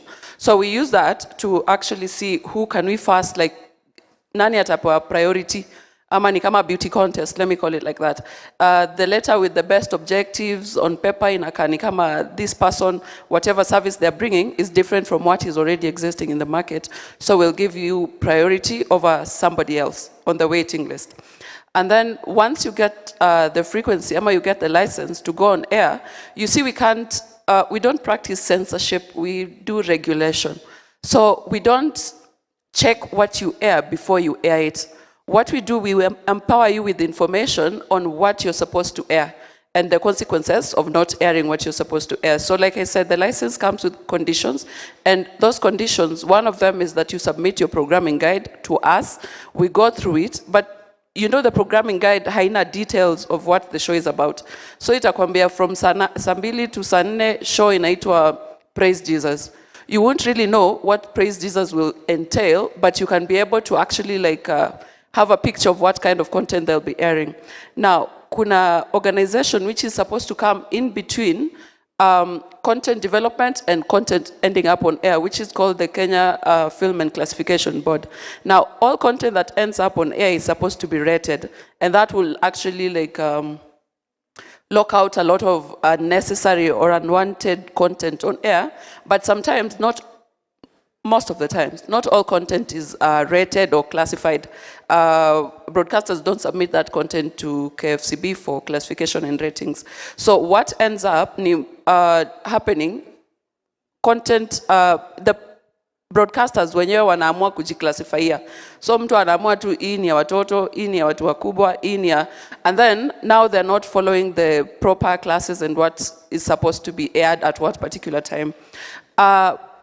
Now, what happens is, now wrong content end up being aired at wrong times. But us as Communications Authority, we also have the programming code, ile ya jana yenye tuliongelelea. Now, that programming code has a section on religious programming, and how do we know, like, gani ko, you say that how do we gauge what is right and what is wrong? It's based on that programming code and based on the law. It is quite clear, like imekupea real measurable things, guidelines on how you can gauge whether it's the right content or not. So ikisema like witchcraft and occultism are not allowed on air. We all know what witchcraft is. We all know what occultism is. The programming code even defines those terms. So we can be able to tell, hii hapa imevuka mpaka. We say nudity is not allowed on air. So hizo kuanguka na kujifunua manguo, or pastors grabbing some private parts sijui in wakisema wanaombea and stuff, so we know hiyo imevuka mpaka at some point. Like we have specific guidelines which we all use to measure what is allowed and what is not allowed on air. And of course, we also go through like this programming. Like I said, we only come in once it has gone on air. So utapata, we are dealing with it after the fact. But it's also your responsibility as a viewer, I'm a listener, wa hizi vipindi, ukiona anything that is offensive, you also let us know, alafu tutajaribu kuzifunga before zifike mbali. But in the case of Shakahola, a lot of the things that they're being accused of, zilikuwa zinafanyika behind the scenes, not really on air. Yeah?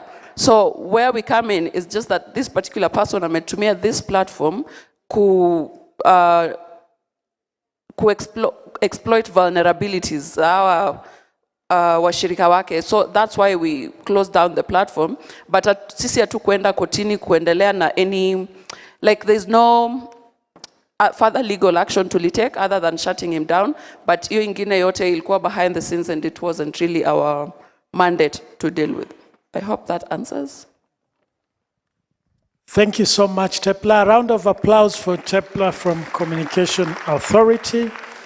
Yes, before Madam Christine, our guest speaker, also respond. Let me also respond to some of the questions. Of course, I didn't take note because I was moving around with the microphone on my presentation, and I appreciate that my colleagues have also touched on that. Yes, of course, there is need for the public to know. Okay, we call that public interest. Okay, the need, and you all asked that similar question. But we also want to take consideration of the others, and in this particular case, are the victims. In as much as we want to, have the public know, what about the victim? Allow me to make a reference to the picture I showed there. Suppose that was your brother, your sister, your mother, or yourself. Would you want such an image published of you even after you've recovered? Remember that these are mainstream media and we have archives of that. What you post online may remain there for long. Suppose you are the one. Would you really appreciate that? So other than just being focusing on the need for the public to know, we also want to consider the victims. And that's why the Media Council of Kenya has many different acts. One is the Code of Conduct for the Practice of Journalism. And that, of course, highlights, the extent to which we as journalists, we as photographers, we as photojournalists can go. You remember what Karanja mentioned yesterday and other speakers? Your rights have a limit to where the other person's right begin. When we talk of the freedom of speech, the freedom of expression, yes, you have the freedom to speech, you have the freedom to express yourself, but then that freedom should not violate the rights of the other person.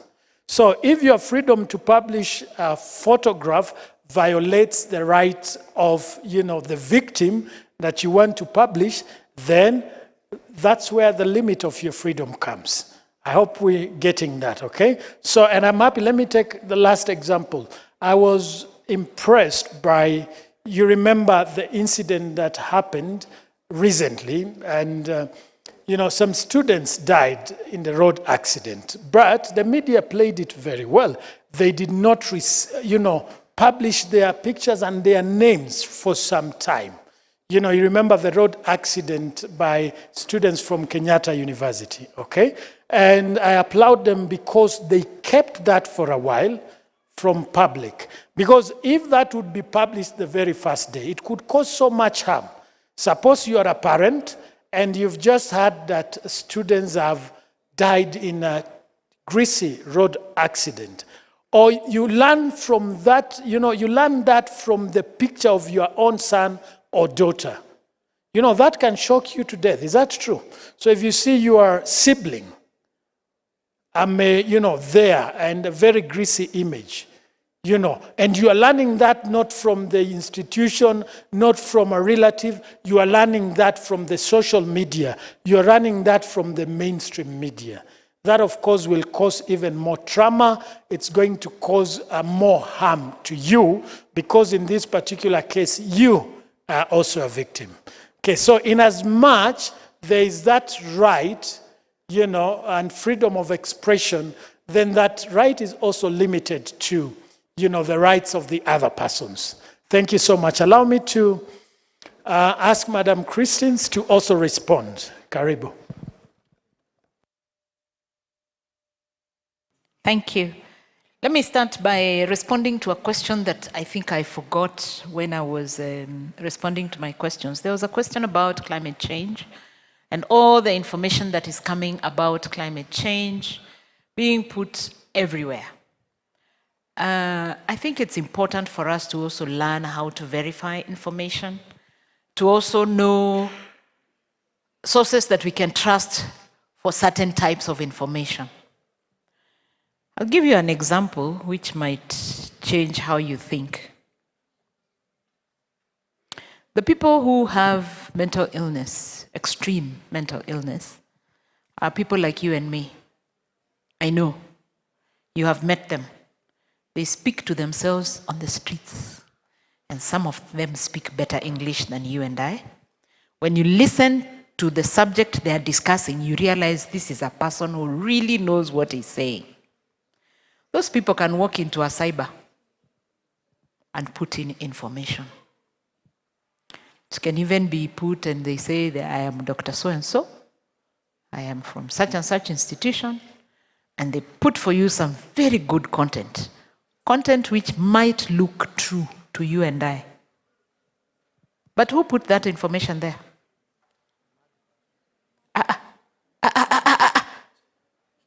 You know, Dr. Ndonye has used a word which is banned in the world. We stopped calling them that one. You know, I even don't want to repeat it because there are people online who might hear me use it and say, but Christine, you know better than that. There are people with mental illness, period. I know in your village you call them that one. So, this is a person who is mentally challenged, mentally disturbed, and could mix up information.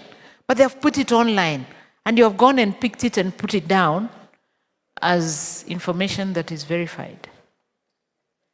So for us, because we are in academia, we ought to know better. The second thing that I have to say about that kind of information, and any information that goes to the media, is going to help lift your hearts. In the media houses, they now have established fact-checking desks. So there are 3, 4, 5 people, depending on the size of the media house, whose business is to fact-check any information that they are going to use in their news, in their music programs, in their entertainment, in all the information that they're going to share. So if a talk show host walks in, they ask him, which topic are you discussing today? Then he says, I am discussing husbands and wives. Okay, what is your source? You see, at that point, he starts to stop to ask himself, what he is going to say on air is something he had in his village from people who are not marriage counselors. In fact, half of the people who he had information about in the estate are single, because he himself is single. And they are talking about husbands and wives. You get my point? So they now do a little bit of research to give him authentic information that he can use. So a fact-checking desk is in existence in most of the mainstream media houses. I can tell you at least the big 6 I know they have. We are trying to encourage the other smaller vernacular, the ones that are based in the counties, to also set up such a desk. We have a full training of that, fact-checking. And it's an opportunity that this generation which is sitting here can take advantage of as a job opportunity. You just tell them, me, I want to just be employed here to be your fact-checking person. And you think to yourself, oh, we don't have such a person. You know, the journalists get some very basic information wrong. Very basic information. They just get it wrong. Basic, like, they know my name it starts with a C, and then they go and write Catherine. That is fake. There is no Catherine Nguku that is me. There could be a Catherine Nguku out there, but that's a totally different person. So fact-checking desks are in existence in the media houses, and those will help to verify the information that they put out. There is also someone who has, and I think that also responds to something that you've been asked. I think it's also important for people in the media, when they use information perhaps about terrorism and so on, to think about the effect, or any information they put. What impact or what effect is it going to have in the end? You know, that picture of the woman on Nation, the woman who was a victim, and she was dead. That was a picture of a dead person. The angle is very close, and you could think about the relatives and so on and so forth, and that is fine. But also, there's the other side of it, which you probably want to put in your paper. There's the other side of it. When the terrorists or people who subscribe to violent actions of terrorism, when they see that picture, can you imagine the level of victory they feel? So we really ought to think about the effect to the different publics that we have. I know you are now wondering, publics, aje sasa amekosea, aje sijakosea. Publics are different constituencies of people. People who belong to different groups who have different kinds of interests. You can call them publics. So, always think about what is the effect that it's going to have after it has been published. It's the same thing with the KTN. When we say, please check, is it kind? Kind to who? Kind to me, the subject? Kind also to the people who know me. You know, my friends, if you beat me up, my friends get very annoyed with you. You didn't beat them, you beat me. But they get very angry with you. They even don't like you. You get my point? So you need to think about the effect, not just on the victims or the subjects of that particular item or that information, but also the other side of it. And I think it's important that I tell you that the guidelines that we have, the code of conduct, it's very comprehensive. It takes care of all of those different situations that you might find yourselves in. And for those who will be interested, in the afternoon we have a session. I don't know where it will be. He will tell us, or it will be here, where we can take you a little bit through that code of conduct, that document, which every journalist ought to know, so that you can now see how we guide them. It is very, very, very comprehensive. In some situations, there are exceptions, but the exceptions are very few. So it's important that I put it to you that the guidelines that we give, they help the journalists. However, just because the Bible says thou shalt not steal, are there thieves in this world? Do you imagine they don't know that the Bible says thou shalt not steal? Do they know? Do they know? They know, but they still steal. In the same way, journalists know some of these things they should not do. So sometimes they just do them. It doesn't make it right. It doesn't make it right. Again, some of them do because of ignorance. Some of them forget. And that's the point at which when we catch up with them, that's when they say, how did I forget to do that? Because then they lose their accreditation to practice as a journalist. So they might find themselves not able to do their work for those careless mistakes. It's the reason there is someone called a head of content or a news editor who is supposed to check so that where they have made a mess, it can be corrected before it is published or before it goes on air. The Nation Media Group had a good reason for why they published that picture. And maybe one day we will bring that editor here to come and tell people why he thought. He looked at it and he knew, I can't put this picture on first page. And he debated with himself and he put it to the other colleagues and they told him, don't publish that paper. As he was walking back to his desk, he decided, I'm going to publish that picture. Because there was a certain effect he wanted to get, and he got it. Now, allow me to talk to Mwalimu here about the paper you are doing. Please put the other aspect. In other words, a certain part of your paper needs to have a comparative, I don't know whether to call it a comparative study. Terrorism has been here and elsewhere. But even how in the country we have covered terrorism has been different. If you look at Westgate and look at Dusit D2 and look at Garissa and the bus, there was a bus which was bombed just in that same period when there was very aggressive terrorism action. Compare the pictures using the same grid that you used to say which ones had grief, fear, and so on and so forth. And look at those. I think you may be able to see something there. And it could inform perhaps 2-3 paragraphs.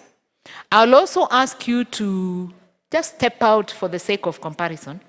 See how Tanzania covered it, their own attacks. See how Uganda covered their attacks.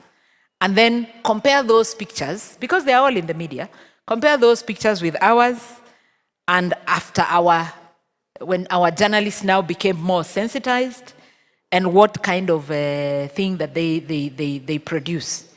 See also, but this is now for your own information as you're doing the paper, see also how the West covers, I won't say attacks, they cover bloody incidences. They go to the scene, they take the picture, and it's never published. They publish from very far. The close-ups are very few. Check also the color of the people in the pictures which have blood. How closely they relate, the people writing, how closely they relate with the subject. In the West Bank, they will put for you all those pictures. Why? Those are Arabs. They're not Caucasian. It's a very interesting thing that you're doing. In fact, share with me or invite me to your defense. I will want to hear what the others will have to say when you will be presenting your paper. And I wish you well. I pray you will be successful and that you will defend once, not 2 times. Just once, so that they don't keep taking you back and forth and what. So it needs to be fairly thorough. So students, just to remind you, in the afternoon we will have a session here with the Media Council of Kenya. There's a bit of things that we want to share with you, and especially even to do with the digital space where you are. Some things that you can do with it. By the time you get that letter which is written, you are hereby employed. Thank you very much. Yes, we can do better than that. Let's appreciate Madam Christine.